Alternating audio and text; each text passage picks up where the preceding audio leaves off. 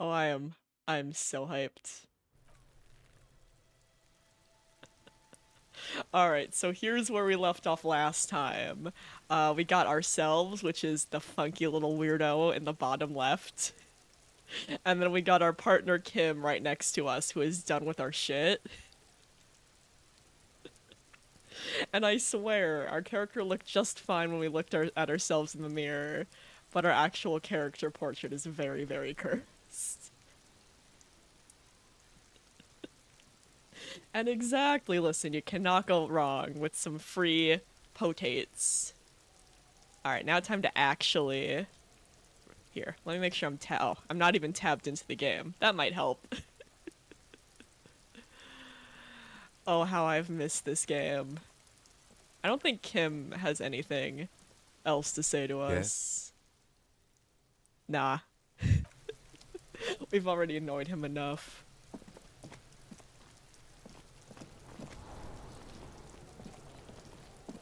So yeah, pretty much it's a big, like, heavy exploration. Letter R wears a crown. On the ribbon below, a light above descending. This trash container is locked. The sliding lid has a padlock that says, whirling in rags. Also, the narration in this game is really nice. They did a fantastic job with the voice acting. There's something in there, not necessarily connected to the case, but still. Why am I looking at you, trash container? You're just a trash container. Well, it is a container. Maybe you're prioritizing it. Lieutenant, what do you think could be in there? Trash, food waste from the cafeteria.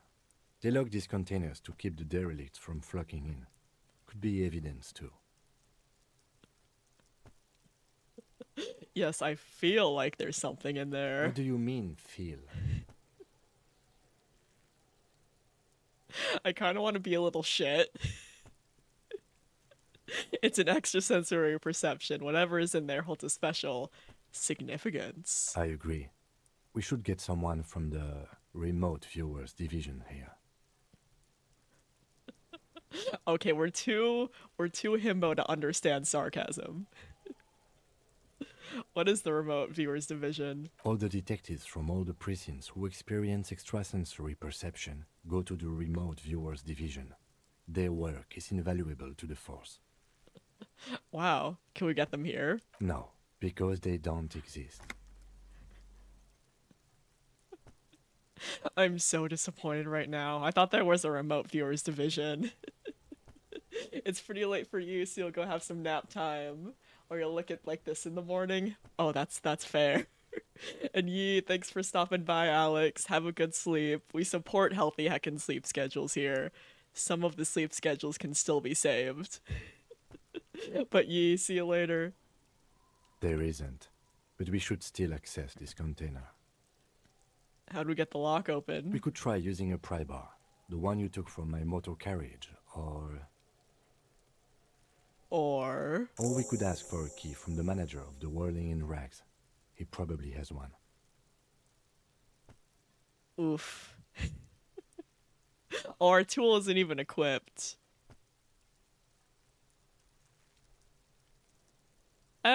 Screw it. Oh, No matter No. how strong you think you are, this is really not something you should be attempting to do with your bare hands. alrighty, we'll head out. Alright, I gotta remember. Alright, so there's that. Here we go. Oh, we can go back to the, to the place that we started to ask the not bartender man. Alright, let's go do that. Annoy some more people while we're at it.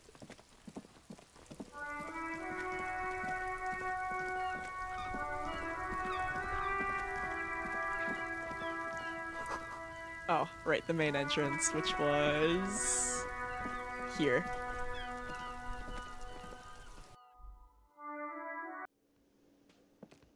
Oh yeah, so here's the old lady that we that we tripped over. We did apologize eventually, so that's all that matters. Can I help you? Is the trash container out back yours? Mine? No, it belongs to the Whirling in Rags. Thank you for clearing that up. Why do you keep the container locked? Why? To keep the hobos and drunks out. That's why. And the neighbors too. They put their trash there and they don't pay for the garbage company. I thought as much. And are you the only party with access to the trash container? Well, yes. Us and the garbage disposal company. It seems a little callous, doesn't it? Something stirs in you. Oh, both of these are good. Wonder what this feeling is. Prod at him and find out. What if I told you I am a hobo? I mean, you look like one. I mean, let's be real here. This is just such a perfect answer. What if I told you I am a hobo, or soon to be one, rummaging through the trash? Will you keep me out too? Yes. But I need those leftovers to survive. Sir, I'm sorry the RCM is having financial trouble, but it's not this establishment's problem. I love this. Oh, your roommate brought a router? Oh, good shit. Oh, nice. Huge relief. That still blows my mind that they didn't provide one, but at least your roomie did.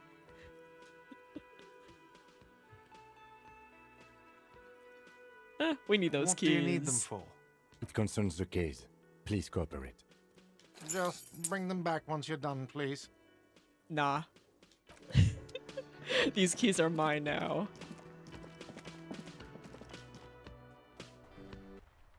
Alright, let's head back. It was up this way.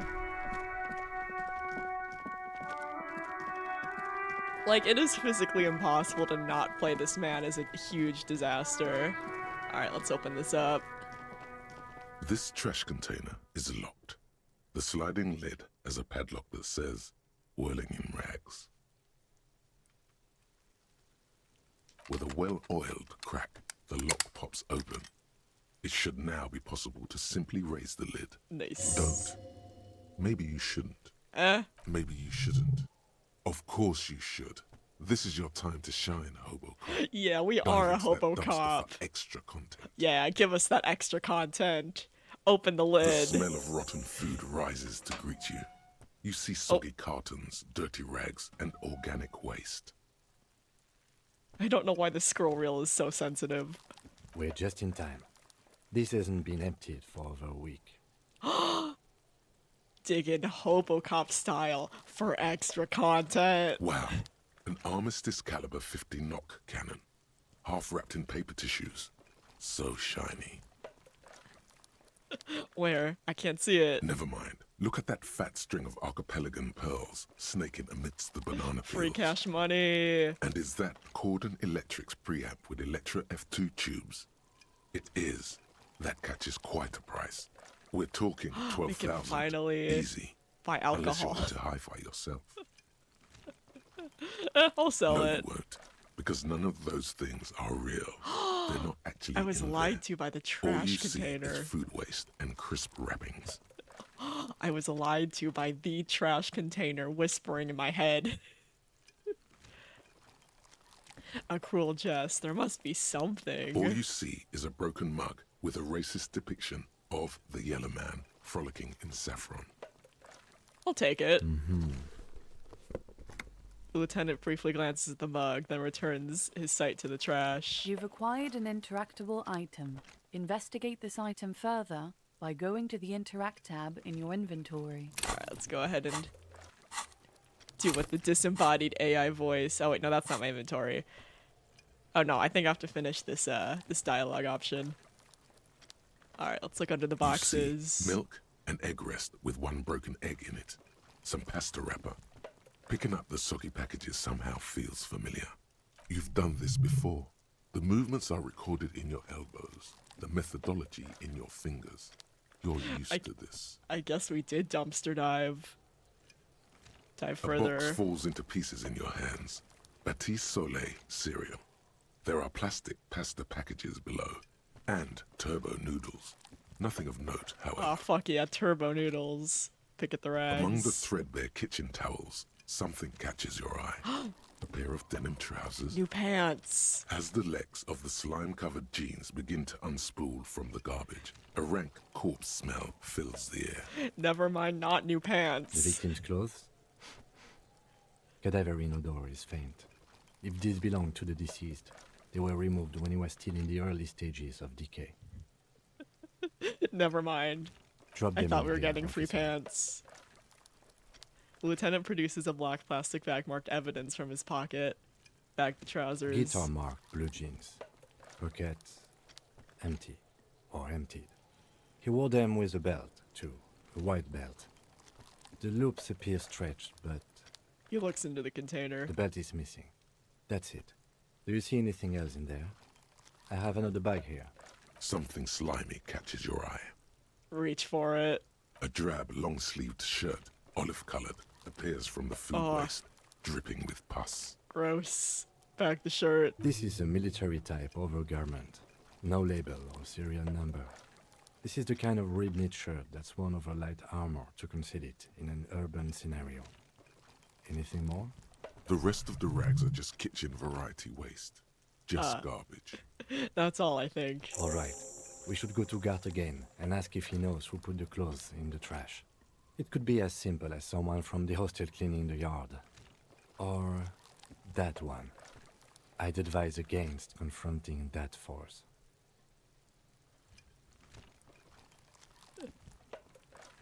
I mean, we are himbo. Yeah, we need to ask the kids who put them here. Fuck's he on about? Kids? You hear that, Kuno? He thinks you're an infant or something. I mean, you do look like children. See? Alright, The lieutenant nods, then looks back into the trash container. search the food waste. It's just organic waste, cold and slimy on your Oh hands. man, we should have worn the Apple and gloves. potato peels, mostly. Unidentified sludge, and the occasional chicken bone thrown in for good measure. But hey, nothing. It's nothing. Nothing more to see here. What's this? What? A blue piece of plastic sticks out from the apple peels. It's shiny. Looks like the corner of something. Pick it out. Something larger. A clipboard. Oh, A good blue shit. plastic clipboard with moist papers hanging from it. They look badly damaged, but you can still make out forms and notes, written in a man's handwriting. Officer, is that your paperwork? Is it my paper? Why did we throw our paperwork in the trash? Well, maybe it has our name on it. Maybe we'll finally find out our actual name. I don't know what this is. It is. Look, the plastic has the RCM street grid on it. You've even got an autopsy form in there. A miserable looking slip of paper sticks to the board. If you don't mind me asking, how did this get in the trash? Alright, so we got it. Must be crapping my style. Foreboding quality to it. I think I didn't want to be a cop anymore. Someone from the whirling threw in the trash. I don't know, I'm boring. Or I'd rather not talk about it right now. Well, this is the edgy answer, and we're not that edgy.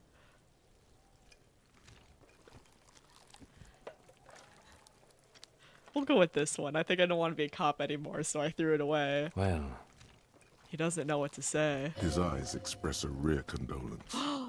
Then he picks it up. Are we actually getting along with Kim? lucky we found it. You should take stock of what remains, just to be sure some has not made it into the hands of the RCM's adversaries. Organized crime and the like. There might have been police secrets in your notes. Alright. It would also not hurt to start taking notes on the case. Now, tell me what your eagle eyes see. Or are we finished? Some items, such as the ledger you found, are interactable. Go to your inventory and select the Interact tab to read your paperwork. The container sounds a muffled gong. Alright, let's see if we can find out our actual name after 84 That's years. one thing off the list. I think we got it all. Alright, I think we're good. Alright, let's bring up our... We can also do a skill point while we're here. Alright, so here's our inventory.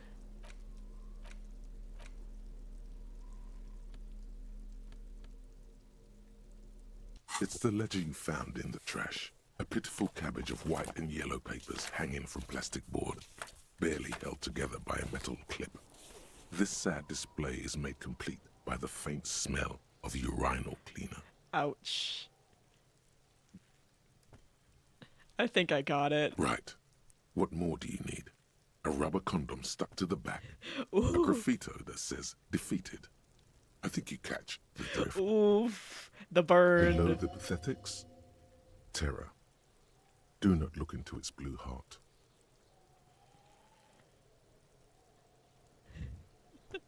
I mean, we can start off by smelling the The ledger. acidic stench of rotting food is rubbed off on the cellulose. It now forms the base of the experience. This base surrounded by a faint air of spoiled meat, the stuff of death itself, and then sprinkled liberally with the citrus zest of toilet cleaner. You know, like the bits they put into public piss bowls, probably called Fermi Discrete, or Axel, or something. At some point in its journey, the ledger has seen the inside of a public toilet. We can be a little sassy.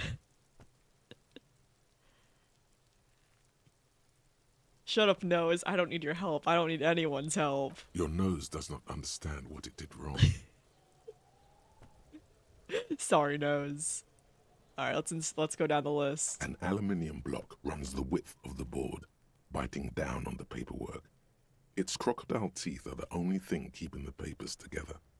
A regular pencil, the tip worn down to nothing, has been attached to the clip. Run your fingers across the aluminum. The surface is interrupted by a silvery sticker.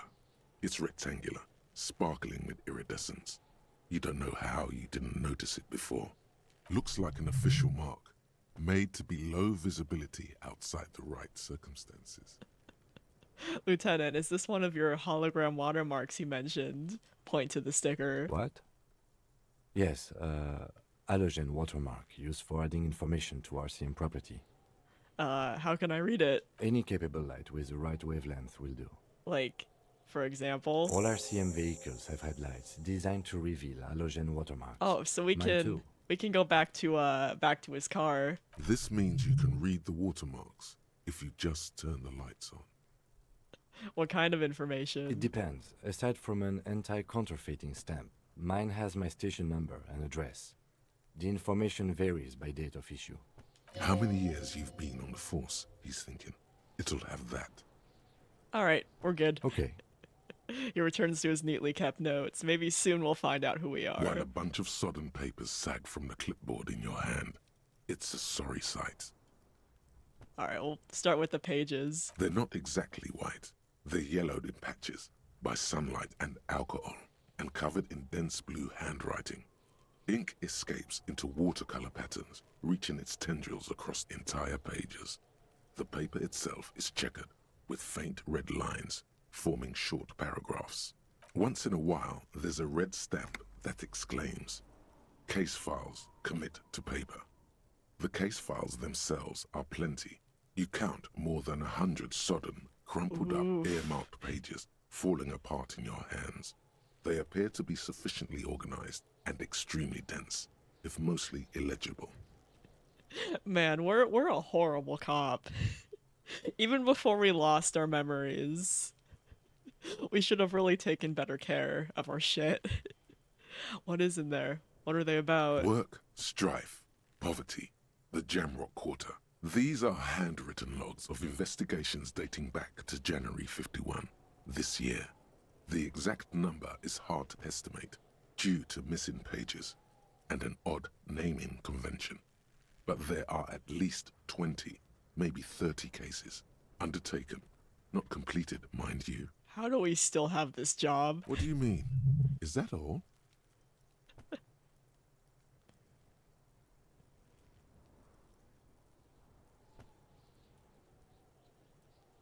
There's mention of a naming convention here. Yes, it appears you employ a, shall we say, robust yet literary system. Each investigation has its case number written on the margins.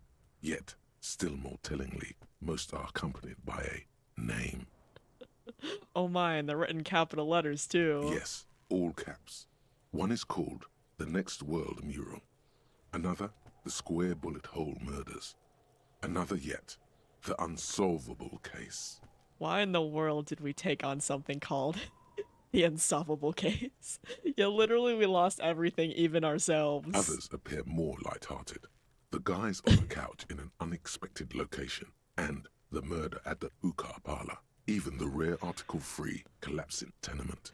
Murder features prominently throughout. What in the world does the guys on a couch in an unexpected location mean? Like, were they murdered on the couch in an unexpected location, or were they just vibing on the couch in a weird location? It's going to take an effort to piece these case files together, but it can be done. Once you're done inspecting them up close. Here, we're gonna ask Kim. Kim, my cases appear to employ some kind of naming convention. You mean the alphanumeric? Officer, precinct, time of arrival at the scene? No. I mean a non-numeric one with titles. Oh, you mean the titular? Yes, well, so do I. In our defense, almost everyone in the RCM does. Why is that? It's a holdover from the early days of the RCM, right after the revolution, when the organization had little idea how to do things. It persists in an unofficial capacity. Officers use these titles to refer to their work among themselves. Listen, we can't keep a secret from our partner. I seem to have a case named the Square Bullet Hole Murders. Again, in your defense, I seem to have named one the man with the hole in his head. That was a real person. His death was real. Still, I named it that, to amuse myself. Kim, my beloved, I don't think you've actually laughed once in your entire life, but I love you all I the pray same. his loved ones never find out. What happened to him? Rail spiked through the head. He died. It was a workplace accident. Oof, well, I guess that's why it was called the man with a hole in his head. Have to open official case. Is there room? There is, for precisely one more. 15 pages near the end remain untouched by the damage.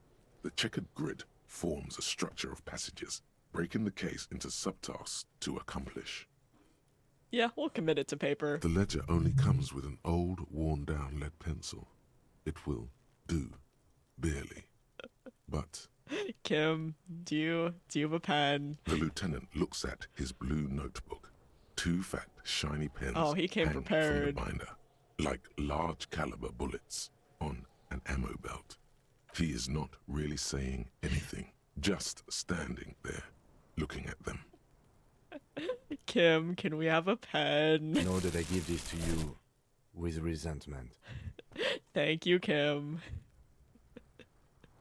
With this beauty, commit to The paper. tasks you've completed flow out of the blue oblong pen in a brash freehand uncannily similar to the rest of the letters. The wording comes easily. It's almost robotically simple. A language developed for mental rigor and simplicity. Sorry, Kim, you're never getting this pen Inspect back. the victim's body. Interview the cafeteria manager. Cross out the ones you've already A finished. satisfying slash sounds across the paper. You're done, it seems to say. And you, and you. Things to be done and things already done. The composition of reality. This is an extremely useful tool for a detective of the citizens' militia. Now all that remains is to name the case. Lieutenant, have you by chance named our case? No, actually. Any ideas? No, we are not naming the case shit on a stick. Also, I read this as furries. I read this one as the furries are at home in the mirror. I feel like Hanged Man makes the most sense, but it's also the most boring. We're not naming it shit on a stick. So either the setting sun or furry.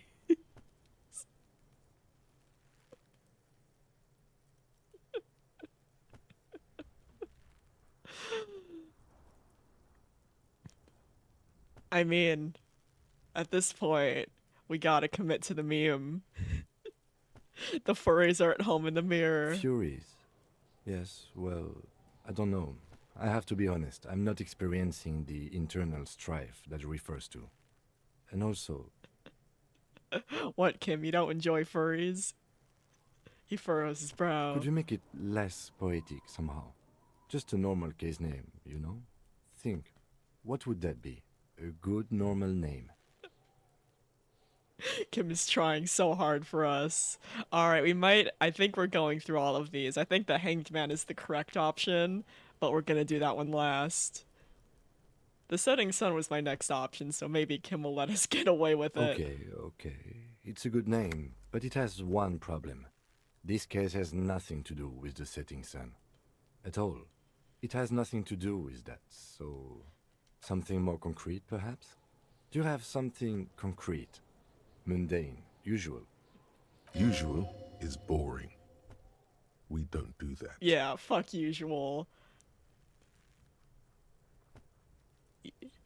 I have a feeling that Kim's gonna name it the Hanged Man, but it's boring. It's boring, and we're not suggesting shit on us. Alright, we're gonna suggest shit on us. Ah, yes. I have to tell you, officer, I don't appreciate Oh, he did like ironic that. titles. Other officers will have to use this as reference. If it's idiot or cockfinger, But not in a kinky way. they're not going to get it. They're going to think an idiot and a cockfinger were on this case. So, do you have something less funny? Oh, he wasn't actually laughing. He was just done Fun with that is shit. outlawed with this guy. What a narc! Yeah, what a narc. We're not naming it the boring shit. Oh, well, then maybe I can suggest one. We could just be like, no.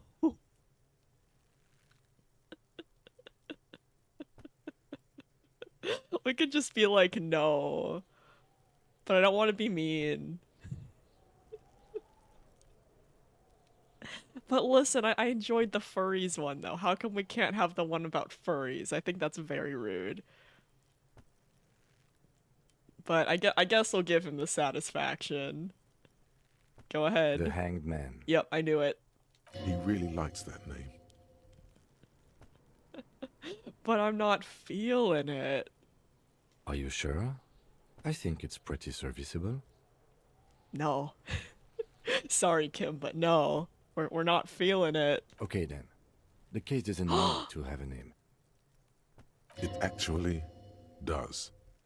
You've offended him. Alright, I'm sorry, Kim. Let's name the case again. I'm sorry. Fine. For inter-district cooperation, let's try one more time. What do you want to name it? I'm sorry, Kim. I didn't mean to be that rude. I thought you were just gonna come up with a more creative name than the Hanged Man. Alright, we'll go with it then. Great. That's great. That's actually what I was thinking too. The Hanged Man. Good, strong name. We have a very good name for the case now. We have a very boring name, but I'm going to start calling it the Hanged Man. It's good we sorted this out. alright, that's it. The notebook is annual. It says 51 on what remains of its cover. A molten strap of cardboard. Everything prior to this must Man, I have was belonged hoping to we a weren't gonna be previous volume. railroaded into the In short, Hanged Man. There was more. I thought if we just maybe pushed just a bit. Alright, I think we're good. You don't exactly close them, so much as distance yourself from the smelly papers. They're a little further from your nose now. Alright, we can try.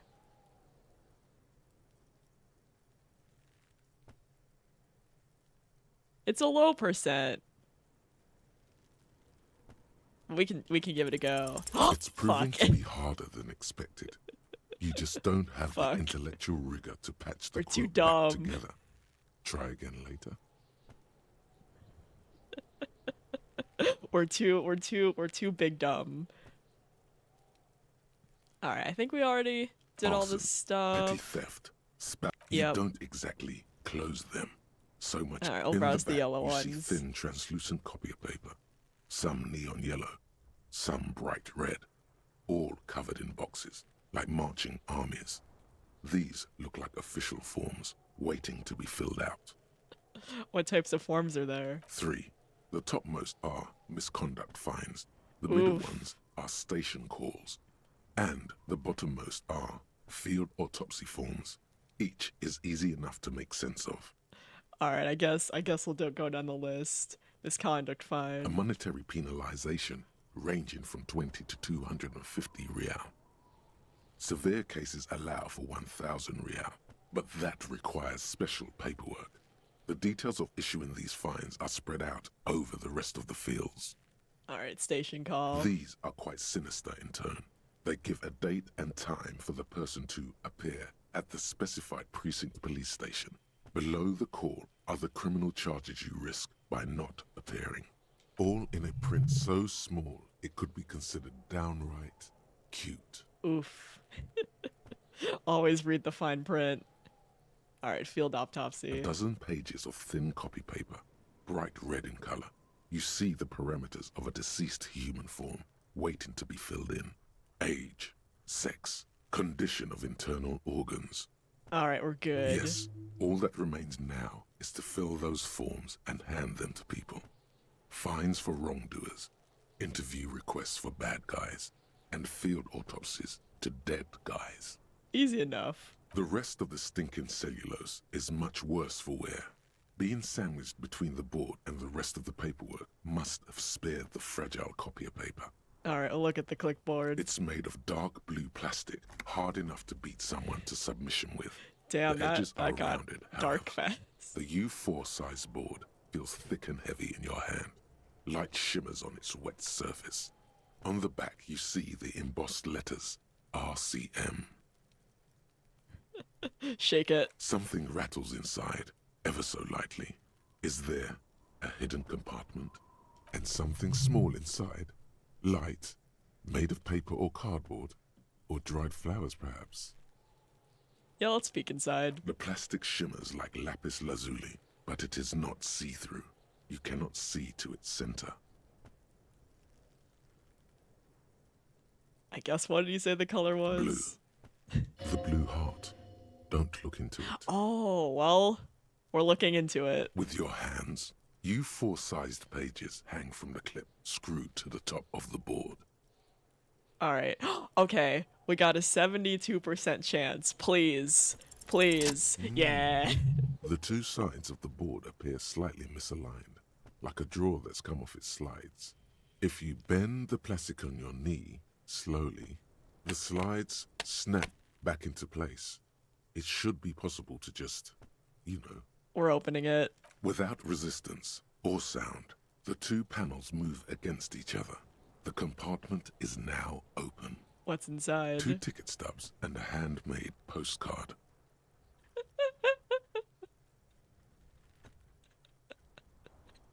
But not in a kinky way. But not in a kinky way. Don't worry about it. Don't worry about it.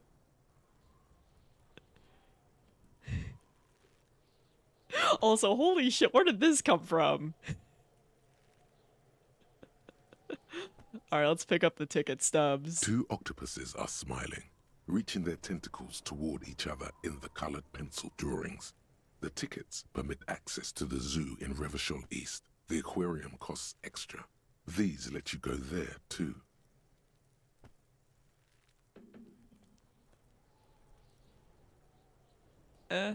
So we're not gonna do this one. So we'll pick up the card. Thin wax paper has been glued to a piece of cardboard. Sounds like leaves rustling when you pick it up.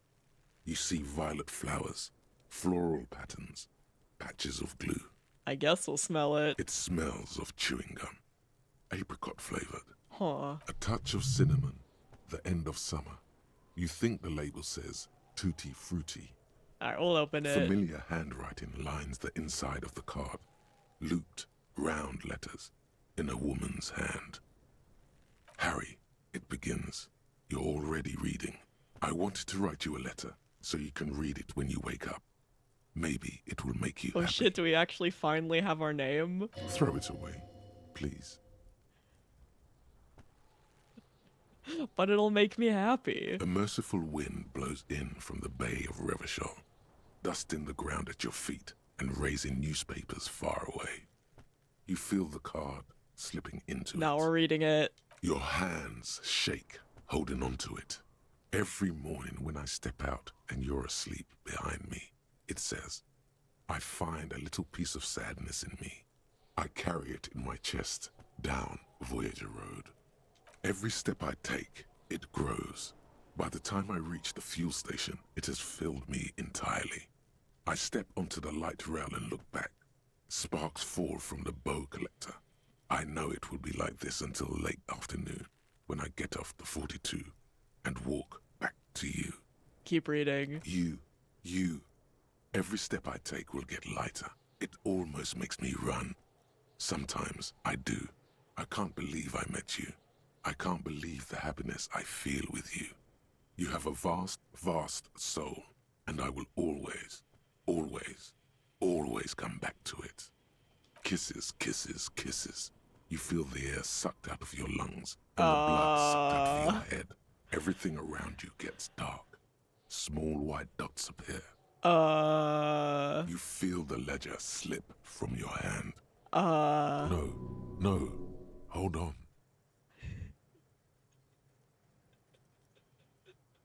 What is happening?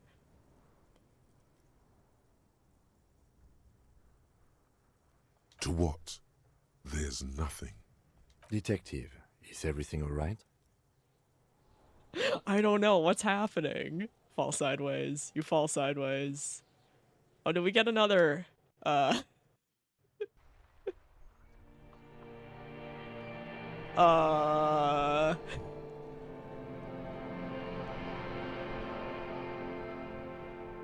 What? We didn't even get, like, the normal, the normal when it takes a little bit of health. There is nothing. Again.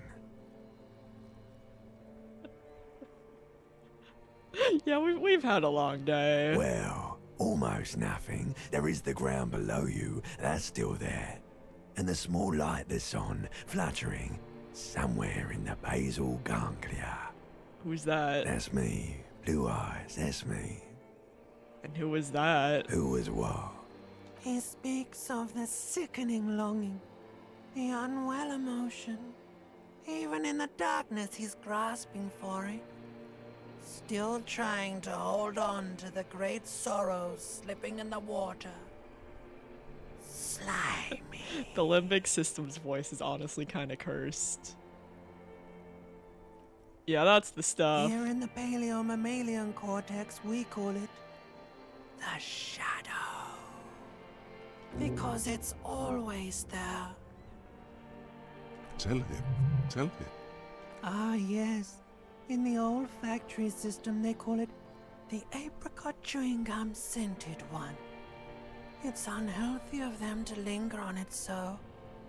But as they say, what do you do? Smelled like betrayal. Yeah, man. Fuck everything.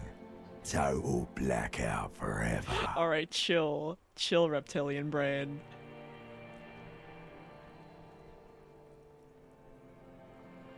Where is Voyager Road? There is no Voyager Road.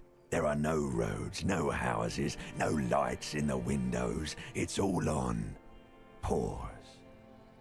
Is that the X something? The... Bloated corpse of the past resurfacing.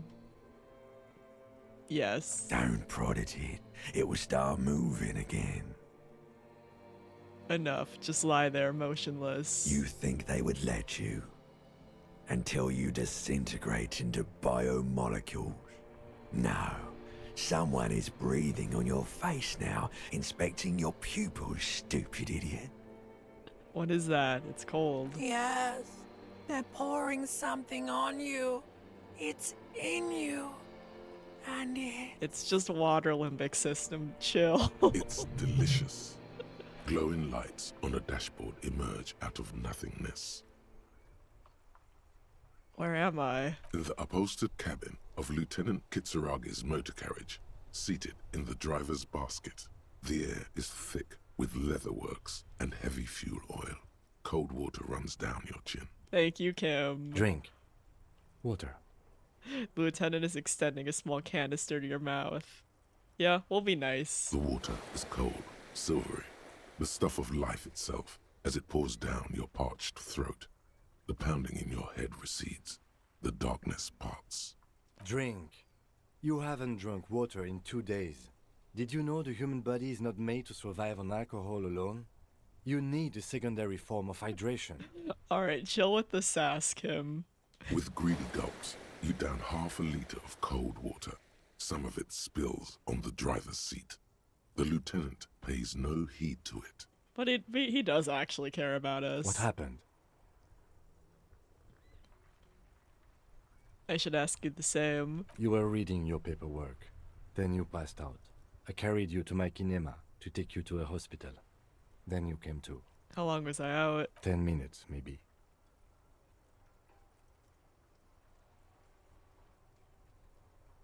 I came into contact with the burnt-out ruins of my past, Lieutenant. That does sometimes happen. He hands you the remains of the ledger. You dropped these. Are you okay to proceed? Yeah. You just nod. The Ledger of Failure and Hatred is a special item that can be used both as an interactable and a tool equipped in your held slot for skill bonuses. Ooh, good shit. Find it under the Tools tab in your inventory. I love how it's called the Ledger of Failure and Hatred. Alright, let's, Oh, we also have a few skill points, too, that we can level up while we're here.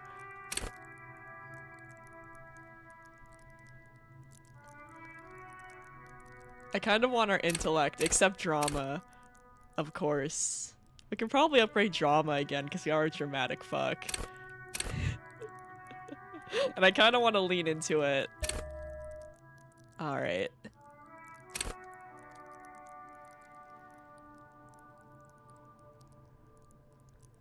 And I think that's all the skill points that we have.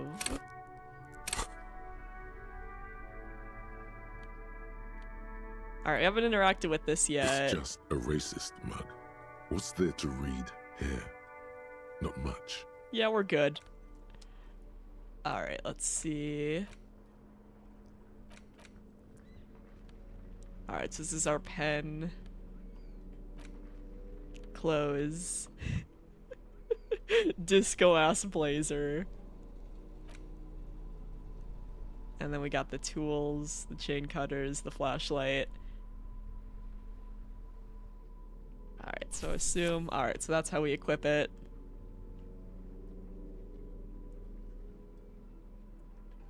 Alright, I think we're good. And then who put the clothes in the trash? And oh, we're already at the at his car, so we can go ahead and do that.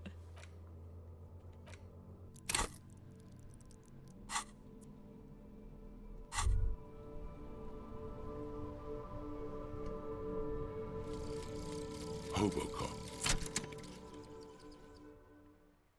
Oh, nice. Technically, you wouldn't be a cop anymore, but a hobo. We're now a That hobo would mean cop game officially. over for the cop chapter of your adventures. But who knows where the hobo part takes you? To the bar, the old l'Assommoir, to the pier or the sewers? To We are Royan, now the where hobo for cop. 300 years they interred the dead.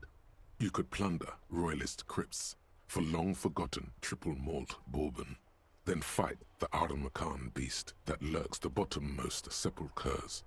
The secrets of the city are all yours at last. Hobo cop. Alright, reveals extra special collector's edition. Tear bottles on map, more money from selling, and learning cap for shivers raised to 6.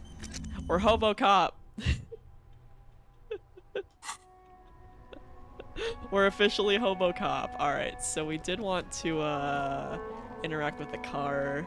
Inside, you see a set of steering levers, a radio microphone, a pull-out toolbox, and the soft glow of the fuel preheater gauge. Kim, how do I turn on the headlights? All right.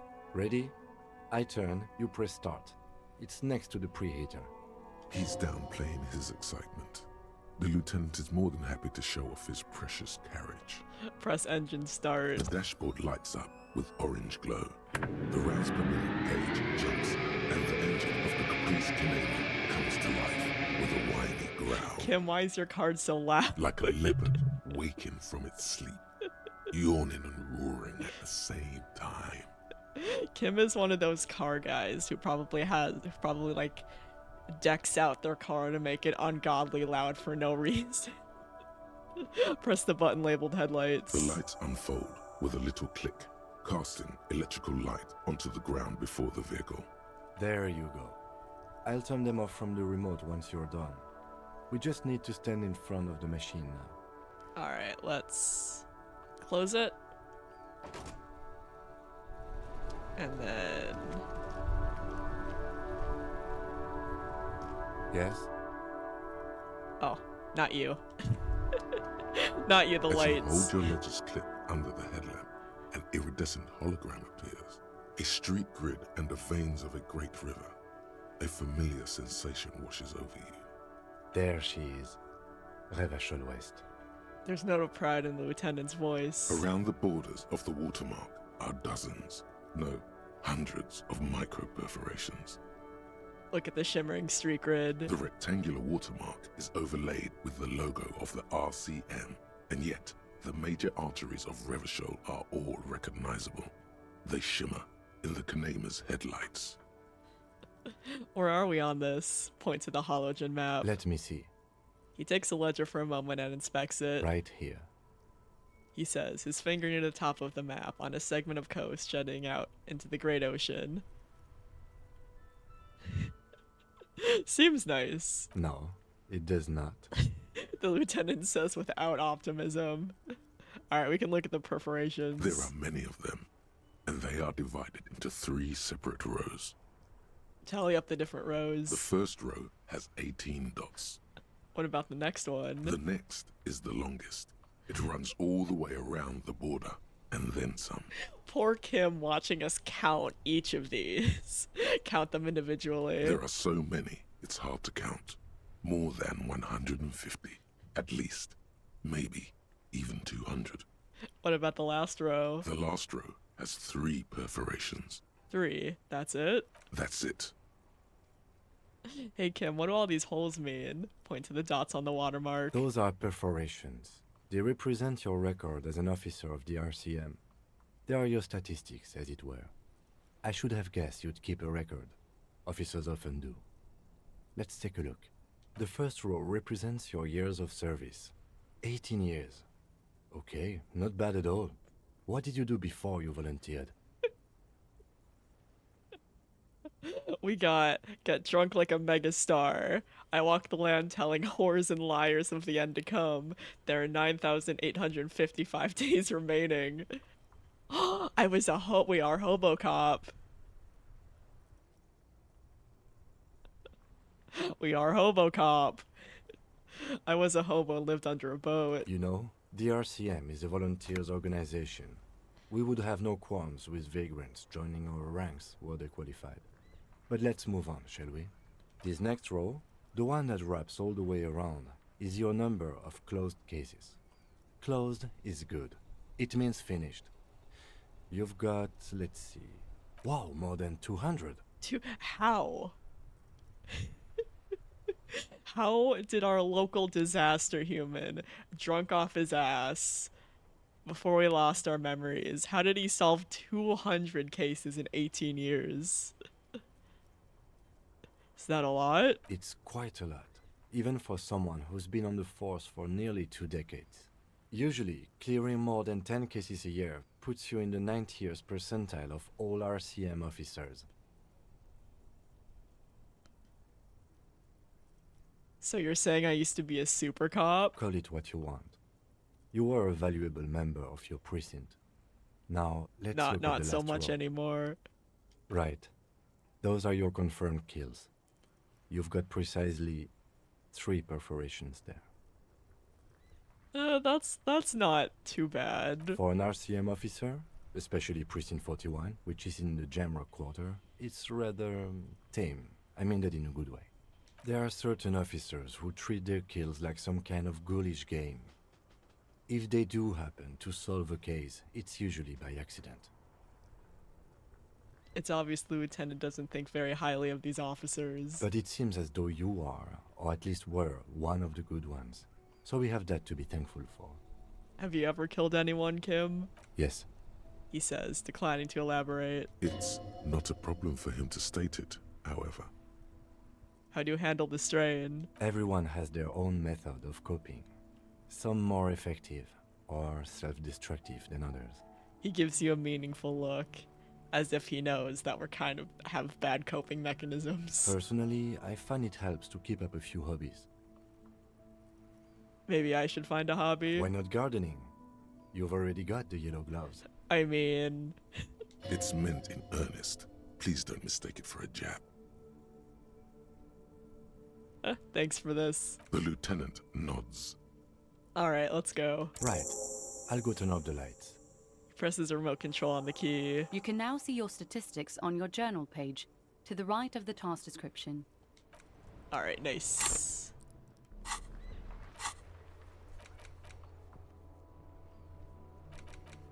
Alright, so... we still need to do this.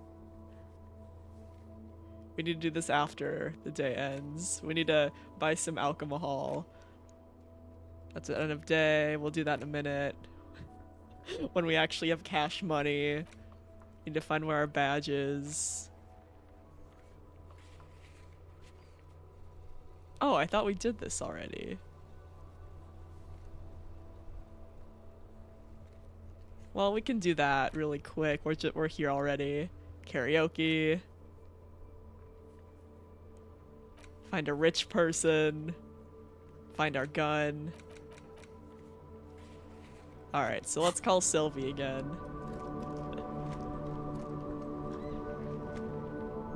Inside, you see a set of steering levers, a radio microphone. Alright, yeah, pick up the radio. How may I assist you? I need to connect with a civilian, a Sylvie. She may have reported a murder. Of course. What is the number, officer? Kim, didn't Gart give you Sylvie's number? Yes, hold on. Her number is 005 1944 298. Received. Hold on, officer.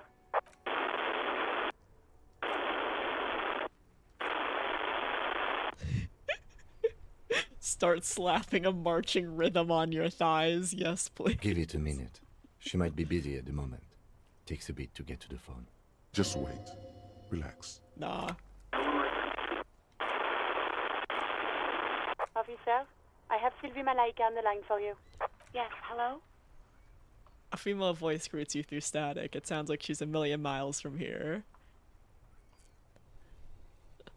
Sylvie, I believe we've met before.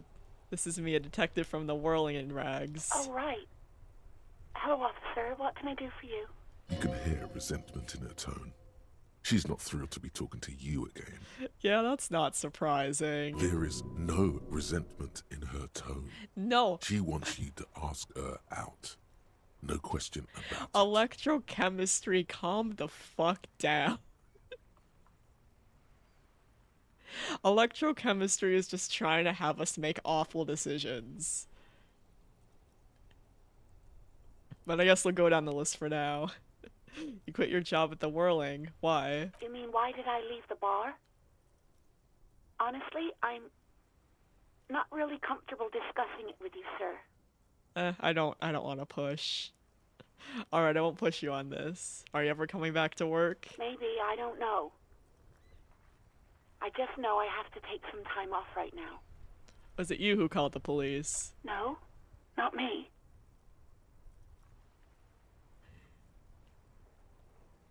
Do you know who made that call? We're not going to be rude. No, sorry.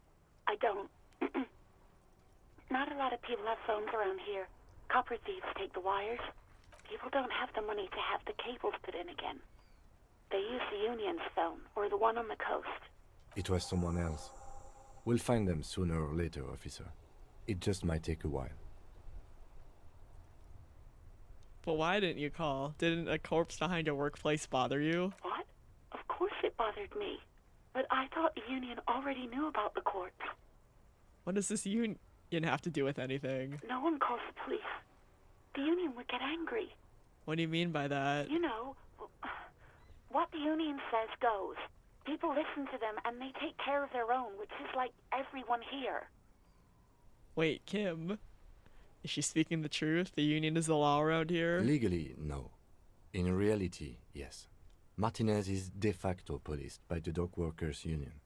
Words are not necessary to feel the lieutenant's discontent for the situation. Alright, we're not gonna be rude. And we don't want to push.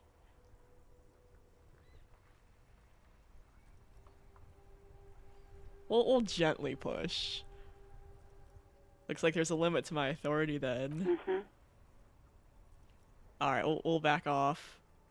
I don't know what to tell you, officer. I didn't call you because I didn't want to get in trouble with the others. With the union. I'm sorry about that. Alright, we'll back go off. on. Do you know who put the victim's clothes in the trash? No, I don't know. It wasn't me. I haven't been out there since. I was terrified of the stench and the corpse. She falls silent. We're just gonna ask this poor woman about our badge and our gun. Yes, I know who you are. You're a police officer. The law. But my badge is missing. Have you seen it anywhere? Oh, no. I haven't, sorry. Real policemen have uniforms too, by the way. Where's yours? Kim doesn't have a uniform and he seems real to me. He's in plain clothes, voluntarily. It's different from not knowing where your uniform is. Don't worry about it, composure. Everything is fine. There are officers who wear the signature Perseus black uniforms to the highest ranks in the RCM and end up buried in them as well. Others do it more casually. Looks like you're one of them. Have you seen my gun? Please, no. Not this again. Everyone saw your cool gun, detective. She sounds beyond exasperated. I showed you my gun. When did it You were happen? trying to impress some people with it. Everyone was eating and... She stops hesitantly, not sure if she should continue. And what? What did I do? You were waving it around in everyone's face, begging them to describe it. You said it calms you, and then you started making suicide jokes. Oh, It got pretty oh graphic. no. Some poor sod was trying to eat his pudding while you were screaming, spit flying, imitating the mercy shot right next to him. Spat some in his food. I don't think he touched it after.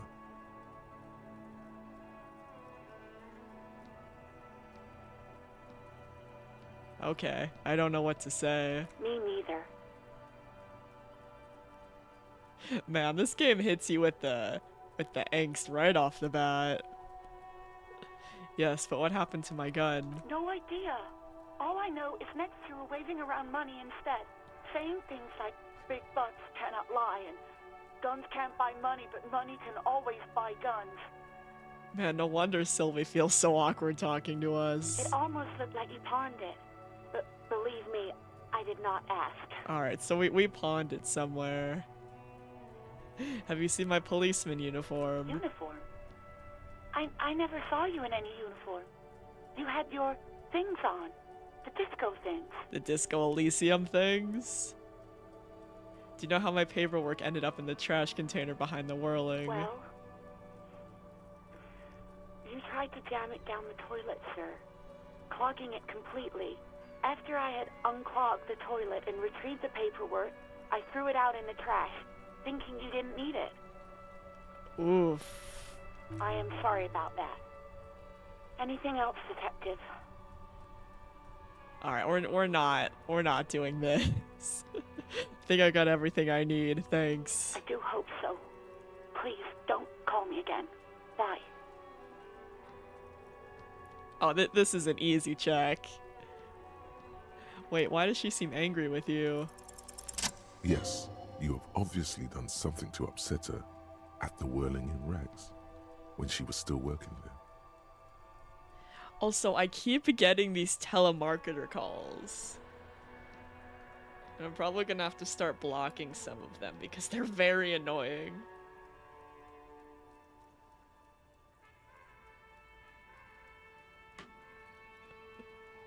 Wait, before you go, you're mad at me, right? Tell me, what did I do? I can't remember anything. I'm not mad, it's just... You were so drunk and so emotional all the time, and then the skua thing happened. It just made me want to quit. What skua thing? The stuffed bird. The great skua. You threw it against the wall while screaming, "Fuck that bird!" Fuck that bird. And laughing like a maniac. Man, we were in a rough state. I think you said it had been giving you shit ever since you got there.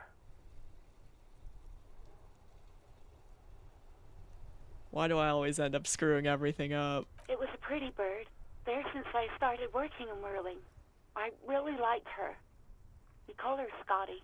There's genuine sadness in her voice.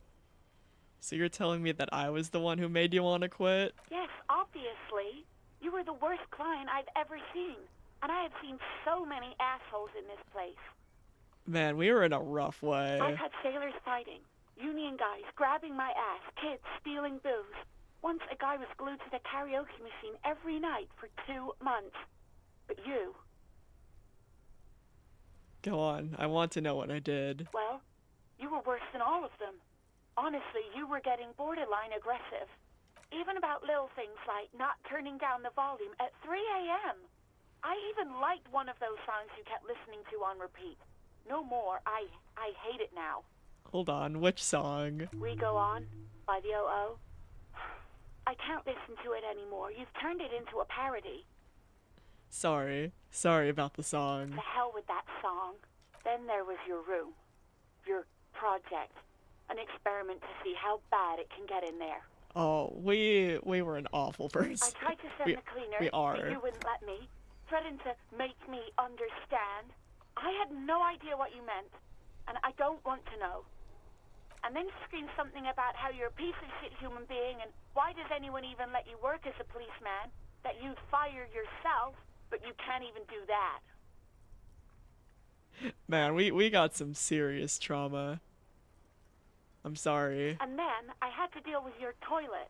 The one you clogged with police documents, causing water damage downstairs in the kitchen. We are not great. I won't even mention you waving your gun around, harassing customers, threatening to sing karaoke, threatening to kill yourself. Okay, I get it. I wasn't a very good tenant. No, you really weren't. You were simply the worst. What the fuck is this option?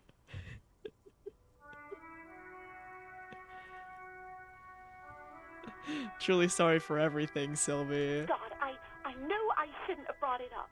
Just try not to call me again, and let's pretend it never happened. Oh, I hate pushing, but what else did I sing beside the oh? I'm looking for a song. All sorts of things. From disco, rock too. So much disco and rock. Was I singing The Smallest Church in St. Science? Sayans? Yes, that's the one you like to sing along to the most. The later it got, the more that one came on. Interesting. You still have to find a copy though, before you can blast it. Right, thanks for talking with me. Take care. You hear a sigh of relief on the other end of the radio. Wordless, the call breaks. Then, the already familiar voice. Anything else I can help you with, officer?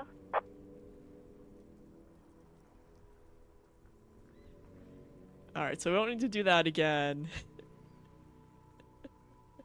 Seance. Thank you, Nanu.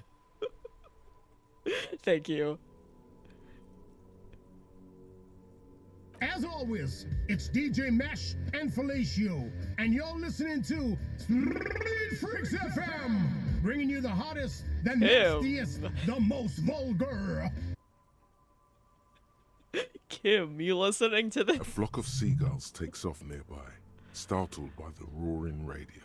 Right away, the lieutenant reaches into the cabin and turns off the radio. He's not looking at you as he says, Someone must have been messing with the radio, or maybe picked up a random frequency. You wanted the prime line, right? Oh, Kim. Don't even try to hide it. And his ears are red. Speed Freaks FM, huh? Look him in the eye. Oh, is that what it was called? He's trying hard to act surprised. Go for it. Turn the radio back on while it's still on the Speed Freaks FM. Yeah, we're gonna push a little bit. Pick up the radio again. Souped up motor carriage for one bad mama's boy. For the heavier foot and the freaky end. Kim. God damn it. The lieutenant moves quick as a viper as he switches off the radio and sets it on prime line. Then he turns to you. Look, it helps me to stay alert on long nights, okay? It's a method. I'm not some kind of speed freak or... He shakes his head, furiously staring at his feet. We're gonna push a little bit more. What about heavy of foot? You would be too if you had his motor carriage. He snaps half seriously. But seriously, let's quit joking around, alright? We have a case to investigate. He turns back to the cabin. This is Precinct 57. Can I connect you to someone? Alright, we're 57, good. over and out. In the cabin, you see a set of steering levers. Alright, we can leave. Kim, our beloved. Hey, so we've been monitoring you internally, and now we know your Copo type. Wait, there are capo types? Yes. Guess what's yours? Hobo.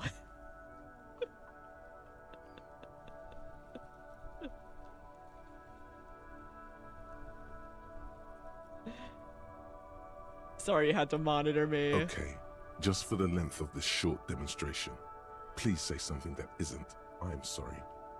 Guess. What is it? Cool cop? No, you're the sorry cop. The cop who's sorriest. Let's make it official then, shall we? That's sad. Huge lack of enthusiasm going on in here.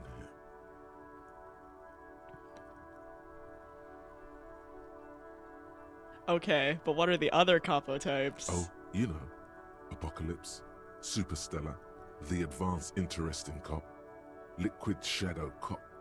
But you're too sorry to say those things. So, here we go. Liquid Snake Cop. Won't the other capo types be jealous? What? Jealous of the sorry cop? I think they'll be fine. Yeah, Don't worry. Yeah. They'll Yeah. be super fine. It'll be totally okay. You can dual Copo type from sorry to anything. Yeah. You know what? Yeah. Of course you are. It's okay. See if you can get something out of this, like info. Or maybe every time you say you're sorry, you get $1 million. This is just the social anxiety cop. We went from himbo to social anxiety cop. Because I can relate to the need to say sorry every 2 seconds.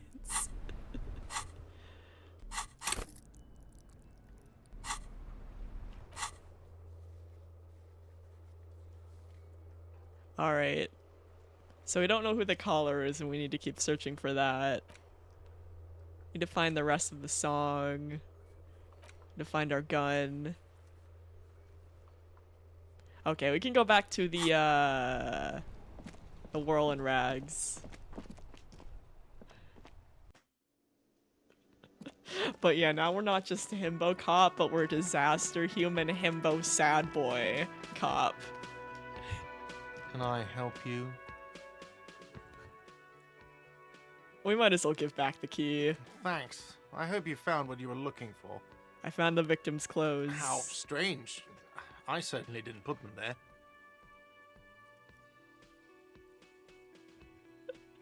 Maybe you don't remember putting them there. Maybe you were sleepwalking or in a fugue state. I think fugue states are more your forte, officer. Don't diss me like that, because it's true. Could someone on your staff could have put them there. Sylvie had the keys before I got here, and I can vouch for her. I can vouch for all my staff. None of us would tamper with the crime scene. Who else has the keys to the trash container? The trash collection service? CS Municipal.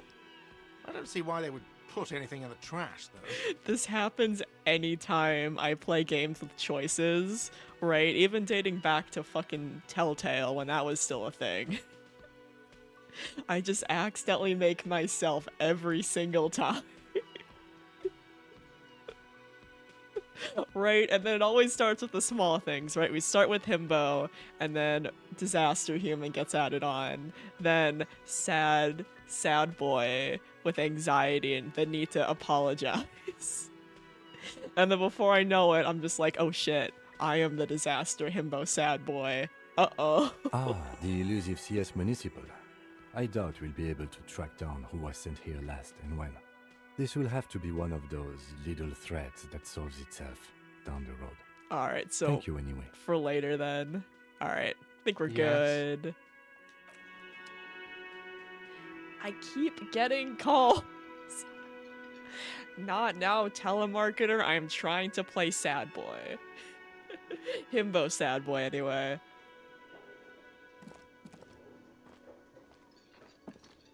Alright, let's see here. What are we doing next? Alright, so that may take a while. So I guess we just do more of the body investigation now. I guess we now just actually continue playing the video game. And continue on the plot. There's also some more things that I wanted to explore last time. But I think it's dead body time. And then we'll do more some exploration station.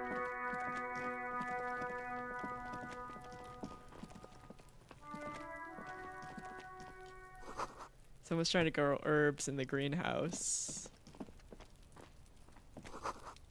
Winch mechanism has been oxidizing for some years. An inconspicuous pile of the roofing material, eternite. Alright, we got like a 58%. We can do it.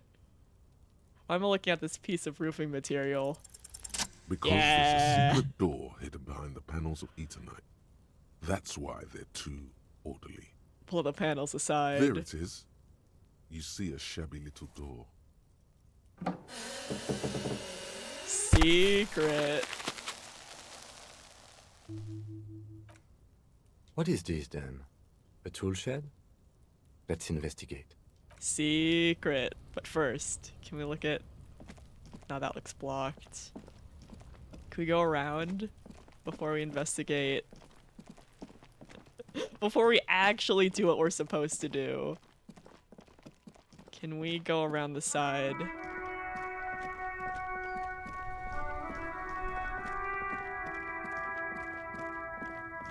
Oh, there's this fucker. Yeah, nah, it doesn't look like it.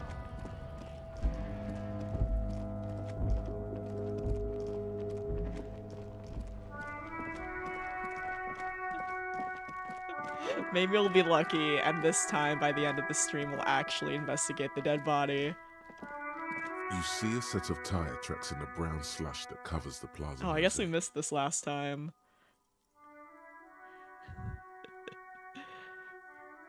Alright, we're not very smart, but we're gonna try. No. Nope. These tracks are not interesting at all. Let the street sweeper just sweep them away. Why am I looking at this? Cop habit. You look at everything. What kind of vehicle drove through here? Hard to say. Your vision is blurred and you're having difficulty concentrating thanks to your relentless hangover. That's fair. Alright, we're too dumb to reconstruct the tire tracks. We're too himbo for that. Alright, let's investigate the secret.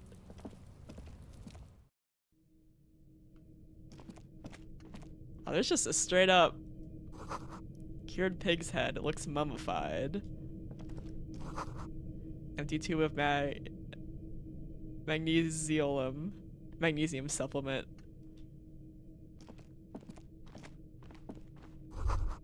Silver plate with traces of bone yellow powder. Be still, my beating heart. It's amphetamine. Electrochemistry, amphetamine. please. The lieutenant isn't studying the powder in the mirror. He's studying you.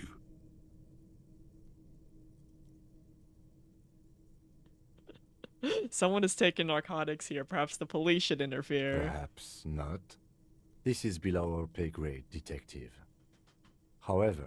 He points to a ladder in the corner. See that ladder there? It's probably another way into the industrial harbor, no? A secret path the local kids use. Listen, we can't have Kim be disappointed in us. Get out of the way or get fucked up.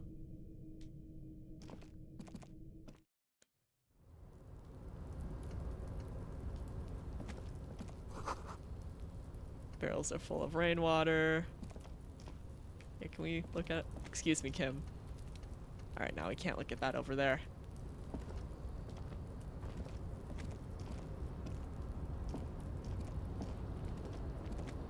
Oh, where are we going? Alright, hold on. Before we continue any further. Doorway is gonna collapse soon. Restoration pillars keep the ruins together.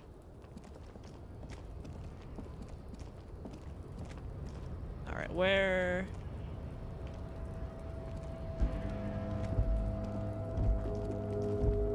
Hold on, let's go back and click on the thing. That way it'll just auto... That way it'll just auto walk us over there.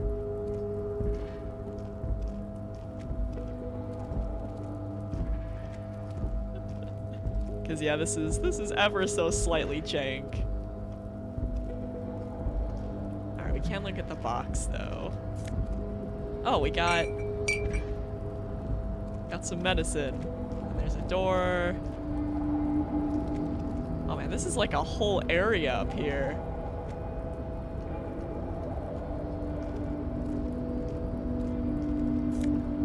Oh, we got some cash money. Pretty soon we'll actually be able to buy alcohol for that one quest that we have to do. Alright, so we can't walk over there. Can we walk?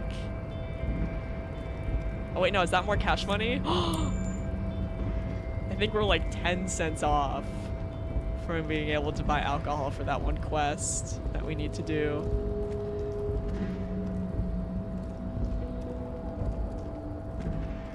Wait, can we walk on the side? But we can probably look at that now. Looks like someone left his tarpaulin cloak hanging on the railing here. When the wind ruffles the cloak, you can most definitely see a white Is that rectangle mine? on its back. You son of a gun, that's a cop's cloak. Yes, it's probably yours. It bears the RCM insignia, and you have a habit of being careless with your equipment. He judges the drop. You could probably make the jump. You look like you've done some track and field in your day. I don't think so. Kim, you have way too much faith in me. I don't believe I can.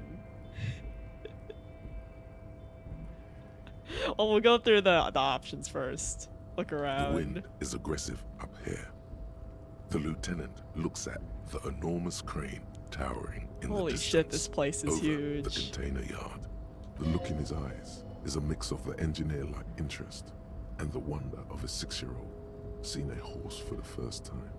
That machine is a Kvalsund 1020 HK. You know, we'll let him have this moment. His eyes trace the crane's contour, as if trying to memorize its majestic shape. Then he notices your gaze. Yes. We were in the middle of something. Your cloak. What exactly are we doing up here? What are we doing? We're awfully close to breaking into the industrial harbor. They're bound to have information for us. I thought that was our intention. Alright, we should probably actually investigate the dead body at Or some it could point. be that we are just exploring. He looks around, wind whistling in his hair. He's thinking you've forgotten where you are again.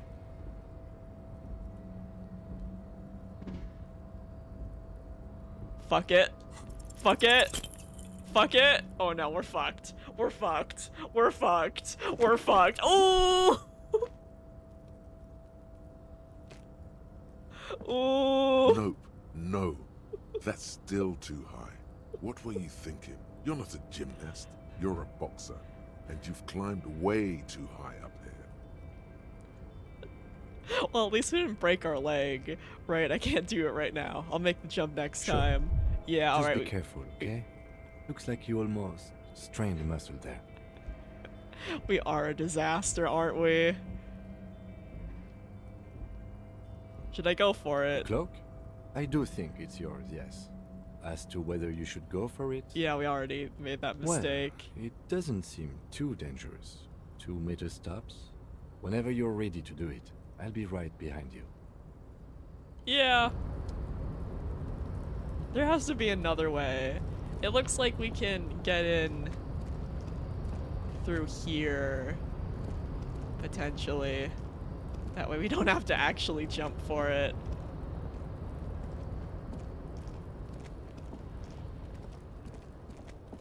And that looks like it's on top of one of the buildings over there. We can see if we can find a way. I will take that.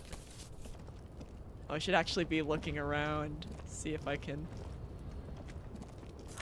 Alright, we can actually buy some alcohol and do that one, finish up that one quest.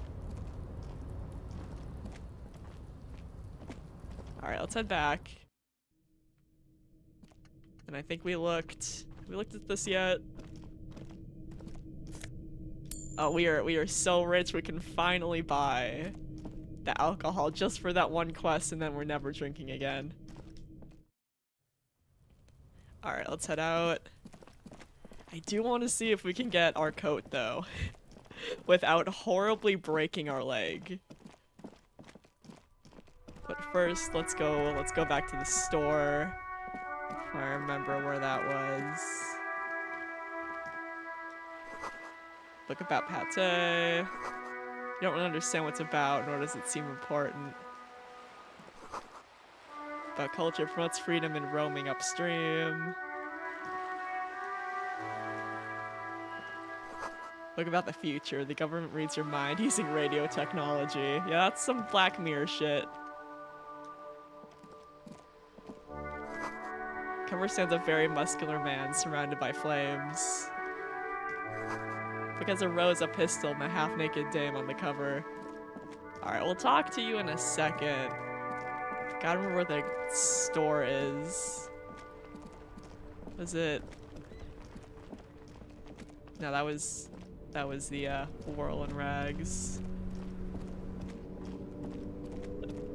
Because, right, we still have that one quest that we can do. Alright, we have this.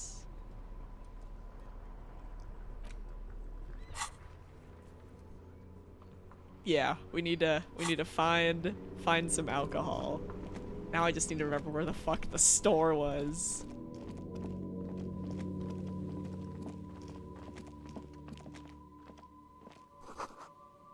Waterlocked, out of order. Oh, here's the pawn shop. We can probably buy our gun back. We can probably buy back our gun from here. Probably honestly shouldn't have it, but we can buy it. Our antique cash register. Military wear. A typical Martinez streetlight sits among assorted floor and table lamps. Is that a streetlight? Yes, officer. As you see, it's in perfect working order. His manner is casual, but his speech is careful, measured. He wants you to know that he has nothing to hide. Let your gaze run over the streetlight. The light pole has been carefully cut, and the wiring has been redone and attached to a standard indoor plug. The light buzzes faintly, but persistently. Where'd you get this? It was brought to me to be altered. Sure, buddy. We are not here to investigate the theft of city property. He leans in so the pawnbroker doesn't hear him. You have to admit it's rather clever what he's done with it. He pauses, studying the light. Alright, we're not gonna ask because we just want to buy our gun back from him. You see rows of toy soldiers guarding the rest of the trinkets displayed on the table. Hopefully it costs less than $4.20. Others yet in bright blue uniforms. All are stern and unyielding in their duty. Try to find something pretty and cool here, then use it to win her back. Win her back? Yes. Buy something nice. A figurine. This sounds off. You shouldn't trust this guy. Oh, we do have a good chance of stealing and committing crime. Dig up a truly cool figurine in the box under the table. Just a little bit of being gay and doing crime. Why? Yeah. What's this? A headless man riding a horse. A headless man wearing futuristic tracksuit trousers that say found. What's this? Oh, that's the Headless Phone Rider. Who? The Headless Phone Rider. It's an urban legend about a man who rides the streets of Revachol sporting a fawn tracksuit. As you see, he's missing his head. He points at a decapitated figurine. 50 cents. Bargain priced. I'll throw in the tiny cap too. I think he's looking for it, or something. That part of the story has many interpretations. Alright, we'll come back because I want to see if I can buy my gun back first. Simply says D. Film projector. The boomboxes on the shelf look well loved and well traveled. Chipped, dented, they stare at you with the unblinking eyes of their tape reels. Stand on your tiptoes to see more. One especially catches your eye. Deep gold and amber plastic with a big old handle on top. A classic boombox that says Stereo 8 approved. This is you. Golden orange. A sunset suite. Just make sure it works before you buy it. Alright, but hold on. Hold on. Wait, no, is that the tape we need? On the shelves. And your boombox, that gold and amber Harman Waushi, stares at you longingly with its tape reel eyes. Oh no, it just looks like a tape reel. Hold on, I want to see if I can buy my gun back before I do anything else. Do you have my gun? It's not often that I see officers from the RCM in my pawn shop. The man at the counter turns to you slowly. What can I do for you? His courtesy is not insincere, but he prefers being alone with his projector, just watching the movement of light across the walls of the shop. Alright, we are the sorry cop. Sorry, I feel like I'm interrupting you. Oh no, not at all. I guess I haven't had many customers lately. RCM or otherwise. Who are your customers usually? All kinds of people come through here. Locals, travelers, people looking for a deal, people looking for a keepsake. People who are terminally bored. As you can see, I have a wide selection of goods for everyone to choose from. Yes, but do you have my gun? It's part of a side quest.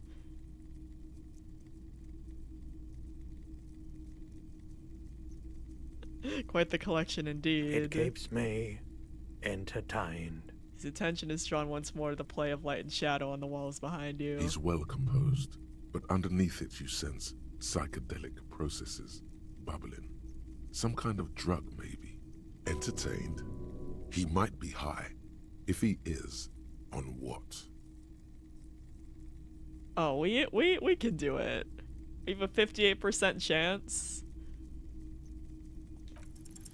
Feeling warm and enthralled by the movement of light, while the mind continues to race forward. Lucky bastard. He's probably on Parolidon. It's tough to come by on the street. Also, thank you for the stretch, and the posture check, and the hydrate. I knew it was coming. I knew it was all coming.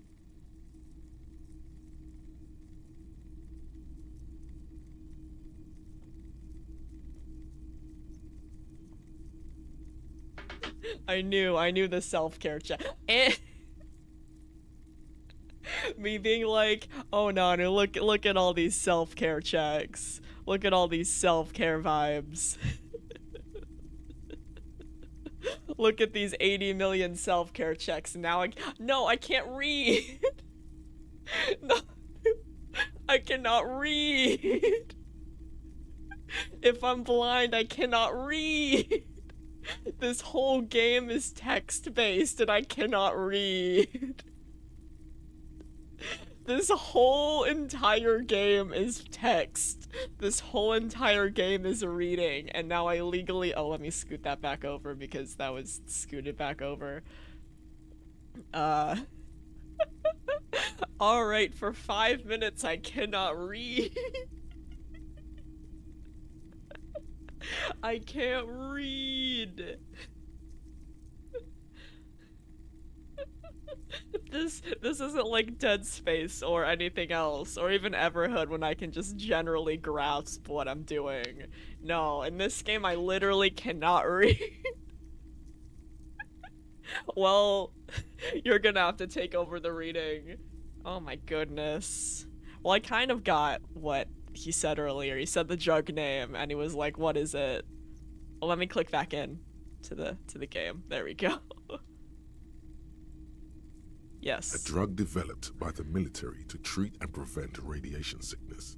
It has psychedelic side effects, and it makes your eyes turn yellow. Oh no, I have no idea what any of these options are. I have no idea what any of these say. They're just red.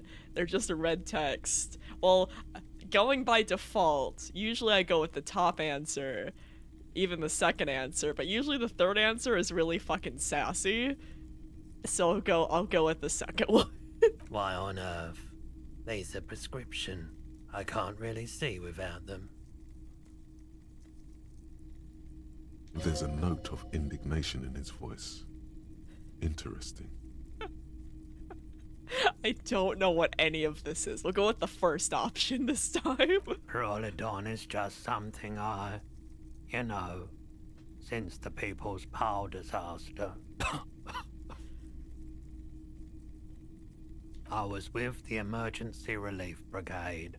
Had to take it for radiation sickness. Well, at least we're finding out information. He's taken it for mental and emotional, not physical pain these days. Alright, well, this is a lot of options. I guess? You know, we'll mix it up. We'll go with the fourth option this time. The cleanup happened 15 years ago. I was young then. Later, my second aunt died. Left me this shack and all the assorted junk in it. I have no idea where this conversation so is I came going. to Martinez. People told me don't go there. It's a shithole. I said, people, we just had a nuclear pile meltdown. I'm gonna get as far away from Forberg as I can. Still in the same city, but... Okay, so I can at least tell that this one is the one we just picked. I can at least tell the different shade of red.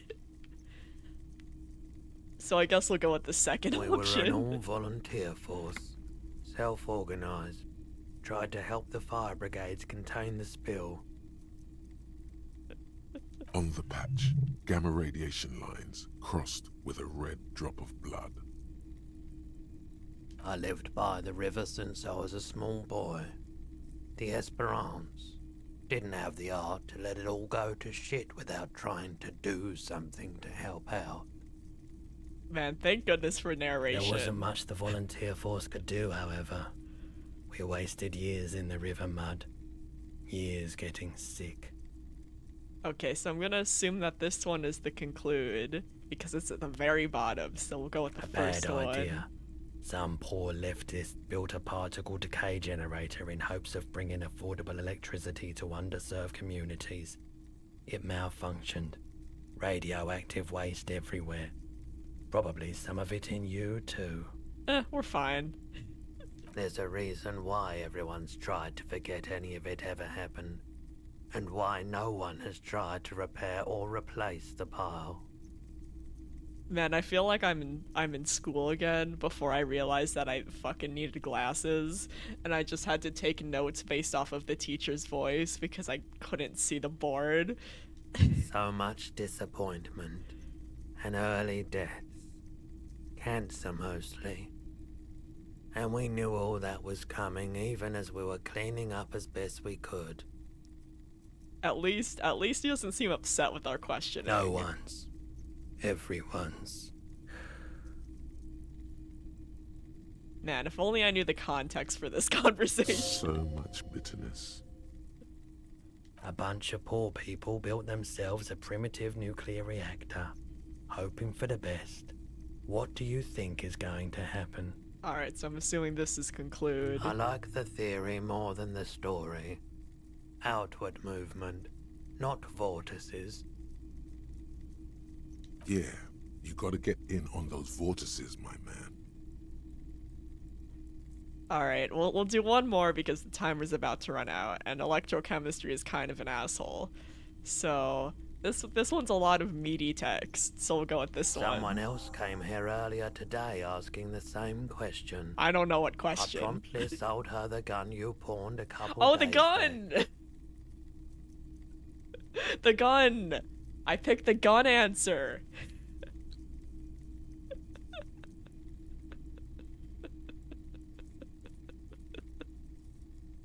Alright, what in the world was this conversation? Alright, so the emergency relief, the people's pile, radioactive cleanup must have been tough. Whose fault was the generator? Thank you for telling me. Okay, and then we asked about the gun. Luckily. It was really like a dice roll. I didn't know what the fuck I was answering. Oh yeah, what did I have for dinner? Potatoes and veggies. Like on the every plate thing they called it like a fancy hash, and it was indeed very, very fancy. But at least we found what the gun answer was. The lieutenant shifts from one foot to another. Alert. Oh, Kim is not happy. Alright, oh yeah, so we asked the gun question, and someone else came in here earlier today asking the same question. I probably sold her the gun you pawned.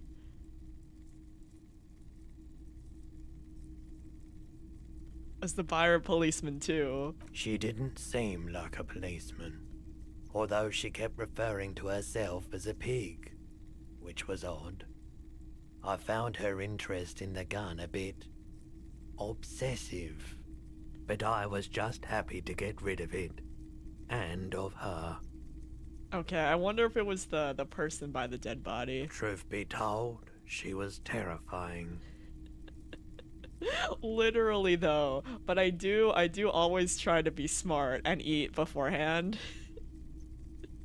I guess it's not as important when I'm playing Disco, but I noticed when I was playing Dead Space, the few times where I didn't eat beforehand, I was getting a lot more frustrated really quick. Faster than normal. So now I actually try.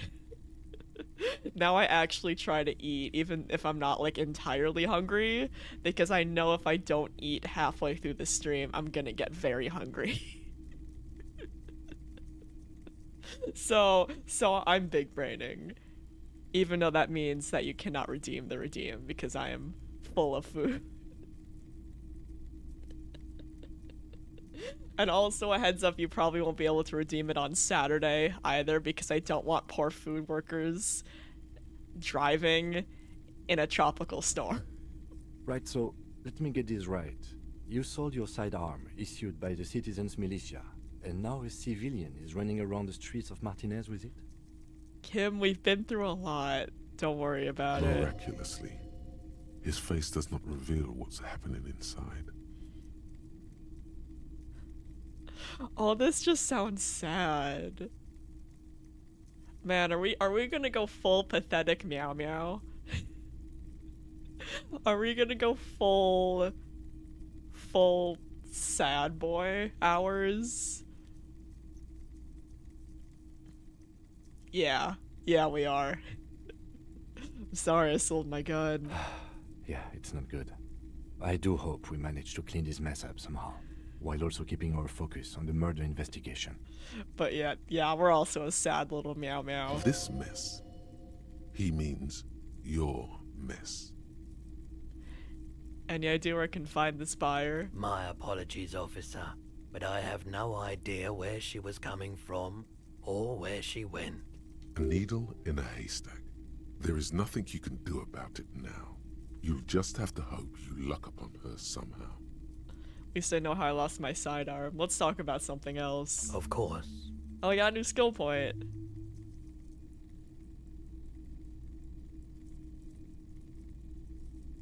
Alright, well at least we know about our gun.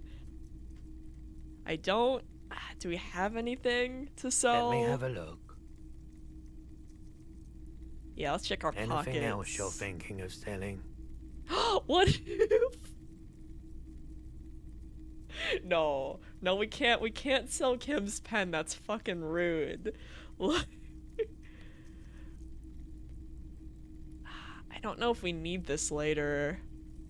We do need this, so I don't want to pawn that. And I don't want to pawn his pen because that'd be very rude. He gave us the pen, and I don't want to sell it. Actually, no, I don't think. And I don't want to sell my clothes. But the raincoat? Yeah, I think we're Another good. time, perhaps. You don't have to ask about the gun again.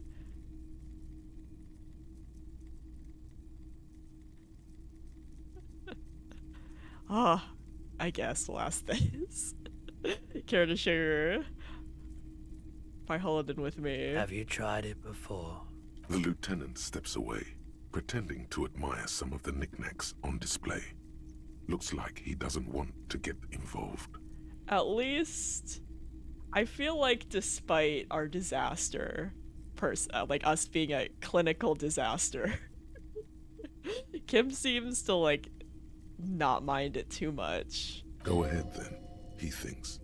As long as you can walk straight, I don't care. I haven't, but don't worry, I can take it. If you say so. Here you go, man. Presents a large cap-shaped object on the palm of his hand. Very odd looking. Yes, darling. That's the coalition government ordained Parolidon. Straight into your gut. Like, Kim knows we're very, very fucked up. And I think he's trying to be supportive in a weird way. Not so sure about this. I might lean full. I know we started this being like, nah, I'm a clean, good himbo. I'm not gonna take any drugs. But now I'm leaning more into I'm a sad, pathetic meow meow man who has lots of trauma and going through some shit. Maybe I'll have a little bit of drugs on the side. So we're gonna lean into that a little bit. Thanks, man. Of course. Okay, well, we have it now. Might be able to aid in our investigation. I doubt it, but I can try and answer any questions you may have. Know anything about the recent hanging? I do my best to keep my distance from all manner of butchery. Bad for business. Bad for everyone. Alright, that's all I got. The pawnbroker's gaze is already fixed on the dancing colors. Alright, I think we're good. I don't want to buy anything quite yet. We also have a skill point. Alright, so we already leveled up being a dramatic little fuck.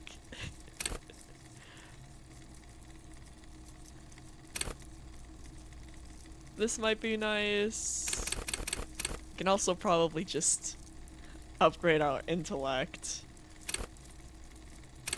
Maybe more empathy because we are a sad meow meow.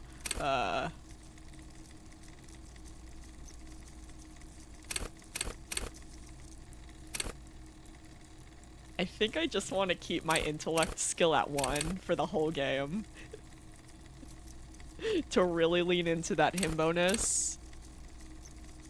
We're not very good at holding ourselves together. Maybe gut feelings, but that's already strong. We're not very assertive, I don't think. Yeah, we're big stupid. We're big himbo. We're not good at suggestion.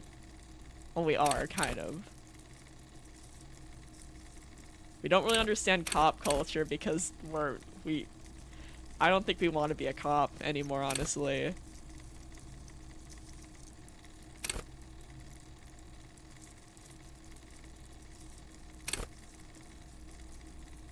We don't have very healthy organs. I don't want to feed into our electrochemistry anymore.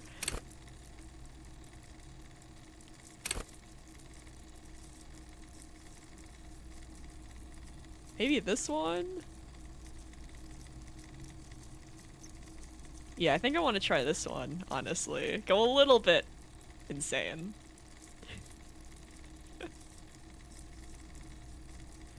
Yeah. Let's level that one up. Alright, let's see what else we got. Alright, so we got this. +1 psyche, -1 health, and it is 4 uses left. Alright, so now we have more information on our gun. And we're Hobocop. Oh, and then we can start doing these as well. You're a sorry piece of shit. This is not the right line of work for you. Whatever made you this way, you can be damn sure it was your fault. Do it really criticize yourself? Who knows? You might uncover something of importance from your guilt-ridden past, or... Great white object. Puts on his disco clothes and gets smaller and smaller.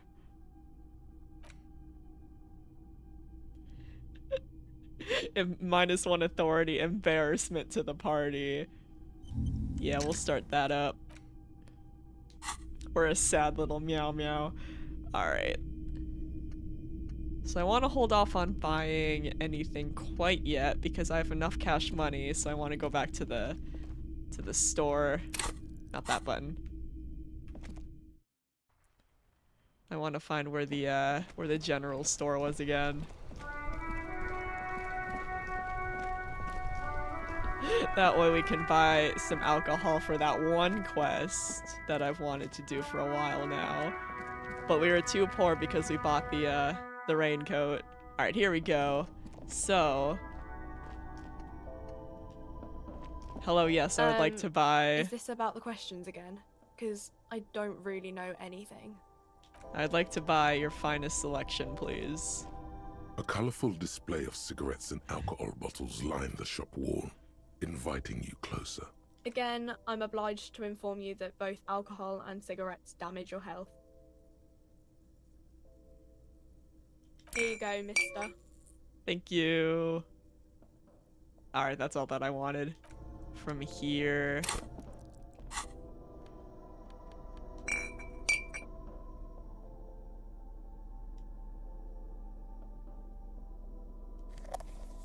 Oh no, I don't want to hold that again. And then...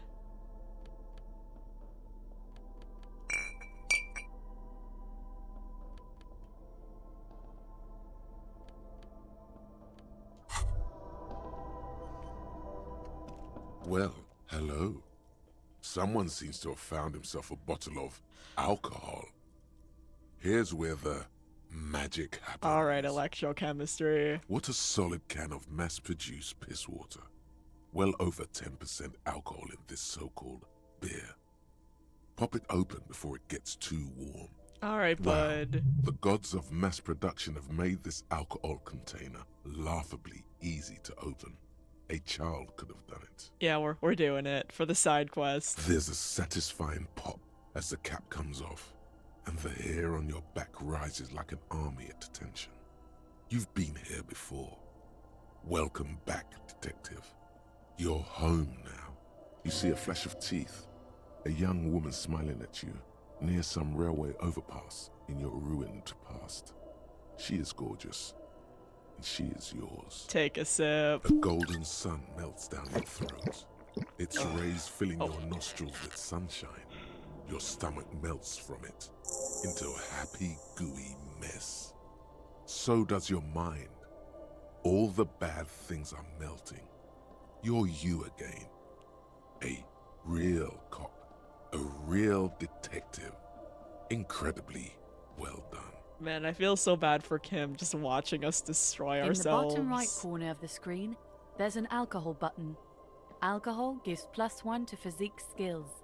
Physical instrument, half light, electrochemistry, endurance, pain threshold, and shivers. This is good before rolling a white check, but damages your morale. And remember, from the void we came, And to the void we must return.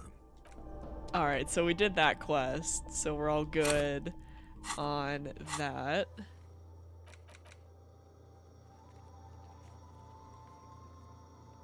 I guess we can check the whirling rags again.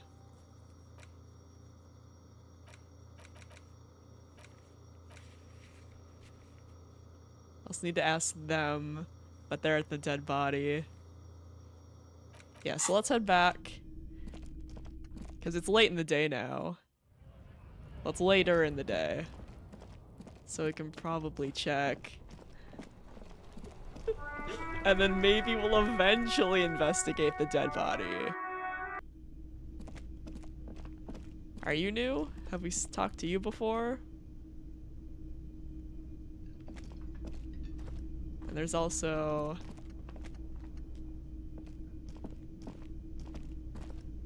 Oh yeah, this is open now. This wasn't open last time. Dishes are drying. They smell of chemicals and pine trees. Cash money! The aroma of spices, alcohol, and tomato hangs in the air.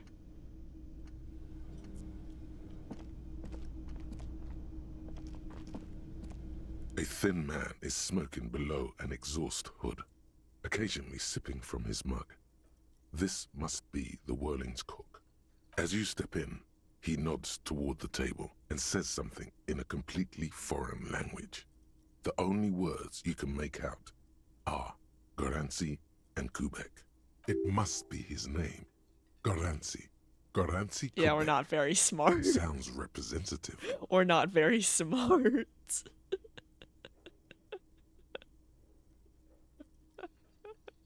We're not very smart, are we? Gracie, you have some questions to ask. The man puts his cup down and replies something, his left hand drawing arcs in the air. Got some impressive pots there. He smiles and bangs his ladle against each of his pots in turn. Yeah, I don't think I need to say anything else. Stay masculine. Alright, see ya, bud. You see a heavy steel door with a prominent dimple lock. It's painted blue. You immediately feel drawn to the color. Blue is for mystery. Touch the door. The cobalt blue surface feels rough to touch. The stainless steel door is flush with its frame on every side. Old cobalt paint, rough on the fingers. 40, 50 years since this was painted, maybe. Push the door. The door does not budge. Wonder where this door leads. You do? It's a door in the back of the kitchen. Why do you care where it leads?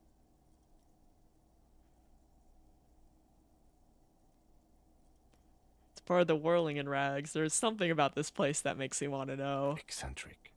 But okay, I suppose we could look into it. As a side investigation. He's not bothered by your eccentricity. He seems genuinely intrigued himself. The door in the main investigation will merge into a stereo investigation. If you say so. Gart is the person to ask about this. The cafeteria manager. Alright, let's ask.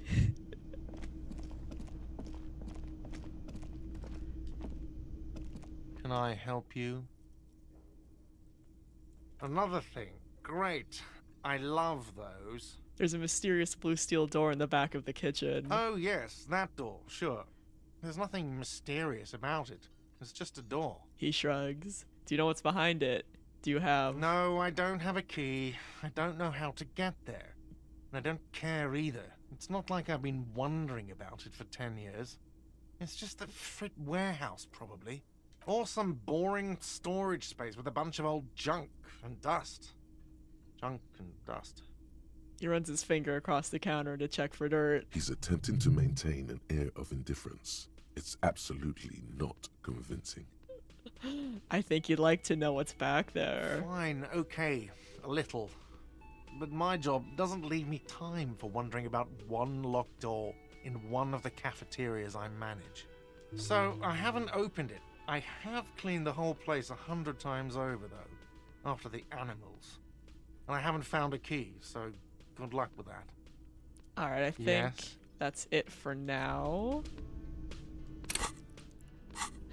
I still love how we're doing everything but looking at the dead body. Honestly, it might be 2 whole streams and we haven't looked at the dead body yet.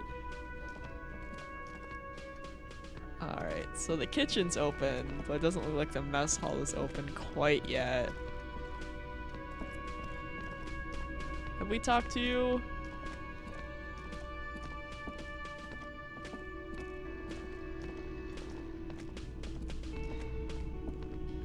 Well, pretty much. Alright, so I think that's it. I do want to go back to the, now that we did the one side quest that required cash money, I think we can go back to the pawn shop.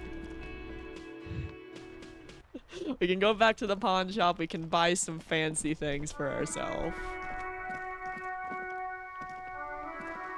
Alright, I don't want to go in there yet. We'll go in there in a second.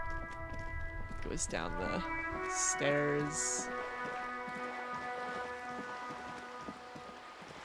Man, this town is huge. This is not the way back to the pawn shop.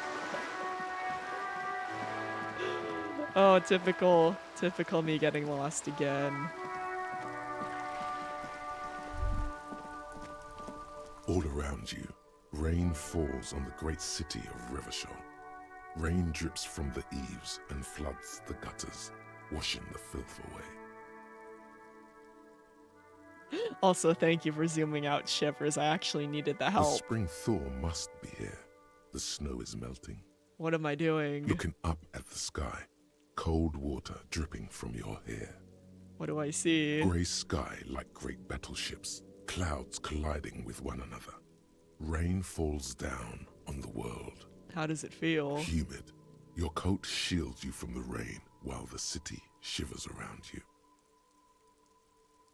Sheets of rain over the water, a flight of stairs leading into the ocean. Wave after wave washing the coast of Martinaise. Man, I think with Shivers its was a good motorboats ability and to go gently for. swaying reeds. Because I can actually see the map. The ruins of a half-sunken sea fort crumble on an inlet beyond the Bay of Revachol. Ghosts rise into the sky. Run your fingers through your dampened hair. Your hair is an oily mess flecked with ash from neighboring coal plants. We need a shower. Smokestacks rise somewhere in the distance. Alright, what's in these? The great gates of the industrial harbor are locked. A chill runs down your back. You shudder like an animal trying to shake water from its hide. Shake your shoulders again. You shudder, looking down at your feet. Dirty rainwater runs veins into the plaza's snow. 2 green snakeskin shoes stand at attention on the mosaic paving of the plaza. What's in the north? Capeside apartments. Tower blocks crowd one another. 4.46mm bullets still lodged in their war-torn stone wall. Hallways collapse from the mortar hits of a war that was lost long ago. Clotheslines go to waste in the rain. Radios play. And closer to here? A yard. Rain falls onto the roof of a woodshed. Coal leaks into a puddle beneath a dead man's feet. He swings from a tree, bloated. Droplets of rain slip from his cold cheeks. What's in the south? A traffic jam. Rain thrumming on the roofs of motor vehicles. Inside, drivers watch water streaming down their windshields. The statue of a king shudders. He too is cold. The canal bridge has been raised. What's on the other side? The road ascends. A raised motorway loops above the ghetto. Beneath its concrete columns, a sea of rooftops, woodwork, and tar stretches northward. 4-story buildings as far as the rain can fall. The snows melt in Jamrock. Alright, Shivers, as much as I love you, this is a lot of exposition. What is Jamrock? Revachol is the capital of the world. Jamrock is the capital of Revachol. Droplets form on your eyelashes. It's home.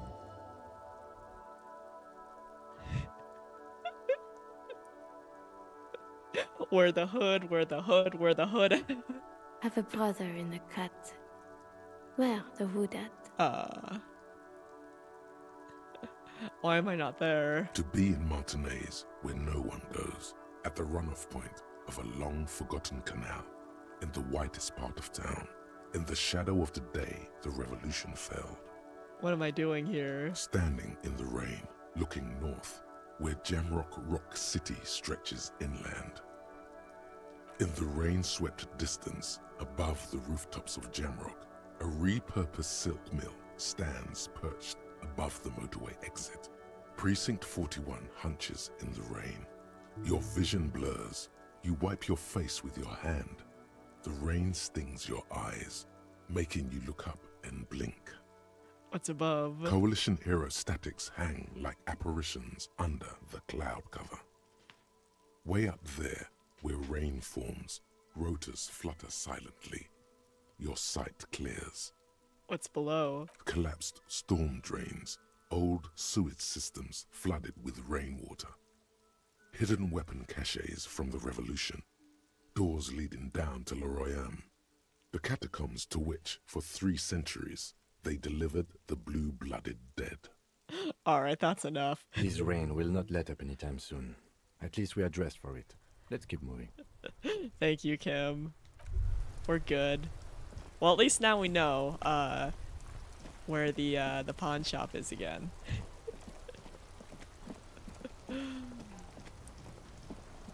Because now we can actually buy some things.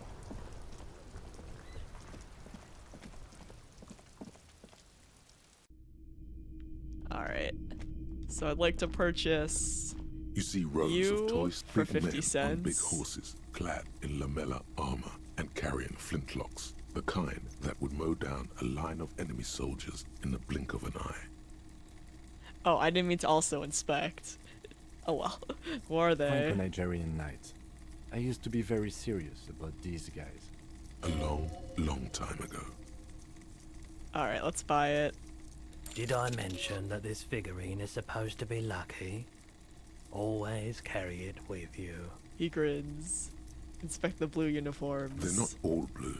These figurines also wear gold coats and caps, complemented by orange trousers. They are variously posed, wielding swords and rifles with bayonets. Are these royalist soldiers? Which ones? Ah, those. Yes, they are. I find the paint job a bit gaudy, but children like the bright colours indiscriminately. Inspect the figures in rags. This set of soldiers isn't meant to look impressive. A few have rifles, but most of them carry pistols. Some even shovels and tall sticks. Are these even soldiers? You're probably talking about the revolutionaries, yes? Yes, they are soldiers, revolutionary soldiers. I think their poverty has been exaggerated for effect. When you place them next to the royalists, it doesn't seem like they could possibly win.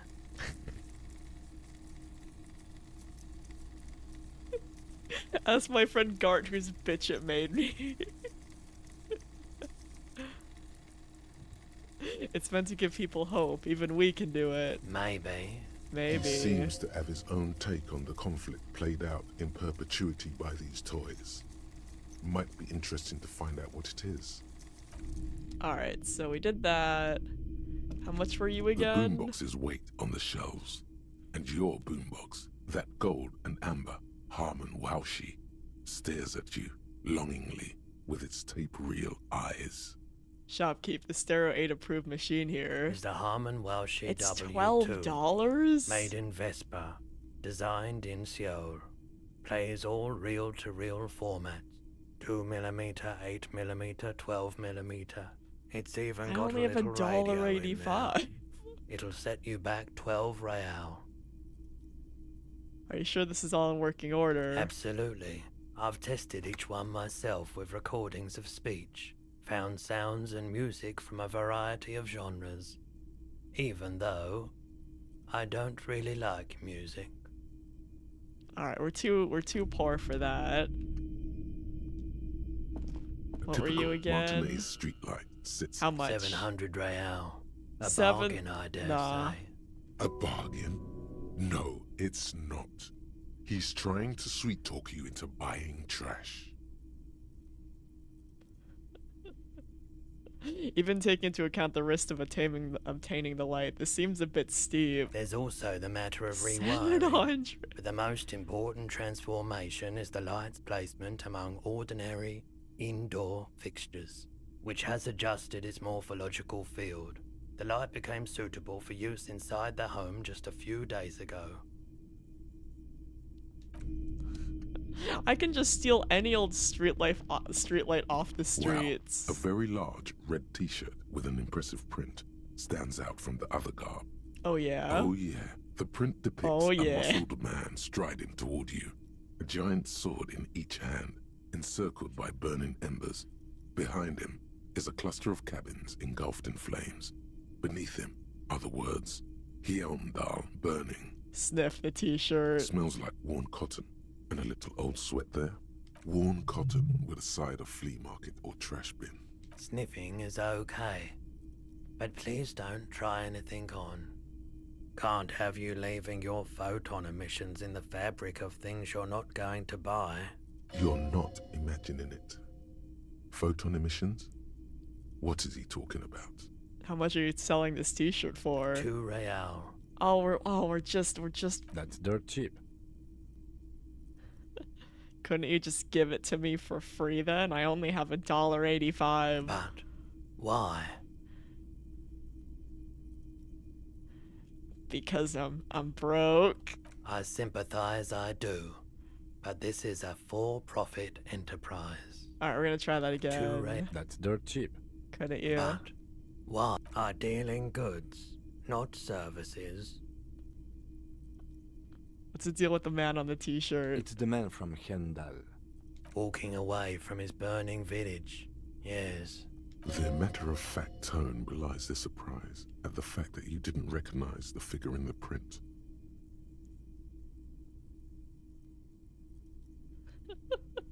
Wow, we're just trauma dumping on this guy. I'm guessing I'm supposed to know who this man from Heimdall is, but I lost my memory recently. Need help remembering basic facts about reality. Huh? I said I lost my memory recently, and I need help remembering basic facts about reality. Oh, I see. That's tough, man. I feel the same way sometimes. The man from Hjelmdal is the hero of a series of popular books based on a fictional version of Kotla. In fact, most people don't think that man from Hjelmdal ever really existed, but they are wrong. Hjelmdal isn't a real place. Neither is the man a real man, of course, but both the man and Hjelmdal are an ontological necessity. But hey, it's not worth getting into an argument about. What do you mean the man from Heimdall was real? I mean, even if the man from Hjelmdal didn't exist before the adventure novels, the stories have made it so that he has. It's simple, really. Okay. He sounds incredulous. You sound skeptical. It's not that complicated. All that's required is a more robust understanding of cause and effect. Besides, I've been to Kotla, though not quite as far north as the Hjelmdal, and watched northern lights travel across the sky. Very unique, energetic tides there. Very, very unique energies indeed. Geomagnetic ley lines, one might even say. Oh, we gotta get this shirt though. Because we have 0 authority, and we need to make it less than that. Alright, I think we looked at everything. Alright, so now we can probably go to the, No, come on, leave the store. Leave the store. Alright, so now we can probably make our way back up. Because now we have this thing in our inventory. I don't think we can do anything with it though. It's just there.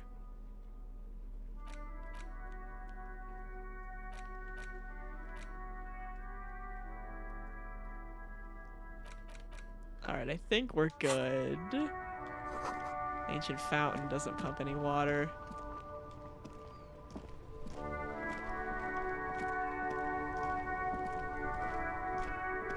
Man, once again we were getting lost.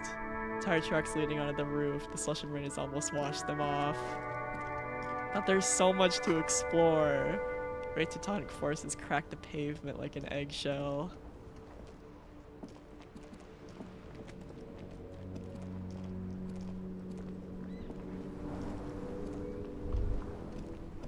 Life doesn't need to be a struggle. He covers his mouth to hide a burp. I'll be with you in a moment, officer. Let me just finish my sandwich.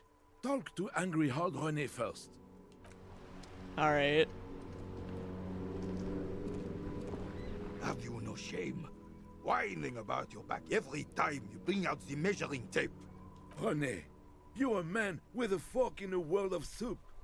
Please, let's just try to enjoy the game, alright? This one's still chewing on his sandwich. I'm trying to, but you keep breaking my concentration. You're old.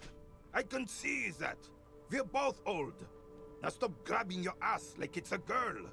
These manly men are playing balls. It's a This ball is a game. ball game. Grab a ball and play it. Don't ask questions. Shoot first. Ask questions. Ball then. time. Ball time. That's the spirit. Don't even waste your breath asking about the game. They wouldn't know anyway. They're way past their prime. Oh, 92? Easy. Grab the ball and show them how it's done. Easy. Easy. Easy win. Come on. 92%? This felt How did we fail a wrong 92%? like touching your sister's breast. You threw your sister's breast. How did we fail a 92%? That was a Mon Dieu. Good job, officer. that was a That was an 92%. excellent throw. A 92%. We failed it. There are no two more harmful words an athlete can hear than good job. And this was downright embarrassing. I thought something way more spectacular would happen. What are you talking about? You just executed a pretty much perfect pétanque throw. His tone is full of admiration. With a pinch of fear. How are you ever going to get the officer's shit off your nose, Gaston? Or even climb out of his ass? He shakes his head in extreme disdain.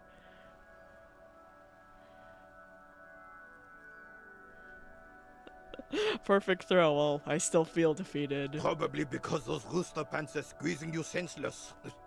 Whatever happened to practical, durable, have a shawl made? Now, what can I do for you? I cannot believe we failed a 92%. Look who's talking. That cockatoo uniform must give him a real advantage when fighting in the circus. Yes, officer.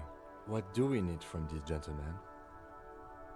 Do you know anything about the man hanging in the back of Whirling in Rags? Unfortunately, I don't.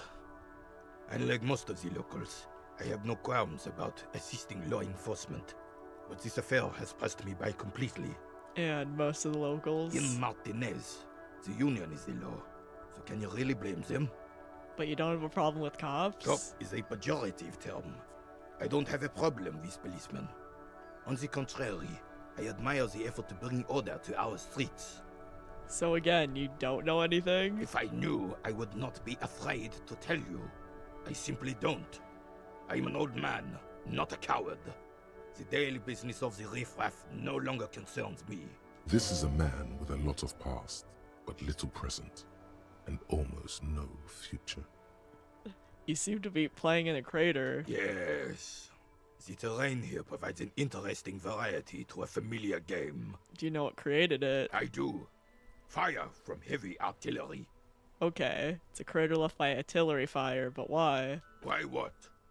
Why was Why was heavy artillery used? Because that's what happens when communards hijack your country, execute your supreme leadership, and turn your capital into a slaughterhouse. You use heavy ordnance to clean up your home. Did you use artillery fire against them? Sadly, no. It was the foreigners who brought them to their knees. We fought valiantly.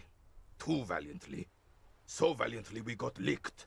He adds, squeezing a ball in his fist. Should have fought dirty, like they did with their suicide sex cult propaganda and mad anarchist women strapped to shrapnel bombs.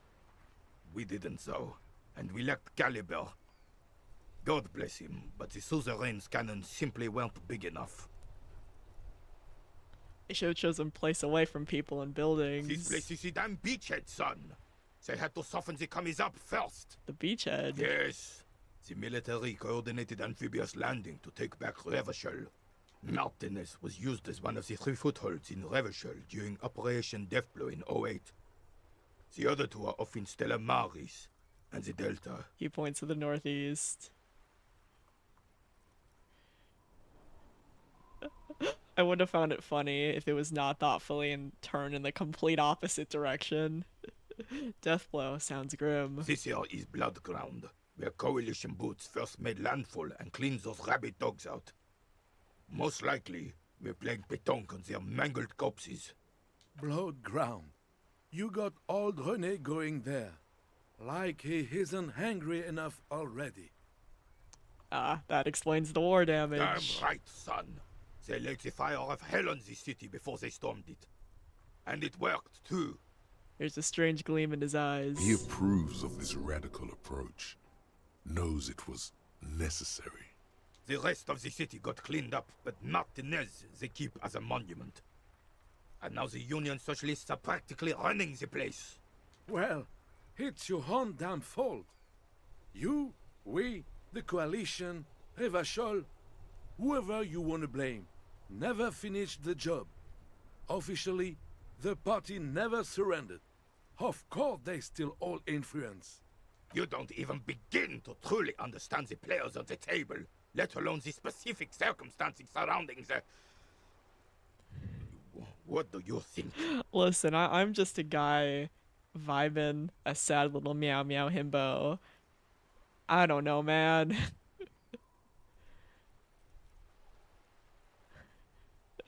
I don't think, I just do. I'm just so damn sorry it had to be the coalition. After 8 years of fighting those hyenas, boiling cats for food and drinking piss in the mountains, I would have preferred if the Right Honorable King Guillaume returned through Revachol, or even if that damn clan Frisel had risen from the grave and led us. Sadly, that was not the case. This royal failure weighs heavily on him. Instead, all that is just, holy, and beautiful in the world was wiped away, and now it's neon signs with toothpaste ads everywhere. Foreign influence peddling garbage and stupid music on the radio. He sighs. But this is just what the commies wanted. This was their plan all along. This is what they wanted to replace the role of the suzerain with. Listen, as neat as this lore dialogue is, I'd like to conclude this conversation. The suzerain is the king. Has everyone forgotten already? They forgotten already. Soon, they will forget everything. Him too. Then he chooses anger over melancholy. It's no use talking to you. You were still in Daddy's balls when it happened. When we took our last stand against the filth and rode the cavalry straight into gunfire. Alright, we're gonna go. I think it's time to... Thank you for the autosave game. I think it's time to investigate the dead body. As cool as all this lore is, right?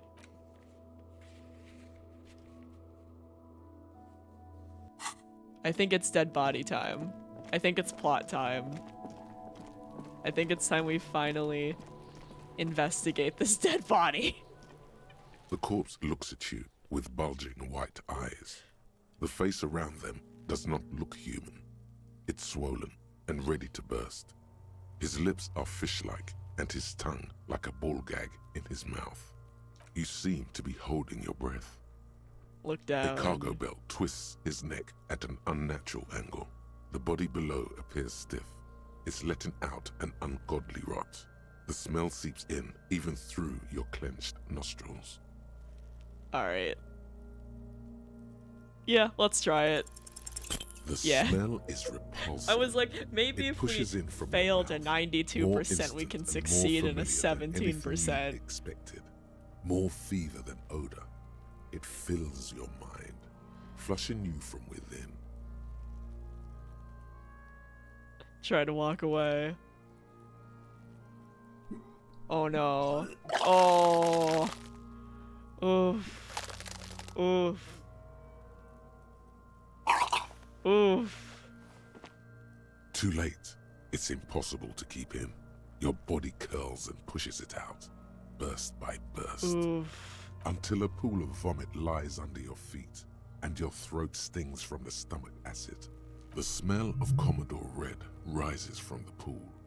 Among it, distilled spirit and bits of shish kebab.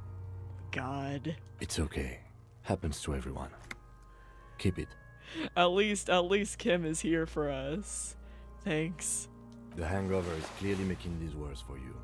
You could use some ammonia to clear your head. Okay, where do we get ammonia from? That young woman, the gardener, mentioned she used salts for the smell. He nods towards the plaza. If she doesn't have any, there might be some in the fridge store nearby. Acquiring ammonia will provide a modifier to the white check.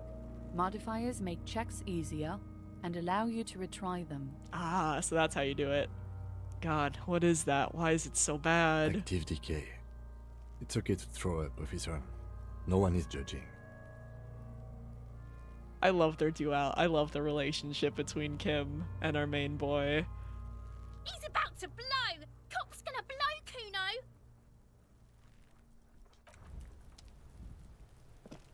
You being a little shit? Kuno's got this.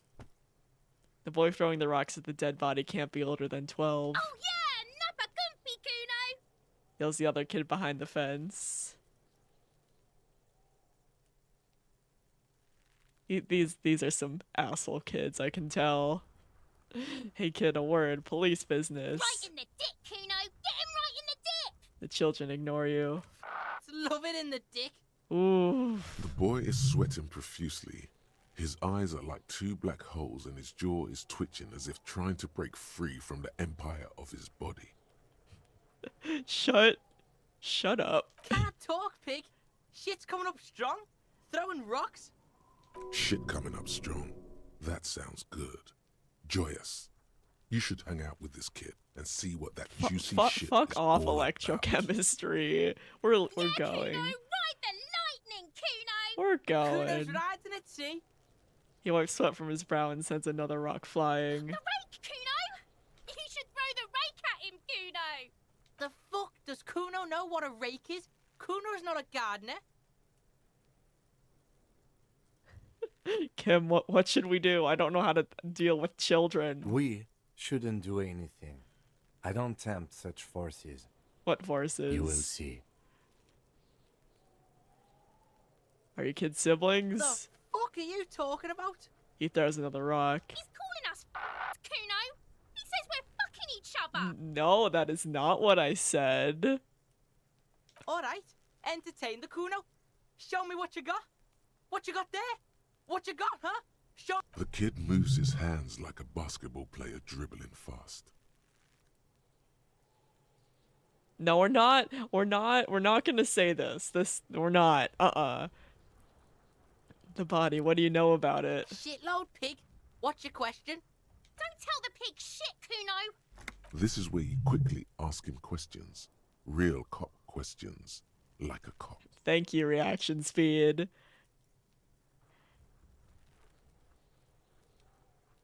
Do you know how it got up there? Probably climbed.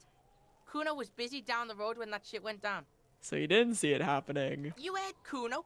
Kuno wasn't even in Martinez. Kuno wasn't in Revachol. Kuno wasn't regional.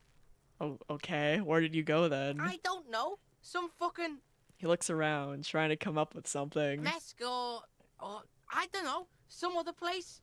Night City. Kuno was in fucking Night City. He's lying. Okay, about the dead body. Yeah. Kuno didn't smoke him if that's what you mean. Do you know who he was? Kuno's fuck imp. Kuno uses the fuck imp for target practice. What a little shit. He could have just said he doesn't know. He could have just said he don't know. Kuno knows shit. Kuno's not a snitch. No, That's all. Kuno is an Trying to make asshole. Kuno sing into the popo phone. Have you seen anyone suspicious around? Just a couple of pigs sniffing around in the dirt. That seems pretty fucking suspicious to Kuno. Yeah, you tell the faggoty Kuno. Oof. More on this later. Right now, let's talk about something else. You're testing Kuno's patience, yeah. Shut the fuck up, Kuno. Lost. Shut the fuck up. Kids often play in this Right, yard. pig. This is where Kuno plays with his little wooden choo-choo. What do you want with it? Dead man's clothes were in that trash container. How'd they get there? Yeah, Kuno doesn't know shit about that. That shit is beneath Kuno. I need to know. It could be a lead into investigation. Someone may have tampered with the murder scene. Listen. Kuno doesn't care about this small-time shit. Just listen.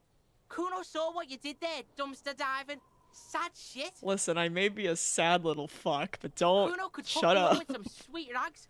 Shit like Kuno's wearing. Your size, good price. 500 real. No, I have $1.85. You'd have to be blind not to notice the giant white letters F-A-L-N running down his trouser leg.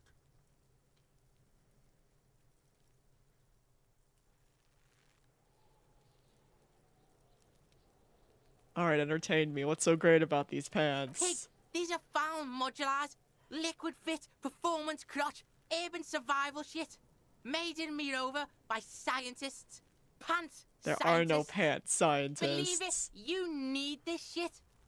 He unzips his jacket to give you a quick peek at the plastic wrap pants. They're graphite black and look brand new. These could drastically improve your chances of survival in the urban You wilderness. think I have 500 cash money? Coach Physical Instrument endorses these pants. They are tartan ready.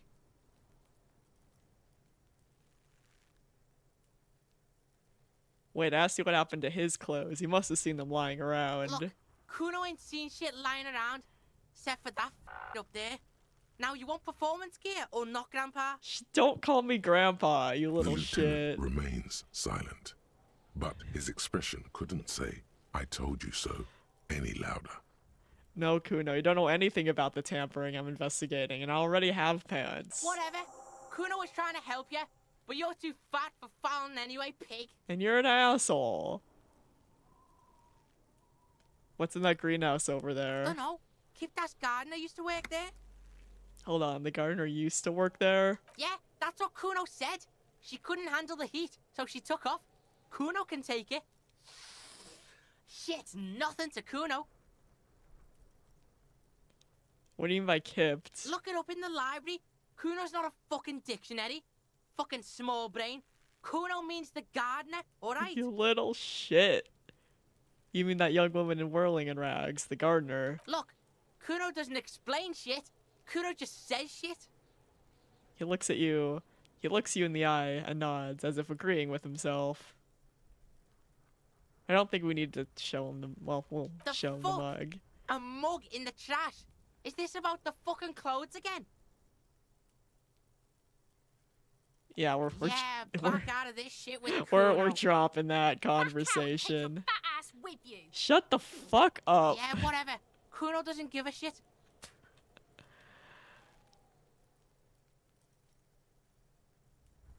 Yeah, we're going. Kuno doesn't fucking care. We're leaving.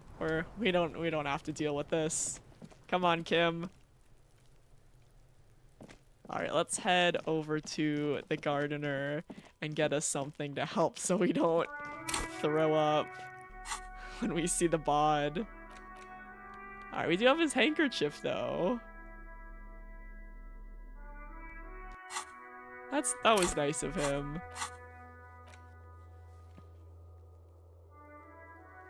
Alright, and then we...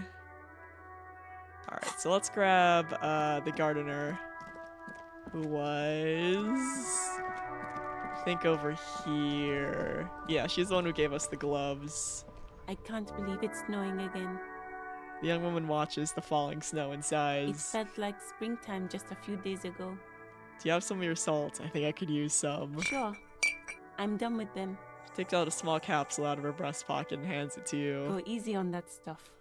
It gave me a terrible headache. Alright, see ya. Oh wait, we should put back on the gloves. Because we're now actually investigating a dead body.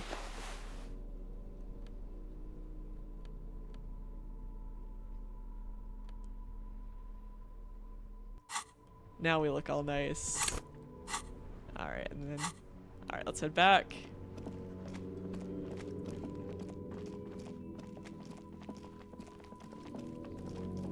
And now we can actually invest the dead body for realsy.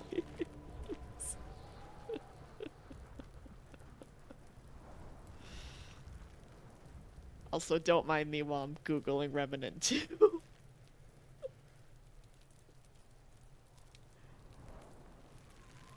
Yeah, I don't think... Oh shit, it just came out. Well, it came out a few weeks ago. No wonder I haven't heard of it. But do you have to know anything about the first one? Do you have to have any context about the first one? Nope. Alright, good shit. That's all that matters.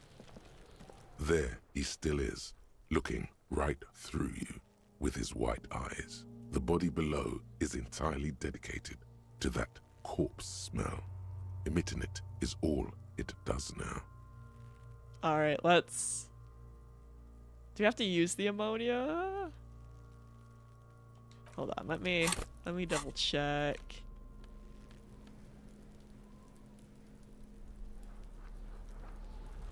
Well, it doesn't give us the option to equip, so I'm assuming we just use it. There he still is, looking right through you with his white. The ammonia only makes it worse. The combination forces tears out of your ducts. Man, I don't think we'll ever be able to investigate this dead body. The second time, not so much. When the vomiting is done, your cheeks are wet with tears. Sorry, Kim.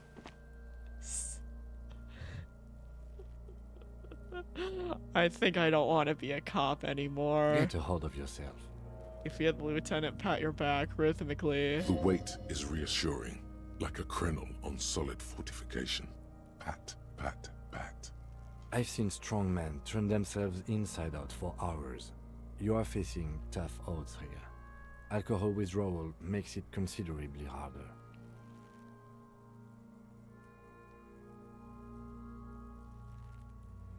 Can't we do something else? I think I want to solve something else now. That's probably a good idea. Clear our heads. But before we can do that... He withdraws his hand from your back and looks you in the eye. You need to get your shit together. Okay. We should go talk to the locals. Find something else to do while the wind changes. It's pretty bad, right? Thought gained volumetric shit compressor. That sure is a thought. You've gained a thought. When this dialogue is over, go to your thought cabinet and internalize it for special bonuses and effects. I like how the tutorial is like, do this thing that you've already done because you didn't Get do together. what you were Then supposed come to back at the start. and have another go.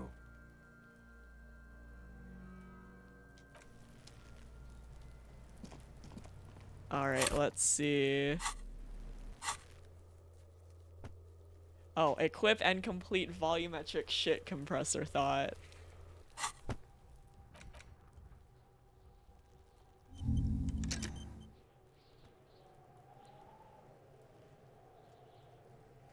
Alright, so maybe we should have investigated this first. It was a little rickety, but still climbable. Well, maybe we can, here, maybe Kim will know what else to do, because we've already done a lot of shit. Yes. I guess we can head back to the whirlin' in rags. See if there's anything we can do.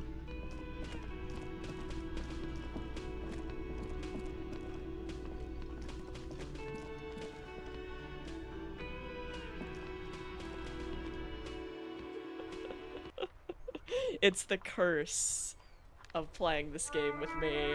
I do everything except the main quest, and even the main quest is like, yeah, do other shit. And I'm like, but what if I already did a bunch of other shit? Alright, let's see here. What can we do?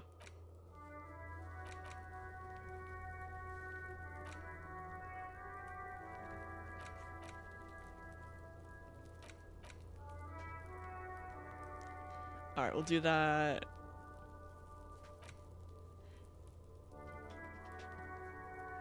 Alright, we still need to find our badge, but I don't know where that is. We need to find the song.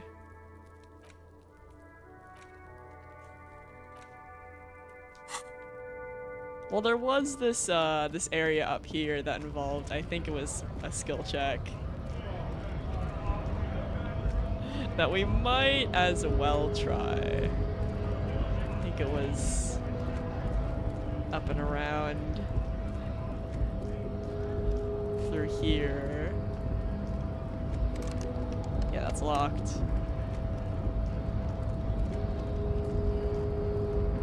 Yeah, I think it was this.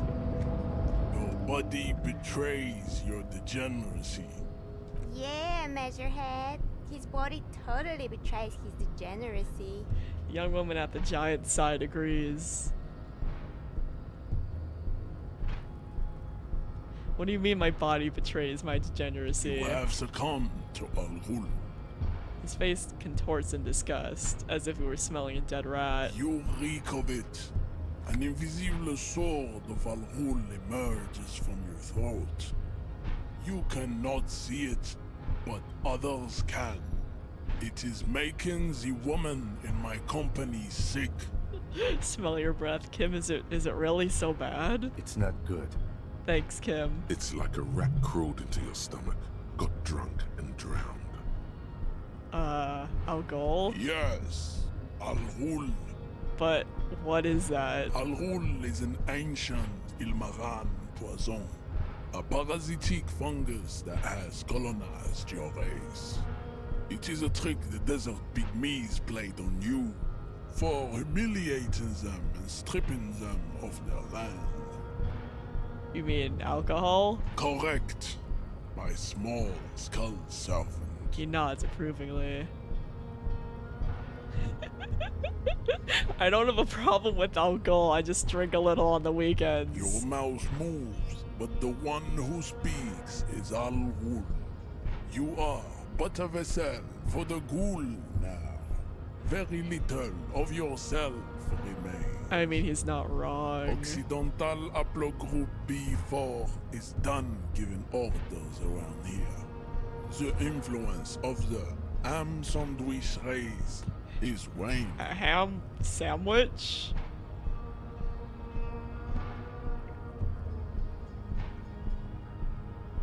This race stuff is unimportant here. I just need you to help me do my job, please. Begging for help. Attempting to pass fear for cooperation. How far the Occidental Haplogroup has fallen. You were once a noble and powerful race. You gave the world eugenics, electricity, and powerful weapons Eugenics of war isn't like good. missiles and aerostatic aircraft. You made great gains in metallurgy, race theory, and statecraft. But eugenics isn't good. You dominated lesser Neither is cultures, that. like the deformed Himians and the inexplicably potato-obsessed Koikos. But now your ascent to the genetic summit has halted. You are obsessed with sadness and with frivolous pop culture. I mean, the last bit isn't wrong. You will be superseded. Isn't that right, babe? It is, baby, yeah. You know it. There is a button right behind him, just out of reach. It must be the one that opens the door to the harbor. Here, we'll try if we can playsate him. You're right about all this. Now I just need you to let me go into the harbor. Enough with this begging. You should leave the stage of history with dignity by inviting the other races to a great world war. Bring your troops to the Seminine Islands and to Boogie Street, and we will pulverize you. When you are gone, Listen, I we will just need build to a get museum through. for you. The walls will be lined with bottles of Al Ghul, your beloved beverage. Inside, we will store the odes to homosexuality you call art, and your microcephalic skulls. Oof. This one has the highest chance. Right, if we can bullshit him enough. Go ahead. Don't be shy. Just ask for race secrets. Nah, we failed it. That's understandable. Jean-Luc Measurehead is a sage and an intellectual giant of race theory. Who are you, handmaiden of Al Ghul? All right, let's try to kick his butt. Are you fucking?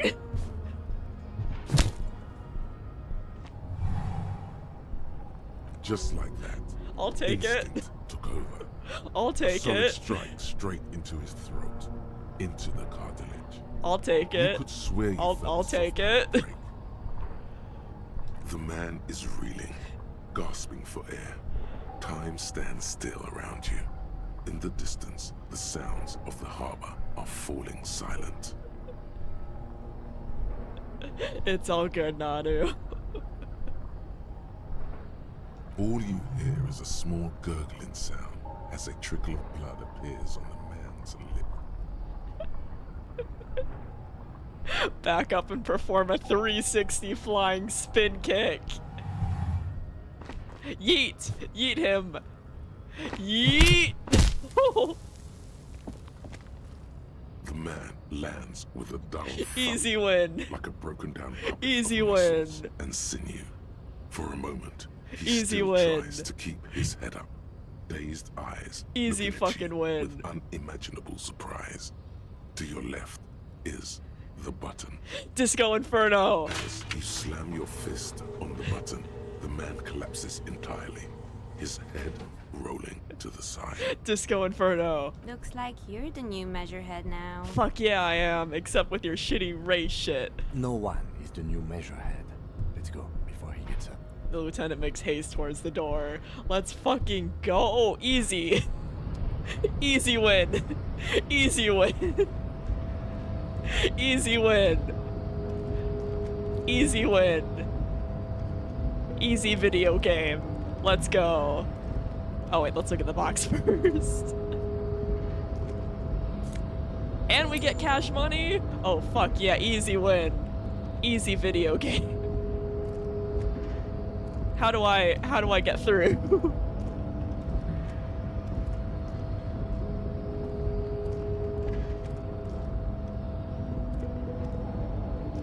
This is the life of a himbo, beating up this guy and not knowing where the fuck to go next. Or maybe the butt. So maybe we can actually like head back down. And we can go in here. Is that the other tape? No, it's just a typewriter. Every worker member of the board is written on the top flyer. Office filing cabinet, coffee machine.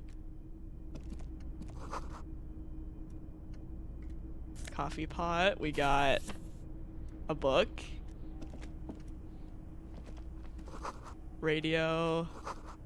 A giant aspirin on the pillow, and a pattern of coffee rings on the armrest. I don't know how the fuck I beat his ass up. Hold on, we're still not done looking inside. Alright, that's leaving. Is there anything in the bathroom? Sunglasses?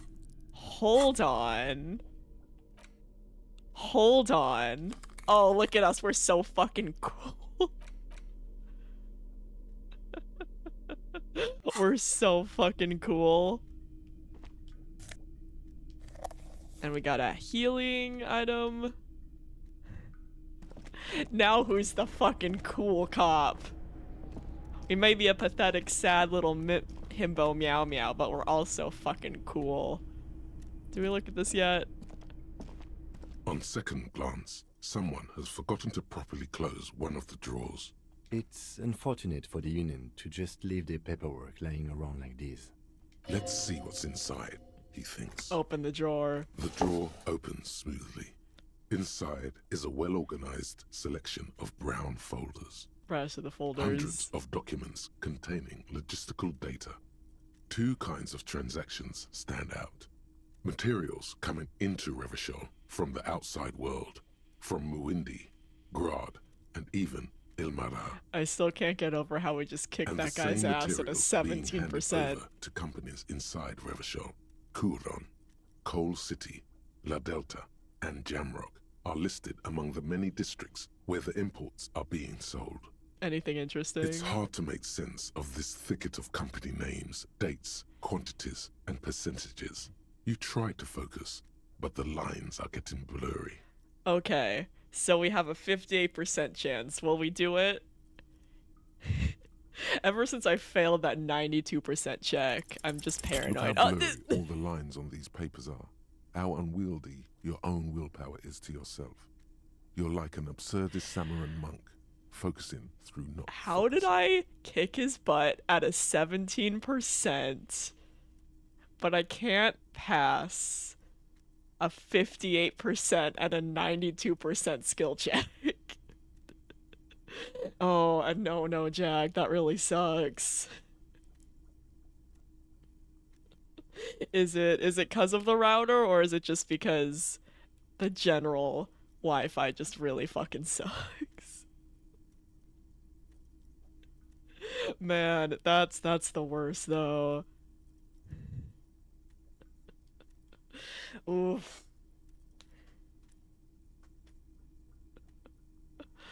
Like, crossing my fingers that it's a router problem and you can just like pitch in for a new one and it'll fix it. But if it's the actual thing, oof. Because the fact that 1, they don't supply you a router, and 2, the internet is just bad. Who designed this place?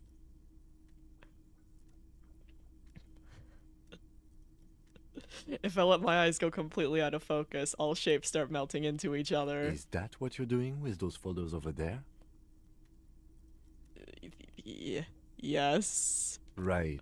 This is probably not relevant to our case. After all, we're not investigating an accounting mystery.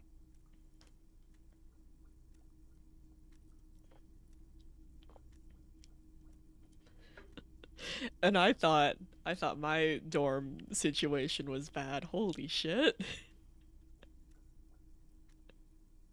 Like, if they're gonna make you guys go out and get a whole ass router, they should at least make sure, I guess, the connector thing provides solid internet.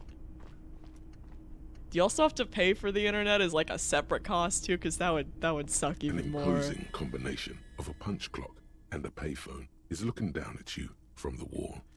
A note on the side says, "Tokens unavailable due to strike. Use change." All right, we got some cash money. The machine swallows your coin and seems to be waiting for your next move. Okay, 58% chance. Okay, so at least it isn't too awful. At least it isn't extremely awful. It could always be worse, even though the whole situation is definitely shitty. Alright. So our record with these checks. Also, thank you, Jag. I was getting so nervous that I would actually have to pick the ending song myself. Because I think this is the longest that someone has gone without requesting it. And I was like, oh no, I'm gonna actually have to think. Alright, let me write that down.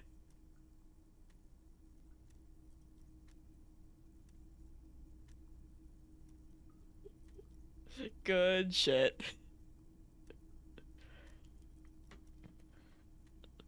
Because, yeah, I was worried I would actually have to choose the ending song. Alright. So our record is 92% fail, 50-something% fail. 17% yes, we can kick a guy's ass.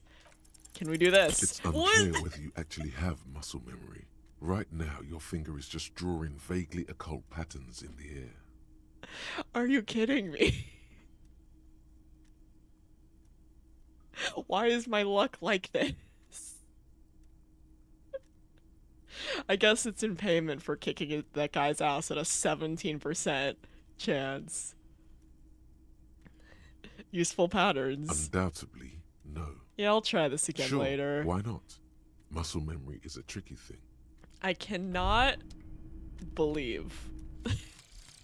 Volumetric. Oh, nice. We can finally investigate the dead body. Bizarre scientific news from Revachol West today, where a police officer's shit has been observed at a pressure of around 495 gigadecimals. These metallic hydrogen levels of shit togetherness were thought to exist only at the center of collapsing stars, not law officials. It remains to be seen how long the shit singularity lasts. Good to know.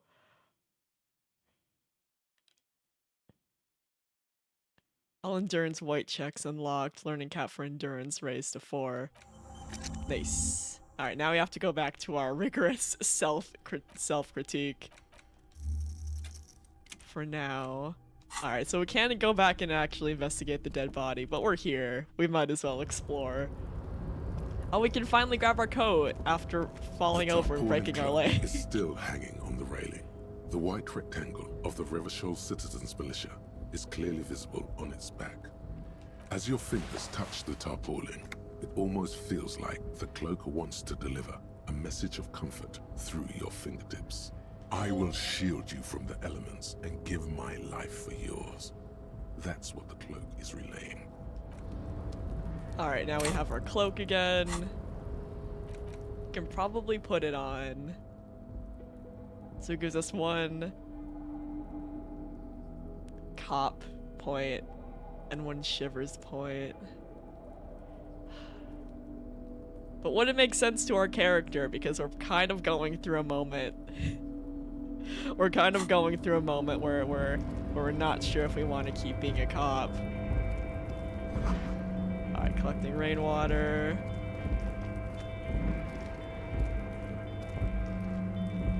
Okay, we'll go to the end of this first. Commodore's red, bottles, cigarette All butts. those empty wine bottles and cigarette butts on the ground. Someone partied really, really hard here. Did I do this? Well, yes, I think we can say with relative confidence that it was you. Oof.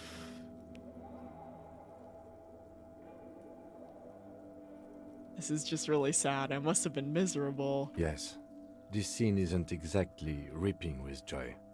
Let's just move on. He turns to leave.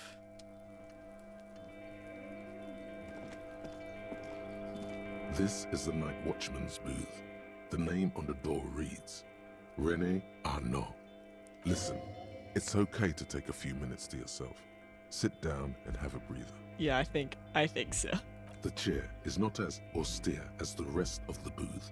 A thin grey pillow is attached to the seat, secured to the stiles by black ribbons. Yeah, we'll breathe deep. Stale air floods through your nostrils. Not a single mote of dust floats inside your lungs, though. The inside of the booth is immaculate. Search for a little something to help you out. The drawers are empty, save for old timesheets and receipts. One small box, however, does hold some cheap painkillers. They are slightly out of date. Man, I feel bad, but... Here, we'll read the side effects first. Oh boy, where to start? Elevated risk of dementia, mini strokes, prophet's disease, sudden death, hair death, erectile malfunction, critical flatulence, watery blood, black mucus, uncontrollable weeping, increased sensitivity to la opera, inoperable joint disorder, total spinal collapse, This is just every pill commercial. Don't think about that. Quick, think about something else.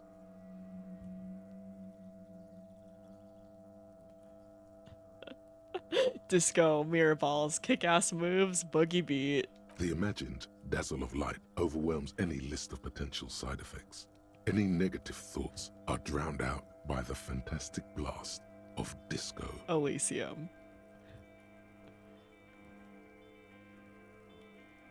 Kim, would you mind if I help myself to some meds? I'm not here to tell you what to do, detective.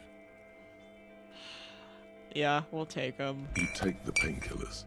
They are yours now. You stand and exit the booth. So this is where Renee works. I'm gonna have a look around. If you must. But please hurry. We are pretty easy to spot up here. Nothing incriminating catches your eye. The cabinets are clean and their sparse contents meticulously organized. There's a framed photograph on the table. Take the picture. It's a black and white photo of a young couple out in a street fair. The man, Rene, is dressed in a Royal Carabinier uniform. The girl is young and very pretty. She is smiling playfully at the camera. Rene looks like he's about to smile. This photo must be tied to some good memories. Why did you take that picture of Rene?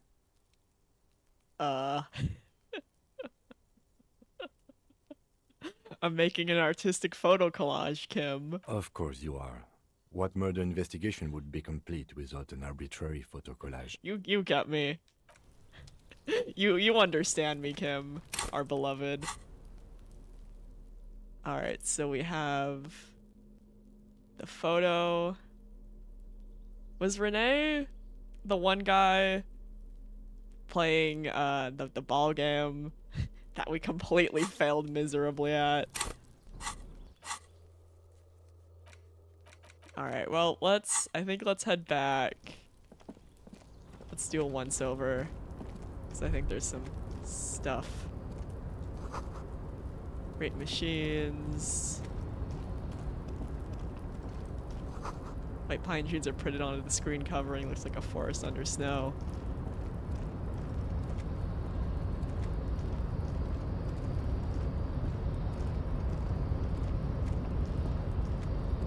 A rusting control panel with several knobs. 2 buttons marked Marche and Arrête are faded with use. It seems to control the large crane above. A container is attached to its hook block. March. With a loud grind, the crane shifts overhead, moving a massive metal container through the air.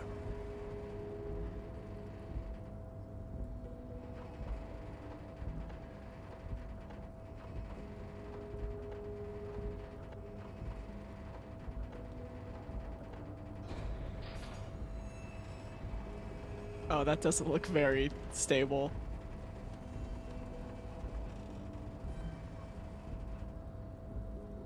And with a surprisingly quiet thunk, the crane places the container down. This crane was built with a purpose, which has now been fulfilled. To move this container. What's inside the container? Who can say? All you know is, it's special. I can't see how that was worth the ruckus. Except for seeing the crane in action, which I admit was satisfying. Alright, let's head out. We can probably look at whatever's inside there.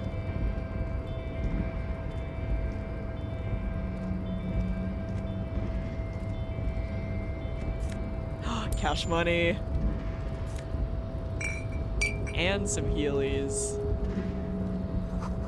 Fit industrial lettering on the platform. Couch Sund.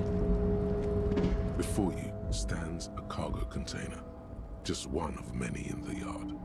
Lieutenant, I think there's something special about this container. You do? Because I don't. What? Why not? There are a million containers here. Why are you fixating on this one? It was hanging from the crane. You just picked one out because you wanted to interact with a cargo container. Don't call me out like this. We are not here to interact with containers. We are here to talk to the Union, right? Now we're opening the door. You attempt to turn the handle, to no avail. The doors seem to be mechanically locked. To your left, the lieutenant considers your actions. with some puzzlement. Knock on the door. No reply. The knock produces a hollow ring of metal. Doesn't sound like there's anything inside the container. Alright, with our luck, we're going for it. Persuade the door to open. Why are you even trying to open a door with rhetoric? Also, thank you for the stretch. Oh, big stretch. A must-needed big stretch. And a must-needed hydrate. And a much-needed, posture check. Cause yeah, I was definitely... Oh, big stretch. I was definitely shramping.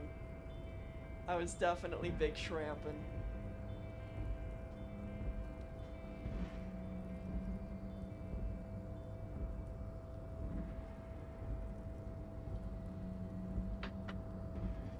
Alright, now no longer shramping. Yeah, why am I? Why are you what? The lieutenant looks startled. Don't worry about it. Anything at all. Now is not the time to get philosophical, detective. You can do that after hours. Alright, I think we've done everything here.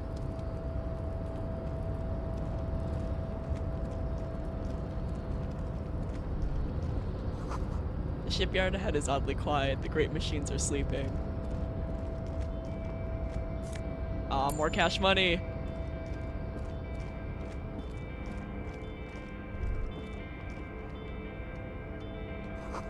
The musk of oil rust comes from the chasm in front of you. Smells like blood. Secret? Nah, it's locked. Oh, so much cash money here. Just a size thermos. Smells like burnt coffee. So much cash money.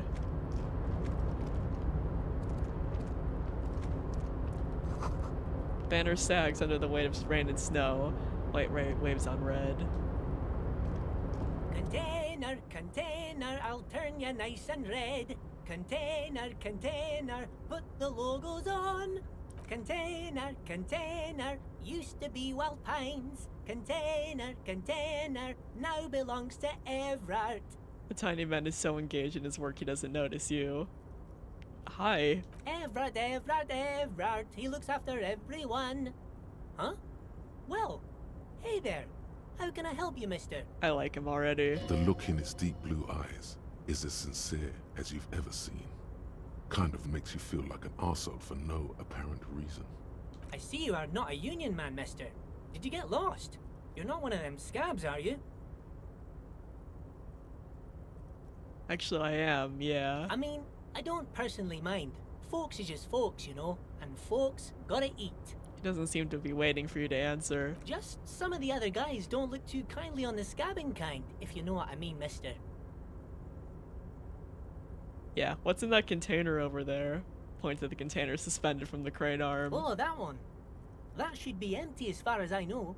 Lots of containers here have nothing in them. They're just waiting to be loaded up. Told you. Kim. You're right, though. Do you work here? Yes, yes. Everybody needs a job, and this is mine. I'm Leonard, by the way. Leonard Bellick. But everyone calls me Leo. Little man raises his hand in a welcoming gesture. I'm like Mr. Everett's right-hand man when Mr. Edgar is out of town, and Mr. Edgar's right-hand man when Mr. Everett is away. He chuckles. Actually, Miss Beaufort is the right-hand man, but she's a lady. This is one wholesome guy. Who is this, Miss Beaufort? The lieutenant looks up at Leo. A real pretty lady with a skin like those Douai Sucre candy bars my missus likes so much. Them are real nice to suckle on once the dinner is done and me and the missus sit down beside the radio. But I can't listen to the radio all the time. There's so much to do around here and I'm always busy keeping things running here. Yes I am, yes I am. Yes you are, buddy. Hold on, who's this Miss Beaufort you mentioned? Oh, Lizzie. She is a real sharp tool. Mr. Everett put her through some fancy school and everything, east of the river. 4 years she was gone, and when she came back, she was all fancy and lawyerly. But she's a real nice girl. Grew up in this here neighborhood. Knows everybody and gets along with everyone. Real pillar of the community one day, I'm sure. For a fraction of a second, there's sadness in his eyes. If me missus and me was to have a child, I'd be real happy if she turned out like her. But she can't have kids. Dr. Lemaitre said so. And she knows about such things. Been a doctor for almost 50 years, she has. He sighs and falls silent, watching you meekly with his blue eyes. I think you're doing a great job around here, Leo. Yes, this place really seems to run like clockwork. Keep it up, Leo. The lieutenant smiles at the little man. Well, thanks a lot. Coming from you, it means a lot, really. You didn't think it was possible, but the smile becomes even wider. Sometimes I feel some of the guys don't really get how much I bust my ass for them here. But you guys are alright.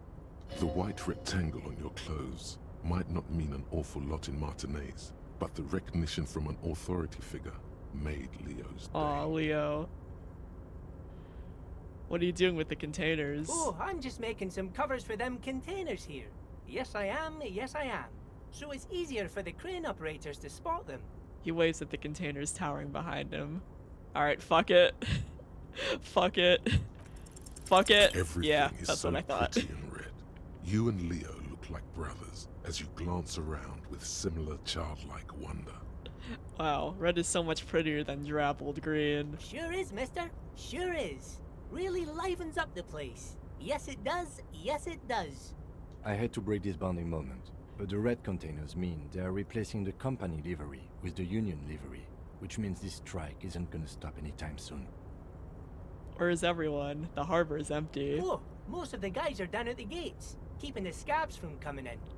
He leans in with a confidential look. We're on a strike. The whole union is. You don't have to work when you're on strike. Ha! We haven't worked for 2 months now. So no one is working? Not everyone is down there, of course. Mr. Everard Also, is in his office, where he Avens. always is. And Jean-Luc is guarding the gate. How's it going? We are taking our local himbo disaster human, sad little man, on an adventure. And so far we've had a few interesting skill checks. One of them which we have somehow passed, despite an only 17% chance, and we beat this one guy up, but ever since then we've been failing every single other skill check. But Titus and his boys got into some drunken trouble and Everard sent them on a nice vacation for a week or so. But yeah, this is a pretty chill game. Very, very reading heavy.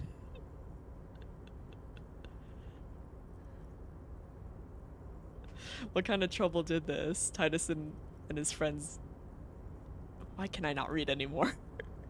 What kind of trouble did this Titus and his friends get into? Oh, I'm not really supposed to talk about that.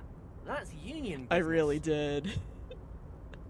I used up all my luck to beat this one guy up unconscious, and also back up and do a 360 kick, and be fucking badass. And then I immediately lost everything. Him and his boys stirred up something in town. Probably drank too much and got into a fight or something. I heard Mr. Everett telling them to take some time off. Really? Did they kill someone? No, I don't think they killed anyone. Let's better talk about something else. Titus and his boys do good work. I don't want to get them in trouble over a little drinking. I'm looking for the leader of the dock workers union. Oh, you want Mr. Everett then? He's an awfully nice fellow, he is.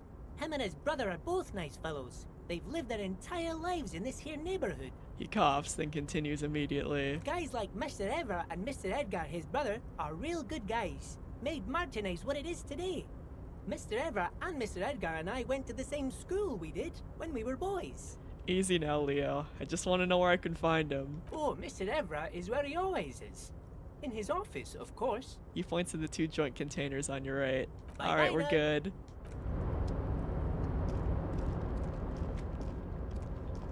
And it's funny, we have played about 7 hours of this game, and we still have not actually investigated the dead body that we were supposed to for a while. The coffee in the giant thermoses is still lukewarm. Stair made of pallets leading up.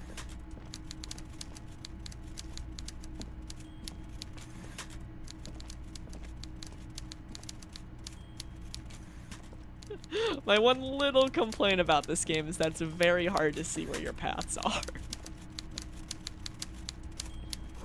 Taxidermy fish that tells time.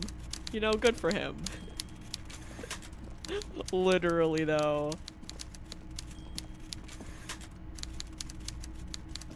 And you are. Is a walrus of a man seated behind a large I don't desk. like his face. He looks up from his work, not the least bit surprised to see you. I don't enjoy his face. With great effort, he straightens himself up in his chair, yet says nothing. He simply stares at you. With a mixture of expectation and impatience, well bottled. Are you in charge of the dock workers? Welcome, Mr. Dubois, Mr. Kitsuragi. It's good of you two to stop by. Wait. Please, have a seat. Wait, does he know our name? Is that our last name? I'm Everard Clare, head of the Debarders Union here in Martinez. The man relaxes into his chair and continues. I know it's pronounced like Dubois or something, but I can only read it as Dubois. I'd offer you my hand, but unfortunately my health prevents me from getting Or up. You understand? Why in the world is our main character with such a hard name to say? He looks extremely comfortable. The tiny folding chair, on the other hand, looks like a torture device. Something like that. You go ahead, detective. The lieutenant nods at you, then the chair. Whatever he has in store for you, it can't be good, he thinks. I'll do my best. Forget about that. What's with this Dubois stuff? Dubois. You're getting some seriously bad vibes from that name. Dubois, that's how you say it. I'm gonna forget that 2 seconds later. But Dubois. Why are you calling me Mr. Dubois? Please, Mr. Dubois, let us converse in a civilized manner, as equals. Take a seat. I insist. It's nothing. Yes, that's probably right. It's nothing. Forget about it. Filter it out. Alright, we'll take a seat. Excellent, Mr. Dubois. I can see that you're a reasonable man, and reasonable men can be of great use to one another. He gives you a sly wink. Try to wink back. So tell me, how can the head of the Debarders Union help a representative of the Revachol Citizens Militia today? The chair you're sitting on has got to be the most uncomfortable chair in the world. It's violating your backside. My back. Oh, by the way, I heard you got a rather rude reception from a certain Lawrence Gart. Some people have no manners, it pains me to say. Listen, we kind of deserved it. This should take care of that nonsense. He points to a giant novelty check on his desk. It's absolutely comically huge. It should be sufficient to cover your expenses for a few days and patch over your differences with a cafeteria manager. Wait, can we actually pay off our debt? Take it. Wow, that's 25 real. That's good money. You need it. Yeah, we're gonna... We need that money. Honestly, we need it. Thank you, Everett. Take the comically large check. Don't mention it. But also, don't forget it. I'm just kidding, of course. Now, I'd like to set your mind at ease about one other matter. Your lost gun. Let me assure you, Union people are on it as we speak. I've got my best hounds looking for that lost gun. Why does he know so much? His slug-like lips move, but all you hear is an echo. Lost gun, lost gun, lost gun. The world is swallowed by a black hole of fear. Oh Only no. 2 words We need its healing items, gravitational but we pull. don't. We can't Lost access our inventory right now. gun. Yeah, how do you know about my lost gun? I know everything, Harry. Right now, I know that you're worried. Don't be worried. Everything's going to be all right. It's not like you left it loaded. You didn't lose a loaded gun. Local children aren't out there playing with it right now, pointing it into their own mouths. It's in a safe place. I just know it. I have a feeling everything's going to be all right. It was loaded. There were 2 bullets in it. You always keep at least 2 barrels loaded.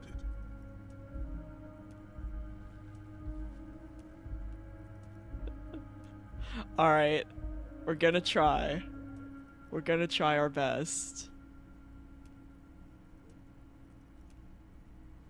Don't panic. God, you're sweating. Your knee is jerking. No. You're about to cry, aren't you? You're about to cry because you lost your gun and those children are gonna shoot themselves with it. So what? Men can cry. You want to cry? Shut up, God, composure. you're weak. Whatever you do, don't cry. You'll think you're disgusting. Mr. Dubois, you don't look so good. What is this? Oh no. Mr. Dubois, he keeps repeating. Oh no. What is he trying to pull here? Oh no. You need to cool the fuck down. Chill. Oh no. Mr. Dubois! Mr. Dubois! Harry! The large man snaps his fingers, but to no effect. You're in some stupor. So we heard the name Harry before, so our name must be Harry Dubois. But I'm definitely gonna forget how to pronounce it by next week.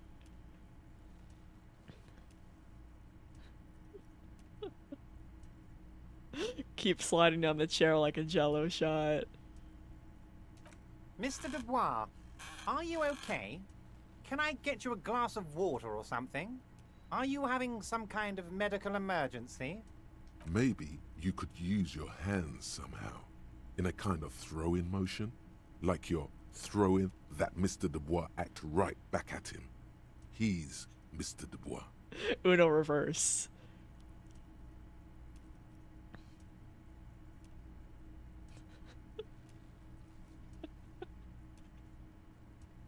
Oh yeah, man. I'm fucking great. Keep sliding. Don't be dramatic. I can see your condition isn't terminal. We do have a lot of dramatic stats. What an odd demonstration of... you got me, Harry. I don't even know what. As entertaining as it was... Oh, can we use a healing? I'm afraid Okay, you're yeah, we wasting can. our time, and I'm an extremely busy man, as I'm sure you are too. Okay, enough. We are here to ask you some questions pertaining to a murder investigation. Quick, here's your window. Get yourself together and ask him questions. Police officer questions. It is about time to stop embarrassing yourself. Questions will help you regain some of your lost dignity. Listen, we gotta find out what's in that container. What's in the container that's outside your office? My dear Harry, there are literally millions of containers in this harbour. I couldn't possibly remember what's in all of them. There's something special about it. It was attached to the Clavsund crane. Harry, you smooth-talking son of a bitch. Time is a precious resource, and I don't have enough of it to count containers with you. Smooth talking. Maybe that's the way to go about opening the container. You should at least try convincing it. You called me Mr. Dubois. Why? Of course. Let us dispatch with the formalities. You call me Everett, I call you Harry. So that's really my name. My God, so it's true. I didn't want to believe it, but you are a fantastic science fiction amnesiac cop, aren't you? What are the odds of that? I think the odds of that are very low. It's true, my memory's a bit hazy. I assure you, there's nothing to be ashamed of, Harry. You're among friends, and the good news is... He taps on the folder in front of him. I have a big fat folder on you, Harry. I'm sure you have a lot of questions to ask. Yes, please. Maybe I can help you out.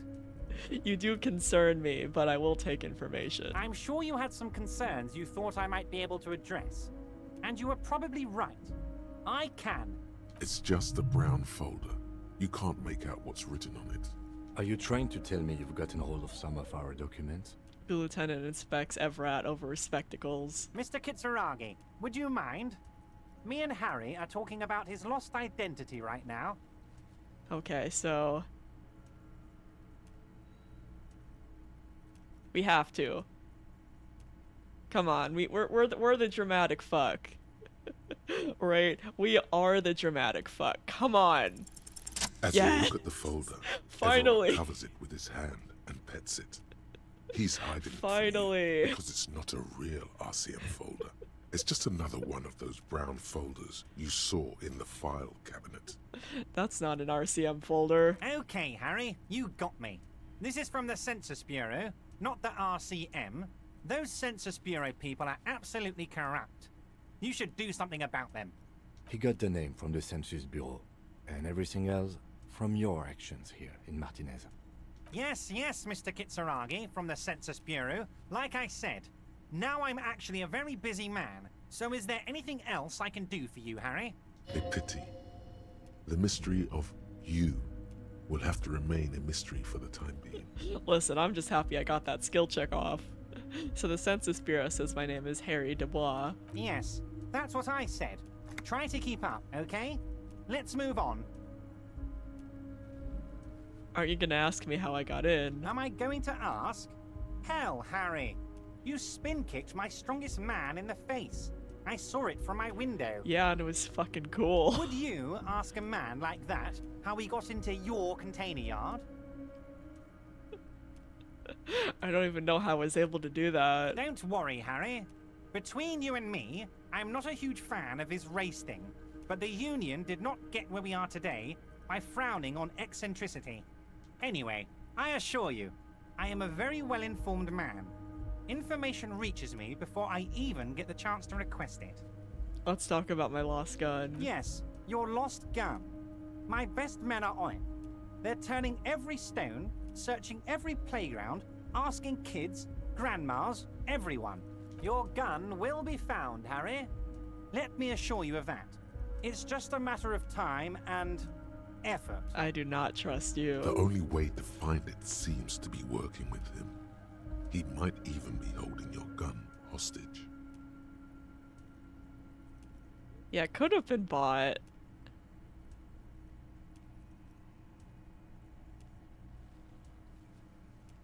Hold on, can he really hold my gun hostage? Who knows?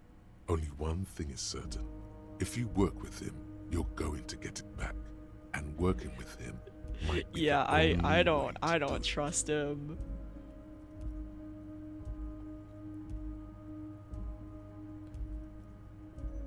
Wait, the gun may have been bought from Roy's pawn shop. Have your men factored that in? Yes. Thank you for the hot tip regarding your lost gun, Harry. My men have indeed factored in that you pawned it. I do not trust now, him. Please, let the professionals do their job. Kick back, Harry, relax. I have great guys on this. You focus on what's important, building our relationship for the good of Martinez. It did not come as a surprise to him. He might actually not be bullshitting. Yeah, fuck that. I will not be blackmailed with this gun business. Harry, I was only trying to be tactful. A lost gun is a dangerous thing. I can't have it around in my neighborhood. Kids could be playing gun roulette with it as we speak. Teenage gangs could be arming themselves. Get a hold of yourself, Harry. I assure you, we are working on locating the missing sidearm as well. The lieutenant is concerned about the lost gun and feels that the fact you haven't prioritized looking for it is unfortunate, if inevitable, and doesn't put the RCM in a good light. Listen, but we're not going to be blackmailed. Excellent, Mr. Kitsuragi. That's excellent news. Looks like we have a friendly gun-finding competition on our hands. Ah yes, just a friendly gun-finding competition. I want to talk about the hanging. Oh, of course. That's your main thing here. That's why you're in Martinez. I know everything that goes on around here, and I would love to help like I'm helping you with your lost gun. I mean, it's no secret that the lynching is connected to the strike. So much to talk about. Honestly, it's been weighing on me so heavily. I understand you need to interview me. But there's a thing that's been keeping me up at night. I want to talk about the hanging. I mean, if we could just calmly talk, exchange information, we could blow this thing wide open. Yes, that sounds good. Let's do that. But I can't think straight with this thing weighing on me. You're police officers, aren't you? I have a crazy idea. You guys are basically door-opening machines, incredibly talented at opening doors. Kim, is that true? Are we door-opening machines? I'm not sure I understand. If you're asking us to break down someone's door, it's not going to happen. Come now.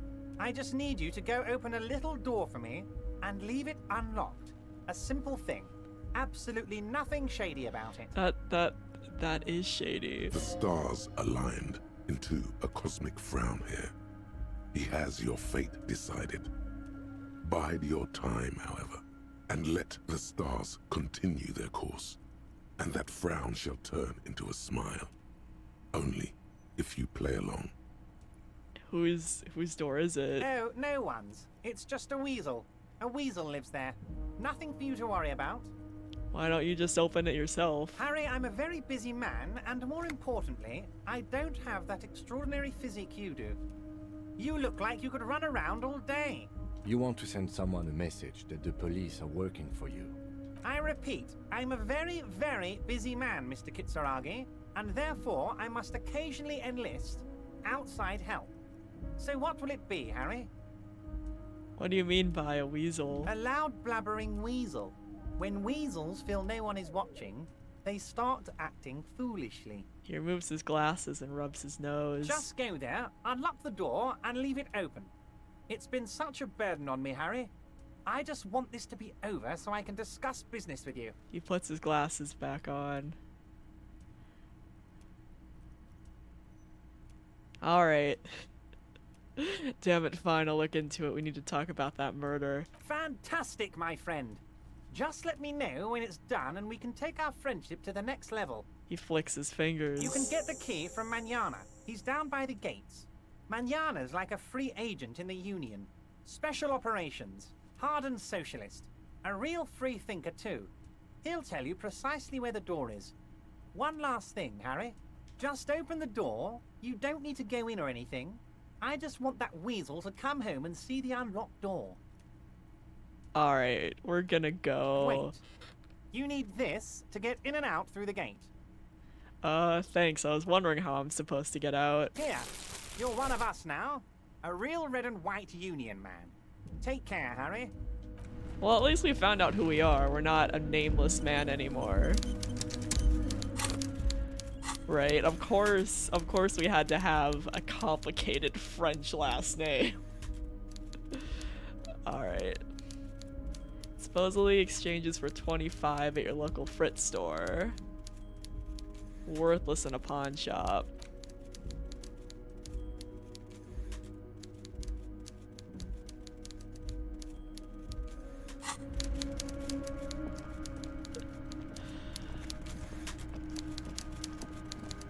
But yeah, at least we finally have a name for this guy. Because for the last, long time, we've had no name for him. Alright, you know what? I think since the stream is gonna be ending in like 15 or so minutes, we should actually investigate the dead body.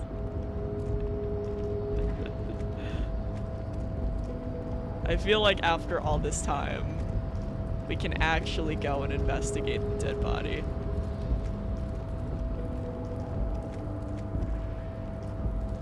Alright, so let's head out for now. We'll head back here to check on, you know, the mission.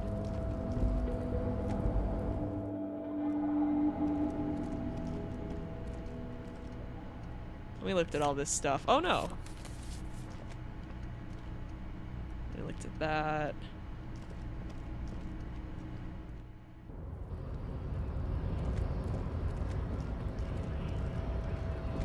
Alright, let's head back. Were you the person who we needed to talk to? So, how'd you like our harbor? Was nice enough. It's but a rest area on the path leading across open plains. He notes solemnly, then turns to you, a wide smile adorning his face. Right. You talk to the boss, eye to eye, like men of the plain. If you have any more questions, I'm set to talk. Everett said he had a key to a door. A key, huh? What door is this key supposed to open? He said it belonged to a weasel. Oh, say no more. I got you. He taps the side of his nose with a little wink. I got that key right here. And let me tell you, it's mighty good of you to help us out during the strike. Working class solidarity, as they say.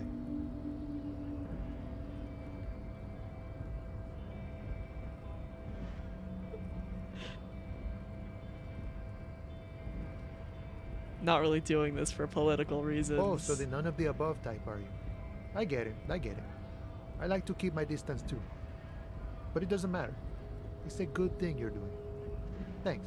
What you're looking for is a basement door behind the greenhouse. That's behind the whirling and rags.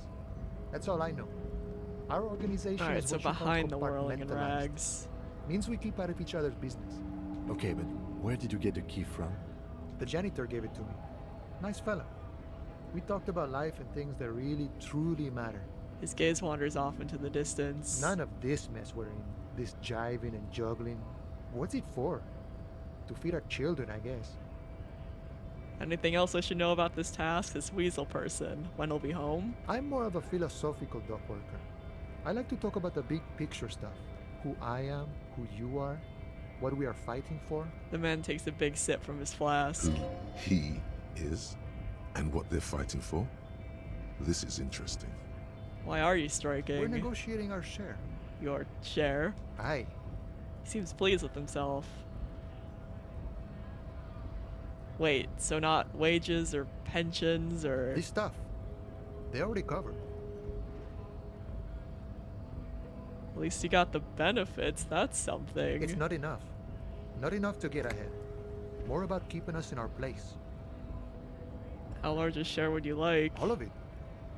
However, right now we want all the harbor workers to be on the company's board, so they could take part in the decision-making process. The boss man, Everett, what can you tell me about him? I think it's best you make up your own mind now that you've met him. In my eyes, he is a capable organizer and a decent businessman. What does bossing the union entail anyway? I guess you kind of get to be the village chief. He oversees the harbor, makes deals with the owners or other relevant parties. Watches out for his own. By that, you mean corruption? Yeah, Kim gets it. By heavens, why would he not be corrupt? We live in a harsh and disordered world, see? And in this world, the old man is corrupt for our benefit, and we know it. Appreciate it even. He is, personally, not too lavish. The desk seemed lavish to me. He is reasonably lavish, sure. That's his prerogative. It's not like you want a saintly demeanor on a corrupt motherfucker. That would be a manipulative illusion. Besides, there are no non-corrupt systems in the world anyway. And moralism is the most corrupt of them all. Yeah, I think we got the picture. Sure thing. Any idea who killed the hangman? The mercenary, eh? Who could have killed him? That's indeed the question. Why even do such a thing? He shakes his head solemnly. The harbor is a primary of suspicion. In your opinion, are the dock workers involved in the killing? What a thought. Why would noble workers resort to such a thing? Unless they were pushed, of course. Pushed how? Your dead guy was an enemy combatant. Hold up. What does that mean? He was an agent of the opposition, attempting to undermine our honorable efforts. You know a lot, sir. That's kind of suspicious. Did you kill him? I ain't the murdering type, but that's just me. Large organizations like our union have all sorts of men, with all sorts of skills. Understood. This has been of limited use. Still, thank you. No problem. I wish the best to you in your search. Sure, I'm glad it's not my search. Takes a sip from his flask. Alright, let's head out. Alright, now, it's finally, after 8 hours, it is finally time to investigate the dead body. It's been a long time coming. Hold on, I didn't want to zoom that in. Alright, so we got... You can probably honestly sell these postcards. I don't think we really need them. Yeah, we literally... Yeah, so we woke up in our hotel / hostel room with a bunch of alcohol around us, and we have no idea what happened or who we are or what we're doing or what's happening. So yeah, we literally did wake up randomly. Oh no, why is the audio fucked? Hold on. Hold on, let me fix that really quick.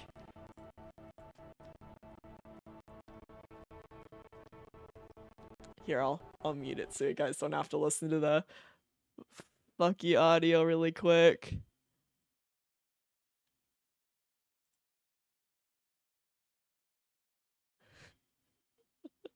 But yeah, we literally just, so this is the first time after like 8 or so hours we've been able to figure out our name.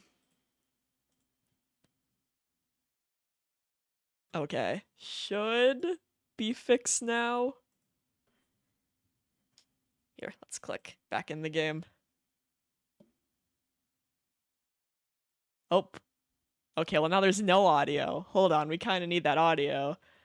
Let me do the thing. Okay, did I re-enable the device?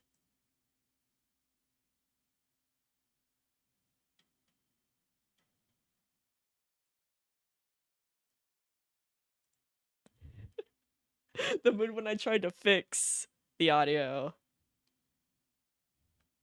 And now there's no audio. Uh-oh.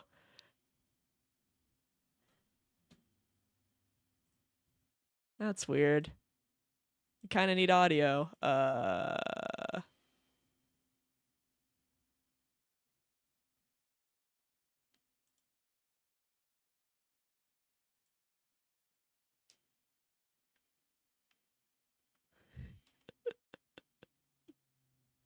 Yeah, he sure did have a rough night.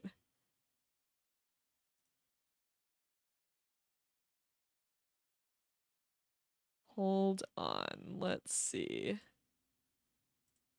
Maybe we'll set that as default. Here, I'm just gonna see if I can get the audio working again.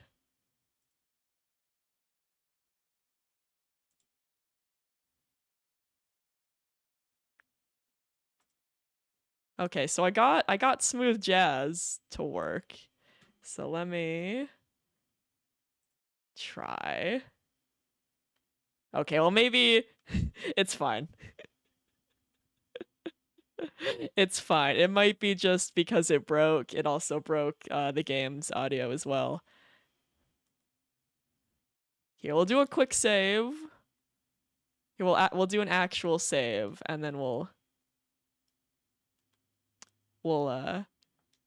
launch back in. Should only take a few seconds. And then, because this game just isn't the same without some quality audio. So let me... Here, I'm going to test the smooth jazz. Alright, yes, that does work. Alright, so let me launch it back in.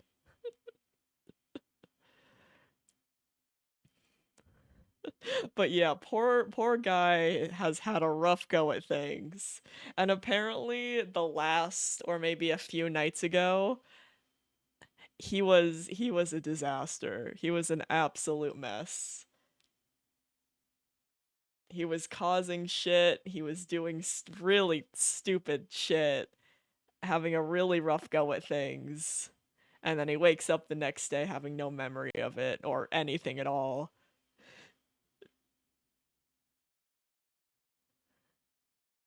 Which is actually a pretty unique way of, I guess, making a character that you put so much, like, thought into, really. Alright, there we go. There's the audio. Alright, now let's actually go investigate the dead body. Because, yeah, the game just isn't the same without some nice quality audio.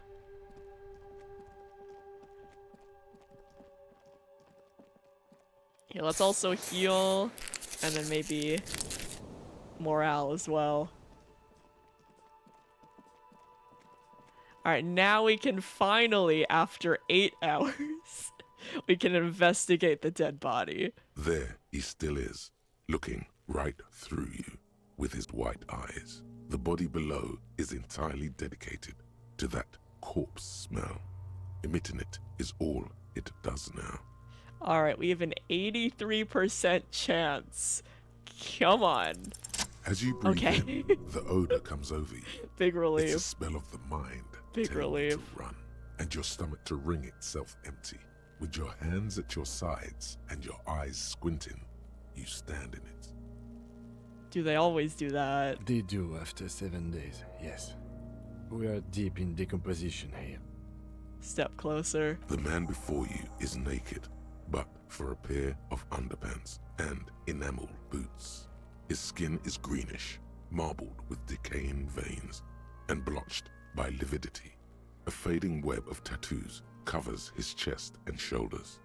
The cargo belt used to fasten him to the branch above appears industrial in strength. Oof. And they only left him his boots. The material appears to be ceramic.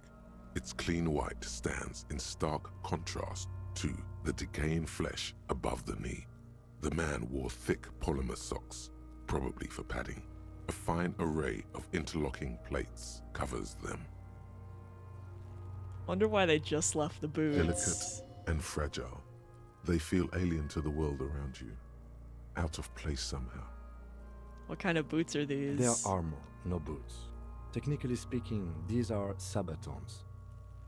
Okay, then what kind of armor is this? Ceramic plate. Zirconium dioxide, most likely.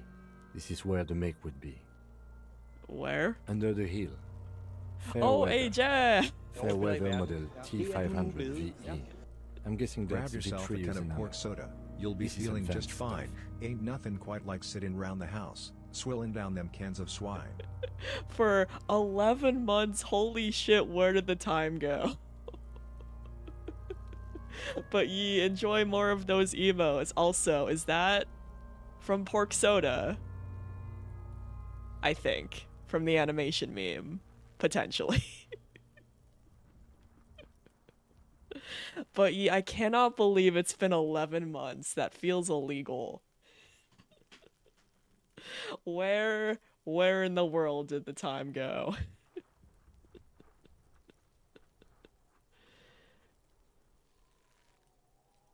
There's this one animation meme set to Pork Soda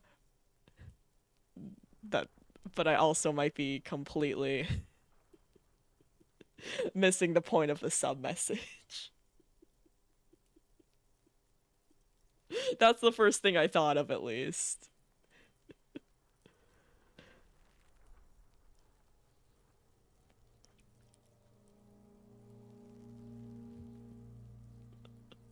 But you 10 out of 10 animation meme, but I probably just missed the point. It's just dumb lyrics from a song that I definitely thought too much into it. But it happens.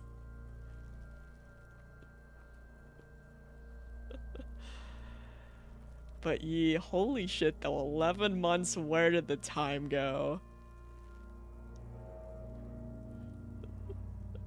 Enjoy your 11-month-old beans. Yeah, honestly, same here. If you just look up a Pork Soda animation meme, because I only know one song that mentions Pork Soda, and it's the animation meme song. So it might be...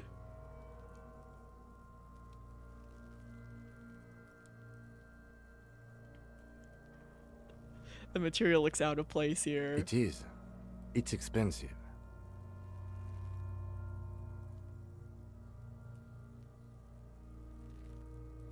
Oh yeah, I think it was from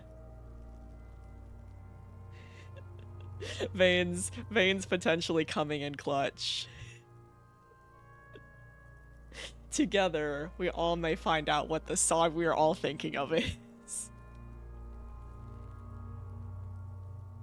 The lieutenant draws a line in the condensation on the ceramic with his index finger. We've requested similar material for our tactical units for years now.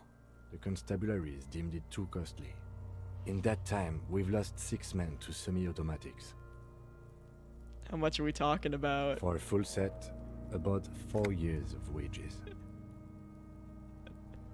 The more you know. Also, who knew that there was more than one song called Pork Soda? Right, I don't think singing about pork soda is popular enough. I didn't think singing about pork soda was popular enough to grant it 2 whole songs. But yeah, I'll make a note of it for later because I'm definitely big curious.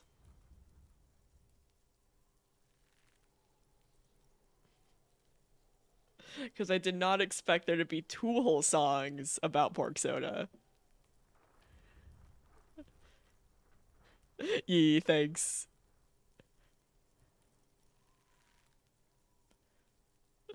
That's a lot, I take it. As a wage, it's regrettably small. But for a piece of hardware, yes, that's a lot. Where's the rest of it? Scavenged by the locals? Piece by piece.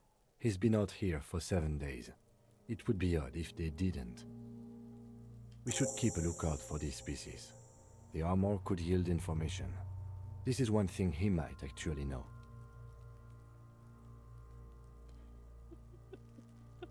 Listen, our character may be a himbo, but I don't think he's that himbo. But still, I'm gonna click it. Maybe he was just wearing these boots and there's no rest of the armor. No, I think he had something precious underneath the clothes. They had to remove the jeans and shirts we found to get to it. And this kind of armor is often worn under fabrics. You could have just been walking around naked, just like this for all we know. A good point. He could have been intoxicated, or something we cannot yet imagine. I shouldn't have assumed so much just from the clothes. Listen, there might be 2 whole songs about pork soda, but I do not believe there's 1 song about head cheese. If someone had to choose whether to write a song about pork soda or head cheese, I am like 99% confident they would choose pork soda every time. What was that? Was the lieutenant just impressed by your unintuitive guess? How could this man afford such expensive hardware? That's for us to find out. My initial report on the area suggests he was a security guard for the harbor company, but that's just hearsay. He's look pretty advanced for a security guard. I agree. This equipment is way beyond what a guard can afford. Alright, let's try pulling the boot off. This feels dangerous. Are you sure? Yes. The stench fills your nostrils. As you push downward, an ominous creaking sound comes from above. Oh no, is it gonna fall? Stop! The lieutenant's voice is sharp. He looks at you with the boot under your arm. Pig's gonna pull his head off. Oh. Brutal!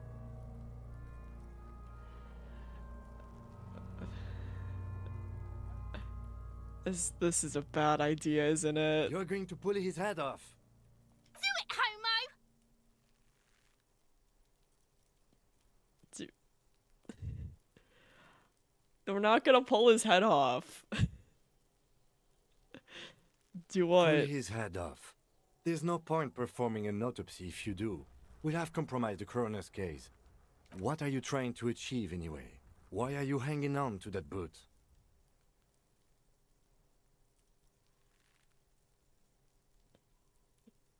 I mean, this is accurate. But also, there might be clues inside the boot. Maybe we should concentrate on what's outside the boot and leave what's inside to the boys at processing? Just this once. Besides, he taps on the boot. There's no way you're getting them off. All the organic matter in his body has been flowing down into the boots. They are fused to his feet now. Why do you think the locals haven't scavenged them yet? Oof. You're sure there's a way to peel them off, but first the body needs to be down. And second, it would probably be better if the lieutenant wasn't around. Sure. The anticipation makes you crack your fingers. Feels nice. Nice and cracky. What's gonna happen to the boots then? Processing will take care of them. With the situation in the morgue, it will yield nothing. But we must pick our fights. Should we continue? You'll knock at the A boot. small bell-like sound fills the air, like tapping on the side of a porcelain cup. Sounds fragile. It's anything but. This material is a kinetic redistributor. It spreads kinetic energy horizontally, from plate to plate, dissipating it entirely. See? Faint, organic lines cover the plates where they separate into smaller ones. These plates then divide into smaller plates until there are hundreds of them altogether. Like the scales of some ancient white monster, cracked and pearly. Alright, let's look at the cadaver rest of slowly it. twists on the cargo belt, his torso covered in tattoos, and extremities blotched pink and blue. The hangman's knot is pulled tight by the weight of the corpse below. Yellow, hard-edged polyester cuts into his neck. Above, a sliding buckle ties the belt to the branch. What kind of rope is this? Industrial strength. The kind used for tying cargo to lorries. Okay, it's definitely one of the cargo ship people. Like in a circus. When the circus leaves town and they tie a black-spotted giraffe to the wall of a carry pen.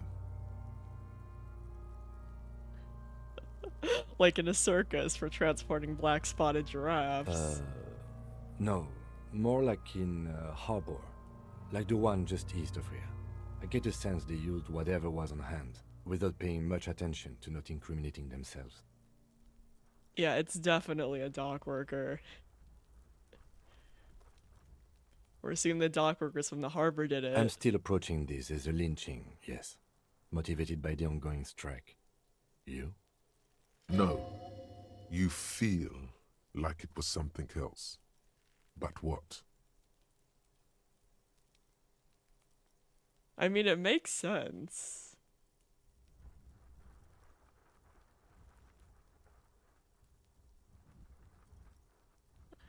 Don't ask me. No. We'll be like, I feel it was something else. Yes. It often is. This bell worries me. They sure wanted him to stay there. The polyester seems strong. It's not merely polyester. It's steel reinforced. See these lines? This is where the wires run. I see rabbits for more than 20 strands. This makes getting him down much more problematic than I had assumed. How do they even get him up there? A noose is one of those things that's easier to use one way around. He points to the buckle tying the belt to the branch above. Yee. I think they lassoed the branch, then pulled on the belt. Buckle closes. It's what I would do. Seems easier than climbing up there. Uh-oh, what is it, Jack? There's a head cheese song?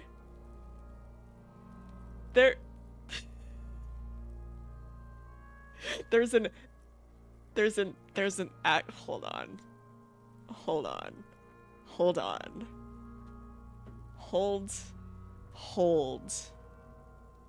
the phone. Hold on.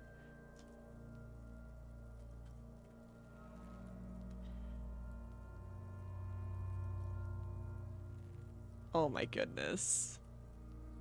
Here, I'm not gonna mute the game's audio for a second, but I am mildly curious.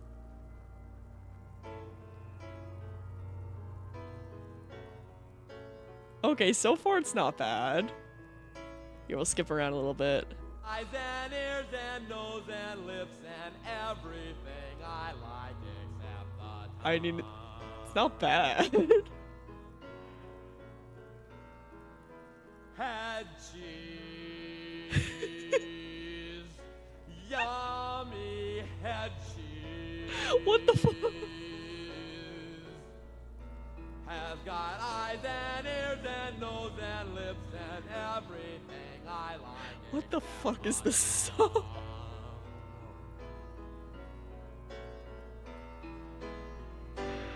I cannot believe.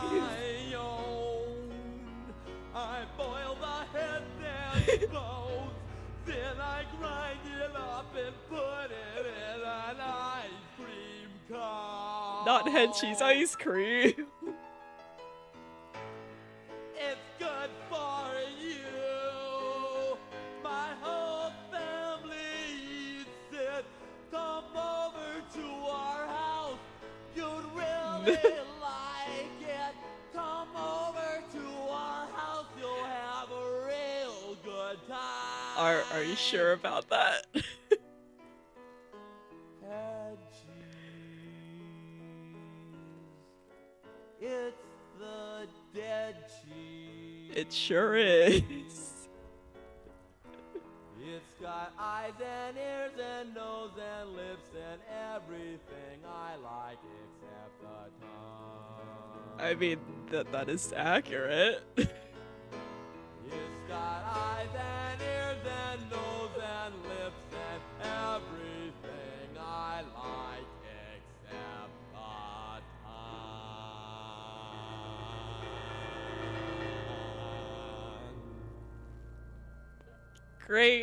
Great song. 10 out of 10. 10 out of 10 would head cheese again. But someone has. The ending song has already been claimed, but next time. Next time you can definitely claim it. Wow, I was not expecting. And I mean, if anyone had to write a song about head cheese, yeah. I could not imagine a song about head cheese honestly going any other way. and Yee Jag. Honestly, I don't mind. You are the one who requested the ending song, so feel free to change it if you want to. And listen, it can't be weirder than what we just listened to. Alright, there's no way it can be weirder than listening to a glorious song about head cheese. The cadaver hangs from the cargo belt, limbs limp and torso covered in tattoos. There is no way it could be even weirder than the head cheese song. Inspect the tattoos. An intricate web of blue lines stretches across the torso, from the right shoulder to the solar plexus. Each time they intersect, a small white star is formed in their crossing. Hundreds of fading asterisks riddle his skin. Their concentration is highest around his heart. His corpse is marked by stars. What will mine be marked by? Alcohol and heartbreak. Yeah. Yeah.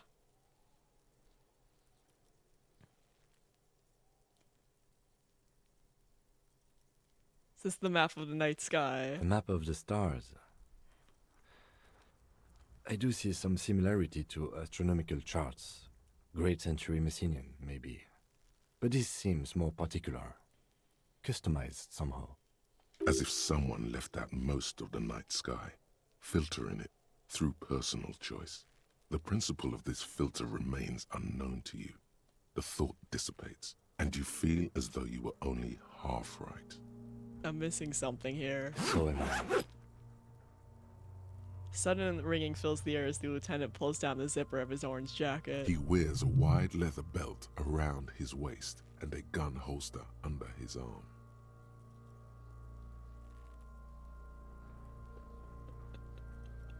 He takes a thin piece of milled aluminium from his coat pocket and pulls it open. Sounds like a sword being unsheathed. A small lens appears. Sounds good. Some sort of camera. Nah, this custom night sky tattoo would probably cost like, it's pretty large. Probably like $1,000 or so dollars.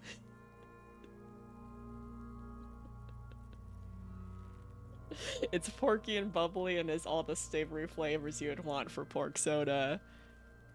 Yum.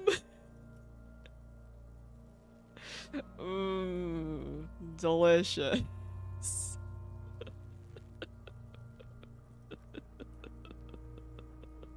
But still doesn't sound as bad as head cheese, so I mean. What's that? A True Get Sunshine. Mini. Shit! An instant color camera. He produces 2 metal-capped ampoules and clicks them into place on the side of the apparatus. A thin slot shines there. I have only 2 ampoules, so nobody move. I don't want to waste one.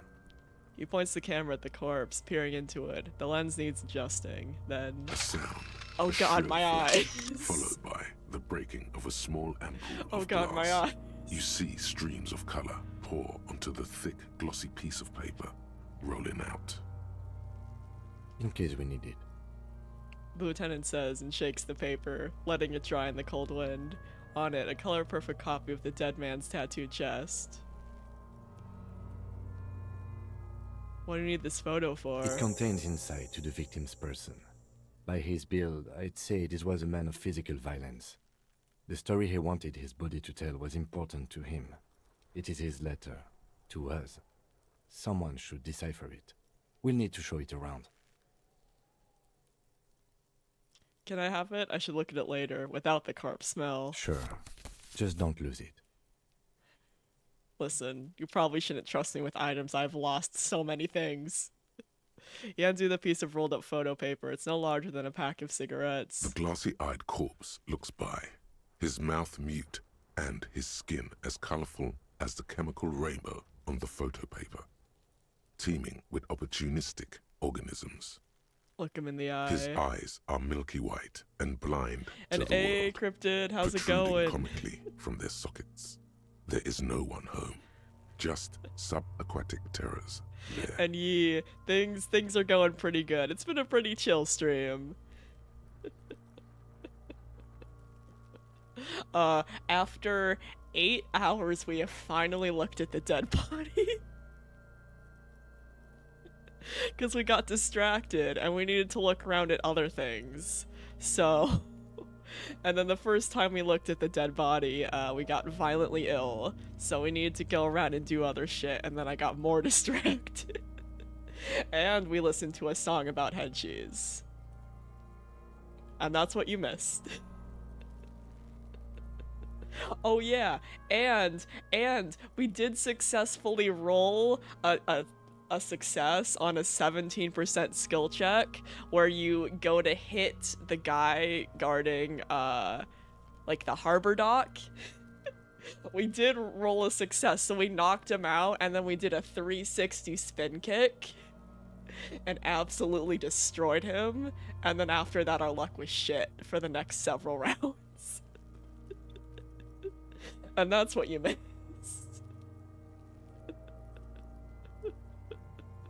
Oh yeah, and we found out her name. And we found out our name is Harry Dubois. But... And I'm so glad a bunch of characters kept saying his last name over and over again because I'm so bad with French. I'm so bad with French or pronouncing a lot of things. Because it's spelled like Du Bois. And as funny as that is, I probably shouldn't be calling him Du Bois.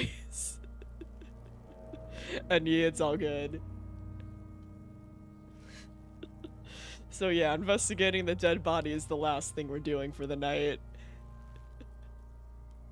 Dark brown hair grows on his head. His face is ready to explode from the organic processes inside.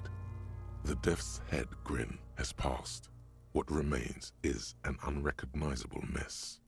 Underneath the curdled meat there is an expression, not carried on his features, but below, inside, an expression of pleasure. This man was experiencing joy at the moment of his death. But not in a kinky way. Anyway. Let's see if we can... There we go. Oh shit.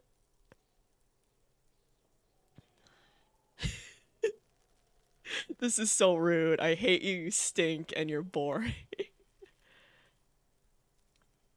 Here, I guess we'll go right to the point.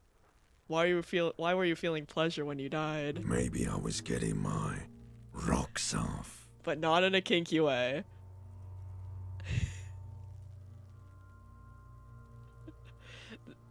So you were feeling sexual arousal when they were hanging you, but not in a kinky way. Do I look like an erotic auto-asphyxiation type to you?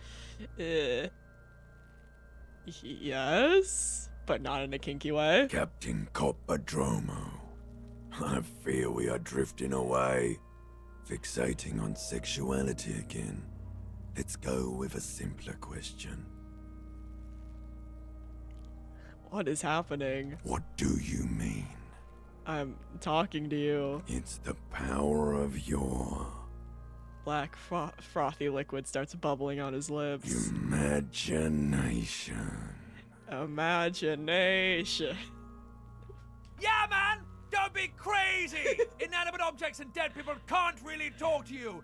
Your wild imagination is doing this.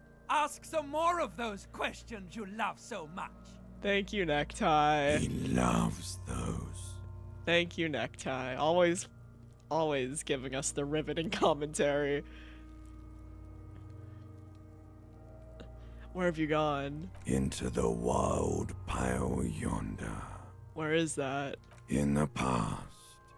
Way out in the west. I can see you're gone, but who are you? I'm a joke. Look at me. You are now, but who are you when you were alive? A killer.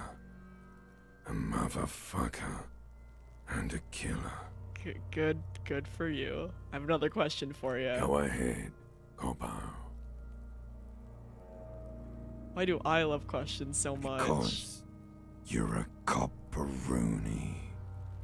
Look at all of them go. Do you want more questions? Give me a comical amount of questions. Coming right up, copperoonie Rooney. This is getting upbeat now. I feel bad for Kim, who's just staring at us, being like, what the fuck is he doing? Why do I feel like I've forgotten something terrible? Because you have. Who killed you? Love did me in, Brother Copo. It was love all along. Can you ask me a question? Sure, Lobo. I can ask you a question. Why are you doing this? What? Looking at my face, motionless, looking into my eyes, standing here. Why are you investigating my murder?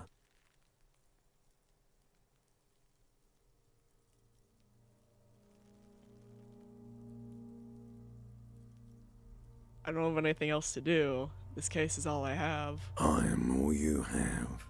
Then you truly lost it all, brother. Let the world drag it all away from you.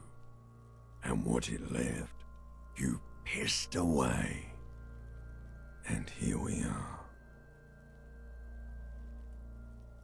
We already know this is not the case, but we might as well anyway. Fuck no. You're no Rooney.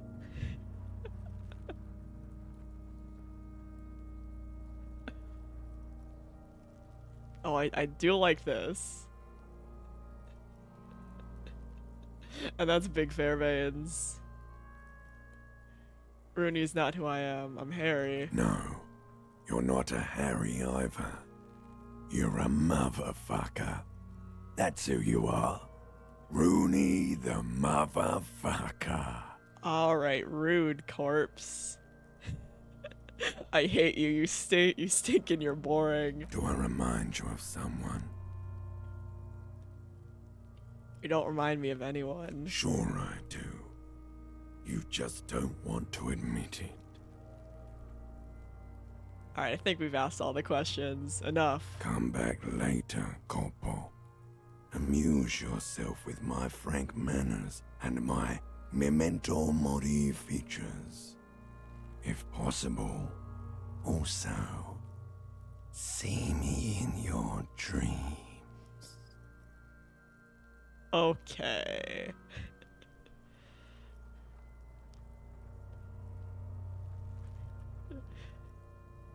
I have something I need to know, Corpse Man. Of course. Alright, so You this have just takes questions, us. don't you? Come Yep. back later, Corporal. Alright, so that just leads us to the Amuse same. yourself with my frank manners. Are So, you sure we how do we get him finished the down? preliminary examination of the cadaver? We might miss some of these things once he's done.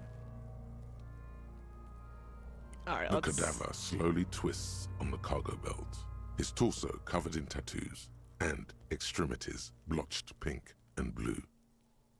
Squint and take a step back. As you narrow your eyes, the monster before you blurs into a violent mess of green and pink.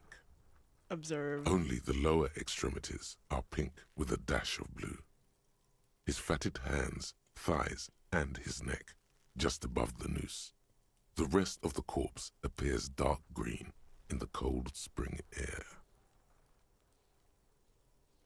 I'm squinting, Kim. Why am I doing it? How should I know why you are squinting, officer?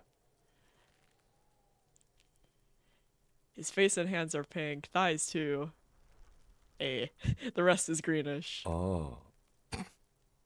You are trying to assess lividity. Listen, Kim, don't call me out like this. Relax your eyes. The monster comes back into focus, an explosion of color, coursing with dark marbled veins. His stomach appears pregnant with something. Black liquid streams down his thigh and onto his boot. So, what do you think? Something's coming out of him. A pool of blood and feces has eaten into the frozen mud below the man's feet. Purge liquid is dripping into it, drop by drop. Disgusting. The victim appears to have contained no more than half a kilogram of digestion at the time of death. The fuck are you saying? Shut up, we're investigating. Talking about shit. No, we're not. We're not doing this. We got lucky. Did we? I don't feel lucky. He's beaten up. See the bruises? I do. Most of them are post-mortem. Maybe even all of them. The delinquents have made our jobs harder with their little sport. Stop talking in riddles, coin slot. Silence, child. It means you fucked him up good, Kuno. Fucked him up brutal like.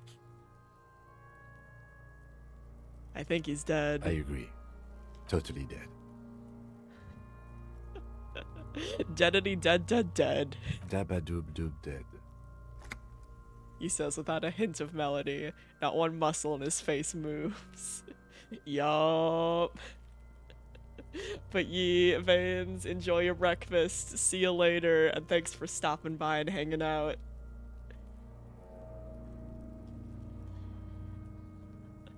I don't know what to think. What do you think? I think he was upright immediately after death. Blood has gathered in his hands and feet, and his neck.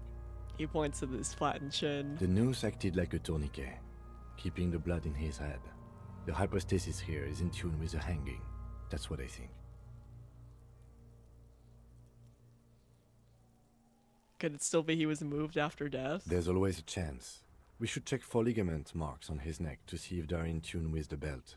We'll have to get him down first. Alright, I think we're ready to get him down. There is no breath to catch. Only the cadaver filling the air and your nostrils. He slowly rotates. Alright, once we get the body down, I feel like that'll be a good place to end it. The steel reinforced belt presents a unique challenge. I brought chain cutters, but I don't see a good angle of approach to the belt. The cadaver is a good 1.2 meters up. Neither one of us can reach the belt without assistance. And even if we do, there's the question of cutting it. We could saw the branch. Climb up there and saw the branch? Yeah, either of us could do it. We could use the kid's ladder on the side of the tree. I don't trust that ladder. The assailants didn't use it. It's rotten and less sturdy than it looks. And I don't see another good way up there. Honestly, I prefer a non-acrobatic solution to this. He looks around, then at you. You know what? Yeah, it does seem dangerous. There has to be a less risky way, with less falling down of trees. Can't someone else do it? Someone else? You mean like the police? I can see that sass from a mile away, Kim.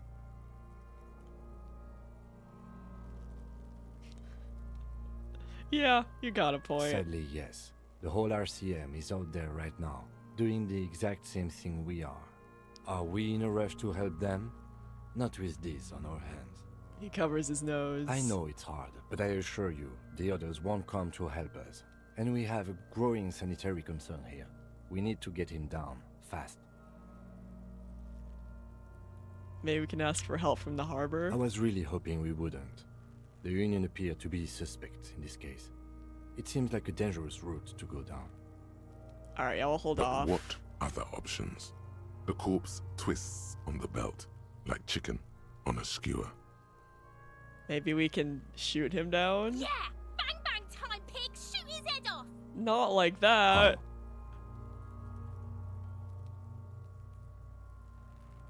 Just shoot the belt. The bullet will break it, maybe. It absolutely will not, officer. That's not how physics work. It will maybe cut one thread loose. Yeah, now we're talking. Entertain a Kuno with some shit. They'll miss! The pigs will miss Kuno!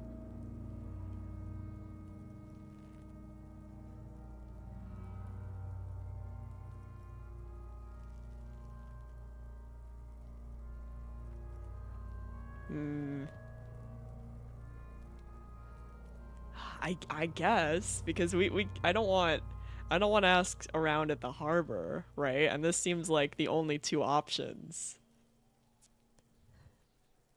This one seems like the lesser of two evils because they don't want to get the dock workers involved because one of them probably did it. And we don't want to try because we're a mess and we're a disaster person. Yeah, screw it. Take this shot, Lieutenant. What's the worst thing that could happen? I'll blow his head off. Take it! Take the shot! Listen, I trust you more than me. Yeah, take the shot. Kuno wants some of that shit. Silence. With his elbow sharp, the lieutenant unzips his jacket and produces a lightweight firearm. He drops a paper cartridge in the barrel, separates the scouring stick, and gives the cartridge 5 tucks, securing it in place. He then steps back and assumes the fellow's desk position, taking aim. The corner of his eye twitches. His finger is on the trigger. Yeah, we're not gonna interrupt him. He's gonna fucking miss! The kid's voice is drowned in a shrill blast that echoes off the walls of the surrounding tenements. A cloud of smoke slowly parts in the air as the lieutenant steps back and says to himself, God damn it. God damn it, indeed. A lot of things were wrong with that shot. The fellow's test was the wrong choice. His shoulders were raised, but above all, he cannot trust his eyesight. I still trusted him more than me. He feels bad about it. About his eyes mostly. Just having bad eyesight. Probably from a young age. Whatever you do, do not console him. I'm gonna console him. Fucking idiot! Mukabat asshole! Kuno could have hit it easy, but then Kuno's not fucking handicapped, is he? Shut up, Kuno. It's okay, man. Oh, we were trying to get it down. So Kim attempted to shoot, I think, the rope down, and he missed horribly. But out of the options of going to the dock workers to get them for help when they're prime suspects and attempting to shoot the body down, I was like, yeah, shooting the body down is obviously the better choice. Hello, Abo.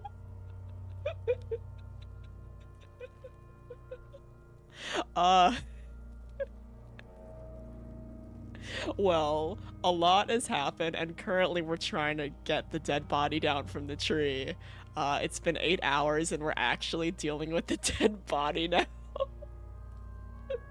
We went on a plethora of adventures this stream, and now we are finally looking at the dead body.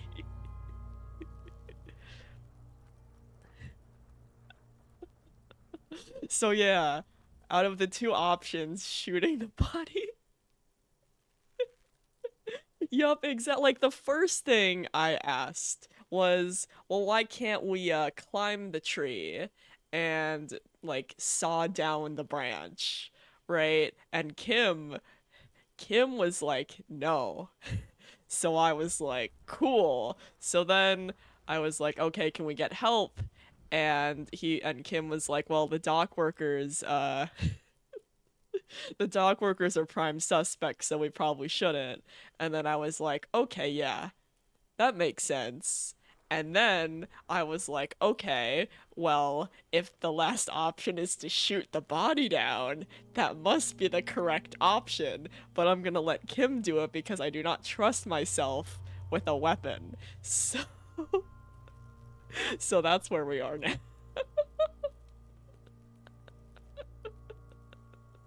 These guys, I think Kim and Harry. Oh yeah, Ava, we now know our main boy's name. His name is Harry Dubois, but it's spelled like Harry Dubois. So I'm so happy multiple characters have said his name at this point, multiple times. Or more like one character said his name multiple times, so that way I could actually learn how to pronounce it. So yeah, it's okay, man. Kuno's sorry too. Kuno feels sorry for the Beano Cloud. Shut up. The lieutenant doesn't say a word, just looks at the gun in his hand. Try again, maybe? No, we are lucky as it is. We didn't break anything, and the victim remains uncompromised.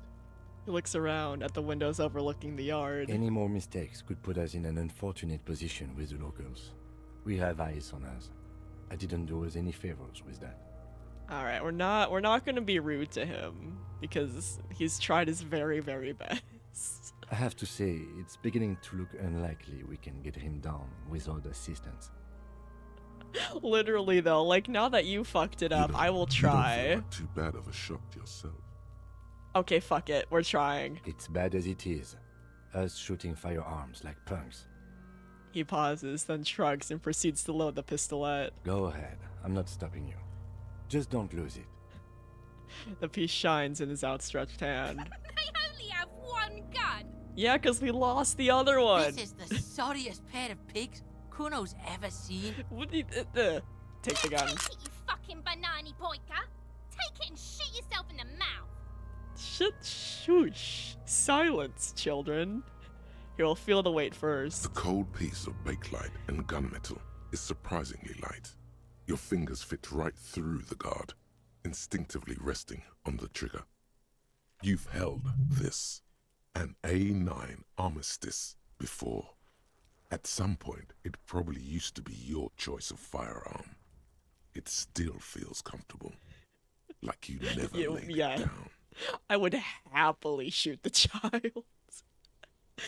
Happily. The fuck are you waiting for, Kuno? Happily. Tell him to shoot himself in the mouth. Shut the fuck up, child.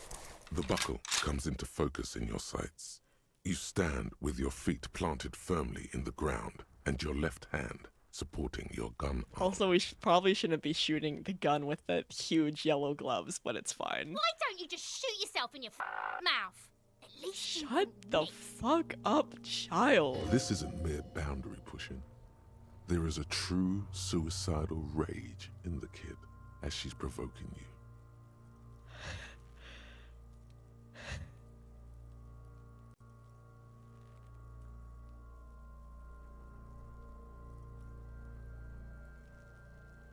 I mean...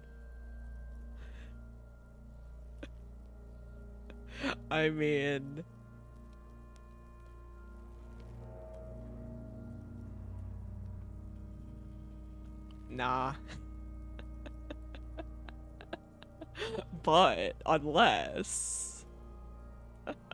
unless...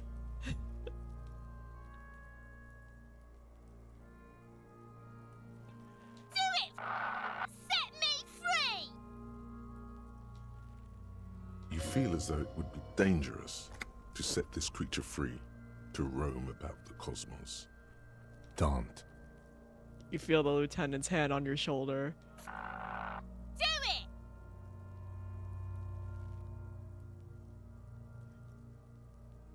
Okay, no, we're not actually gonna shoot him.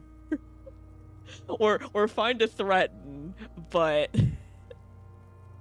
we're gonna point the gun Shit, copper. back.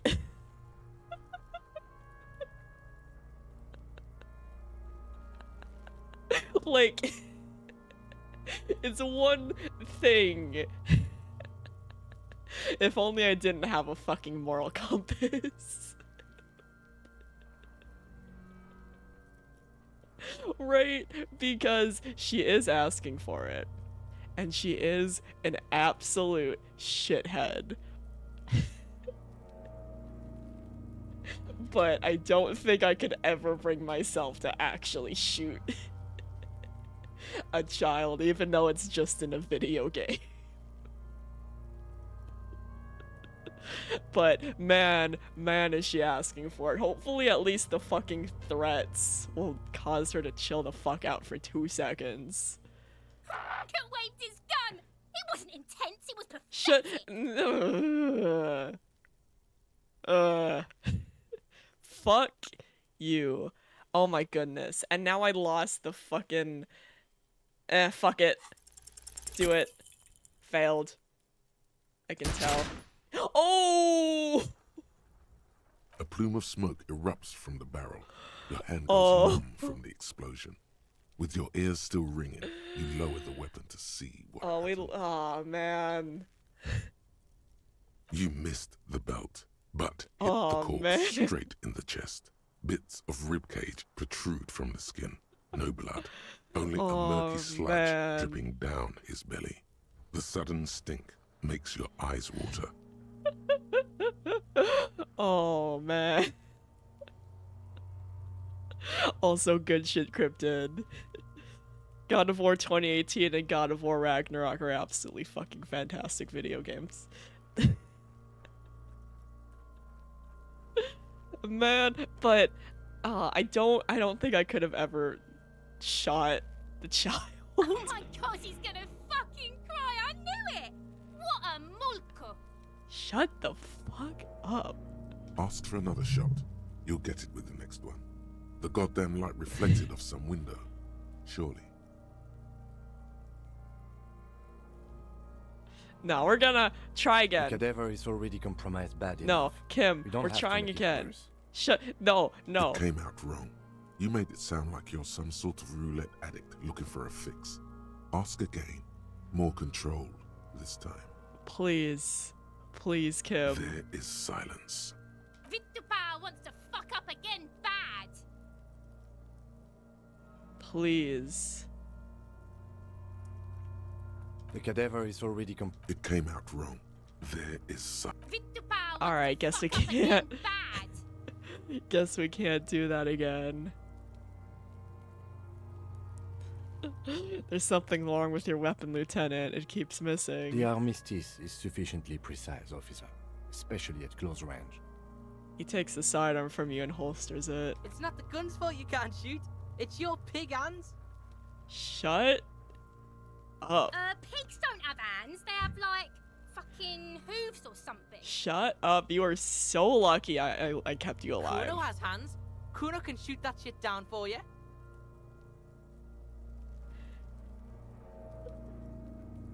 And exactly, Avo.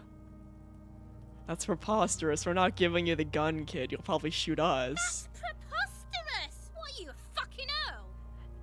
You are so lucky. We still need to get him down somehow. His tone is growing tired now. The stench makes him turn away from the corpse. But how? The bad way.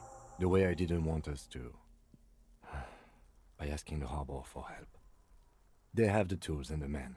If they put him up there, they can take him down too. But won't it be dangerous? To ask the suspect for help with the victim's body? To be indebted to Everard Clare? Very much, yes.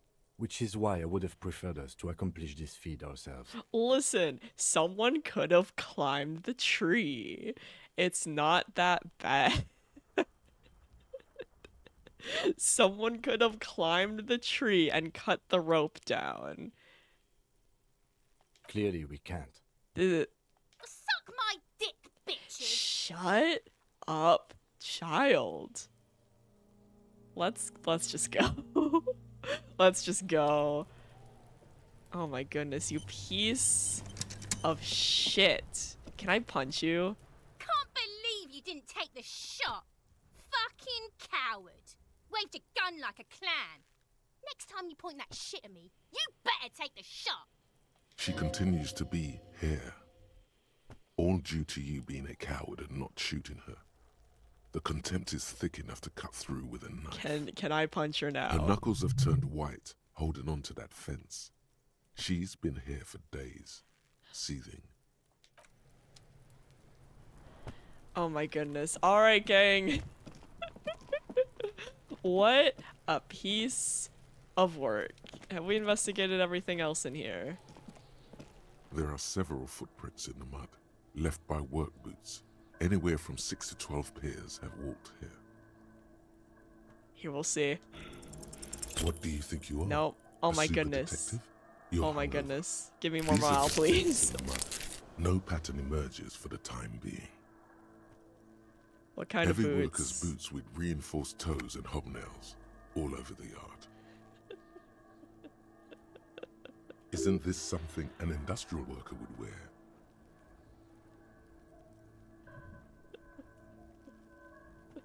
But yeah, I think it should be fine. But yeah, as long as we don't go into too extremes.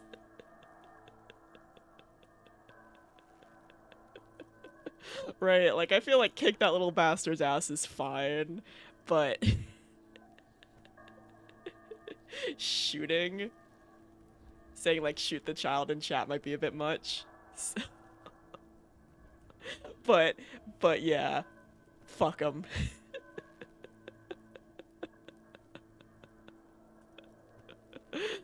Oh my goodness, they're such awful shitty children. Oh my goodness. Lieutenant, workers' boots tracks point to them. Noted. Alright. So I think we've done everything around here. I think we looked at the tree as well. Have we looked at this? Oh no, we got some cash money and some healies. Nice. Alright, we'll do we're not talking to the kid again. We'll do a good old-fashioned once-over.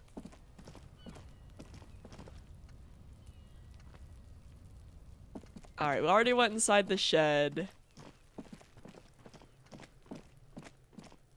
And yeah, I think this is it. Let's go ahead and we haven't got a we have got a skill point.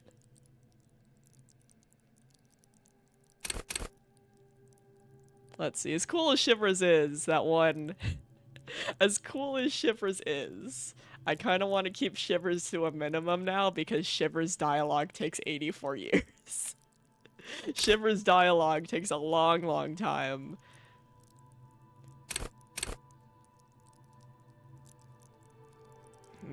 And then we of course could upgrade one of these as well. Here, I think. Oh, well, I guess not. Not yet. Let's see here. What do we want? Inland Empire is really strong and seems to have helped us a lot. Drama we already fully did. It's the struggle of these games because I'm just like, do I want to make things even stronger or do I want to make a nice, well-balanced, rounded character? But I think I might, because I usually go for nice, well-rounded balance, but I think I'll just go ham into certain traits this time to mix it up for my usual gameplay style.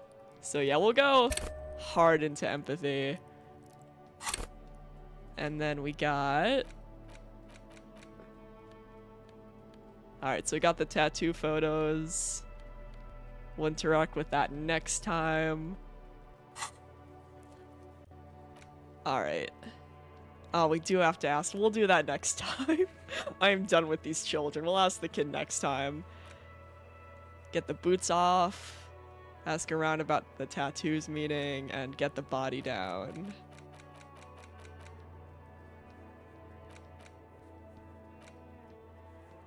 Alright, so we can't do that yet. Still need to track down our badge. Keep searching for the collar. Find a way into the secret passage. We still need to find the tape for karaoke. Okay, so we can do this next time. We still need to find a rich person. Alright. So yeah, I think that's... I think that's good for now. Let's hop in a save. But yeah, just in general, we'll keep that down to a minimum. Alright, let me do the thingy-majig. Already saved, but we'll save again. But yeah, moral of the story, no more talking about kids dying. I feel like that's the moral of the story.